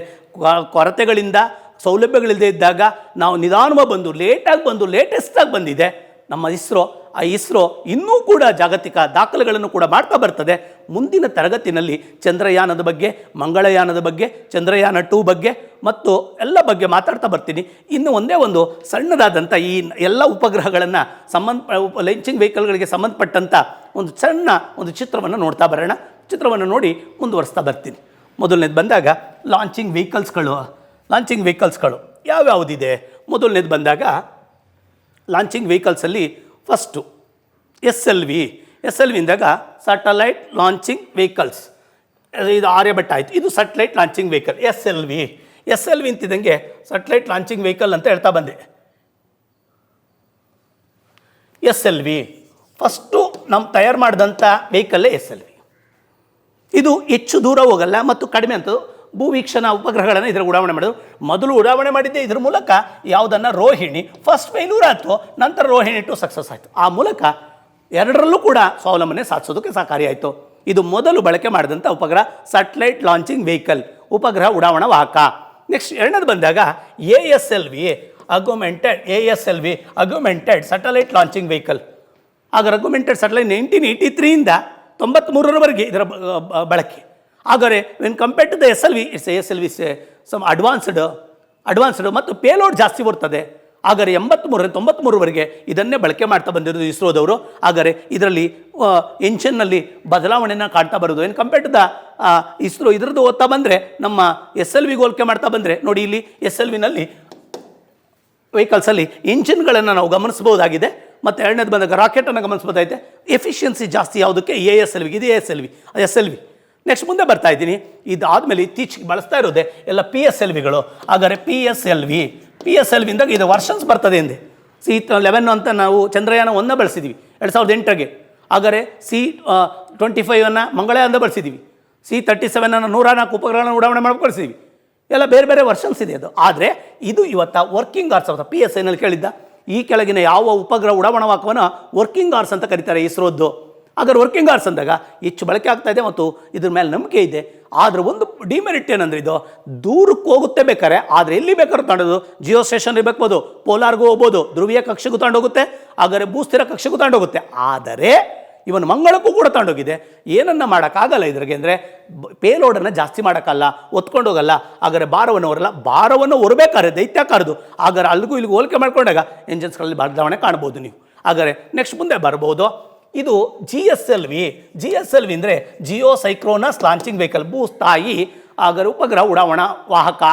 ಇದ್ರದ್ದೇನು ವಿಶೇಷತೆ ಅಂದರೆ ಇದು ಹೆಚ್ಚು ಪವರ್ಫುಲ್ಲು ಮತ್ತು ಕ್ರಯೋಜನಿಕ್ ಎಂಜಿನ್ಸ್ಗಳನ್ನು ಬಳಕೆ ಮಾಡ್ತಾ ಇದ್ದಾರೆ. ಈಗ ಇದರಲ್ಲೂ ವರ್ಷನ್ಸ್ ಇದೆ. 2001 ಕೂಡ ಬಳಕೆ ಮಾಡ್ತಾ ಇದ್ದಾರೆ. ಆದರೆ ಇತ್ತೀಚೆಗೆ ಹೆಚ್ಚು ಕಮ್ಯಾಂಡ್ ಬಂದಿದೆ, ತುಂಬ ಚೆನ್ನಾಗಿ ಕೆಲಸ ಮಾಡ್ತದೆ. ಚಂದ್ರಯಾನ 2ನಲ್ಲಿ ಕೂಡ ಬಳಕೆ ಮಾಡಿದ್ದಾರೆ. ಚಂದ್ರಯಾನ 2ನಲ್ಲಿ ಮುಂದಿನ ದಿನಗಳಲ್ಲಿ 2022ಕ್ಕೆ ಮಾಡುವಂಥ ಉಡಾವಣೆ ಮಾಡುವಂಥ ಮಾನವ ಸಹಿತಕ್ಕೂ ಕೂಡ ಇದನ್ನು ಬಳಕೆ ಮಾಡ್ತಾ ಬರ್ತಾರೆ. ಭಾರನೂ ಹೊರುತ್ತೆ ಪೇಲೋಡನ್ನು ಮತ್ತು ಹೆಚ್ಚು ಸಮರ್ಥವಾದಿದೆ. ಬಳಕೆಯಲ್ಲಿರುವಂಥ ಭಾರತ ದೇಶಕ್ಕೆ PSLV ಮತ್ತು GSLVಗಳು ಈಗ ಎಲ್ಲೆಲ್ಲಿ ಬಳಕೆ ಮಾಡ್ತಿದ್ದೀವಿ ಅಂತ ಕೂಡ ನಾನು ಮುಂದಿನ ತರಗತಿನಲ್ಲಿ ಹೇಳ್ತಾ ಬರ್ತೀನಿ. ಇನ್ನೂ ಬೇಕಾದಷ್ಟು ಇಸ್ರೋದ ಮಾಹಿತಿಗಳಿದೆ. ಮುಂದಿನ ಅವಧಿಯಲ್ಲಿ ನೀವು ಚರ್ಚೆ ಮಾಡ್ತಾ ಬರೋಣ. ಈ ಮೂಲಕ ನಾವು ಇಸ್ರೋದ ಬಗ್ಗೆ ಸಮಗ್ರವಾದಂಥ ಮಾಹಿತಿ ಸಿಗ್ತಾ ಬಂದರೆ ಟೆಕ್ನಾಲಜಿ ಕ್ಷೇತ್ರದಲ್ಲಿ ಭಾಳ ಇದಾಗ್ತಾ ಬರುತ್ತೆ. STC, FDC, KS, PSI, PC ಎಲ್ಲ ಪರೀಕ್ಷೆಗೂ ಕೂಡ ಉಪಯುಕ್ತವಾಗ್ತಾ ಬರ್ತದೆ. ಸ್ಪರ್ಧಾತ್ಮಕ ಪರೀಕ್ಷೆ ಜೊತೆಗೆ ಪರೀಕ್ಷೆಗಿನ್ನ ತಾವು ಗಮನಿಸಬೇಕಾಗಿದೆ, ನಿಮ್ಮ ಜೀವನಕ್ಕೂ ಬೇಕಾಗ್ತದೆ. ಮತ್ತು ಎರಡನೇದು ಬಂದಾಗ ನಮ್ಮ ದೇಶದ ಹೆಮ್ಮೆಯ ಸಂಸ್ಥೆ, ಇದ್ರ ಬಗ್ಗೆ ನಮ್ಮೆಲ್ಲರಿಗೂ ಕೂಡ ಅರಿವಿರಬೇಕು. ನಮಗೆ ಇದ್ರ ಬಗ್ಗೆ ಪ್ರೌಢ ಇರಬೇಕಾಗುತ್ತೆ ಅಂತ ಹೇಳ್ತಾ ನಾನು ಇವತ್ತಿನ ಕ್ಲಾಸನ್ನು ಇದು ಇಸ್ರೋದ ವಿಷಯಗಳು ಮುಂದುವರಿತಾ ಬರ್ತದೆ. Thank you for all.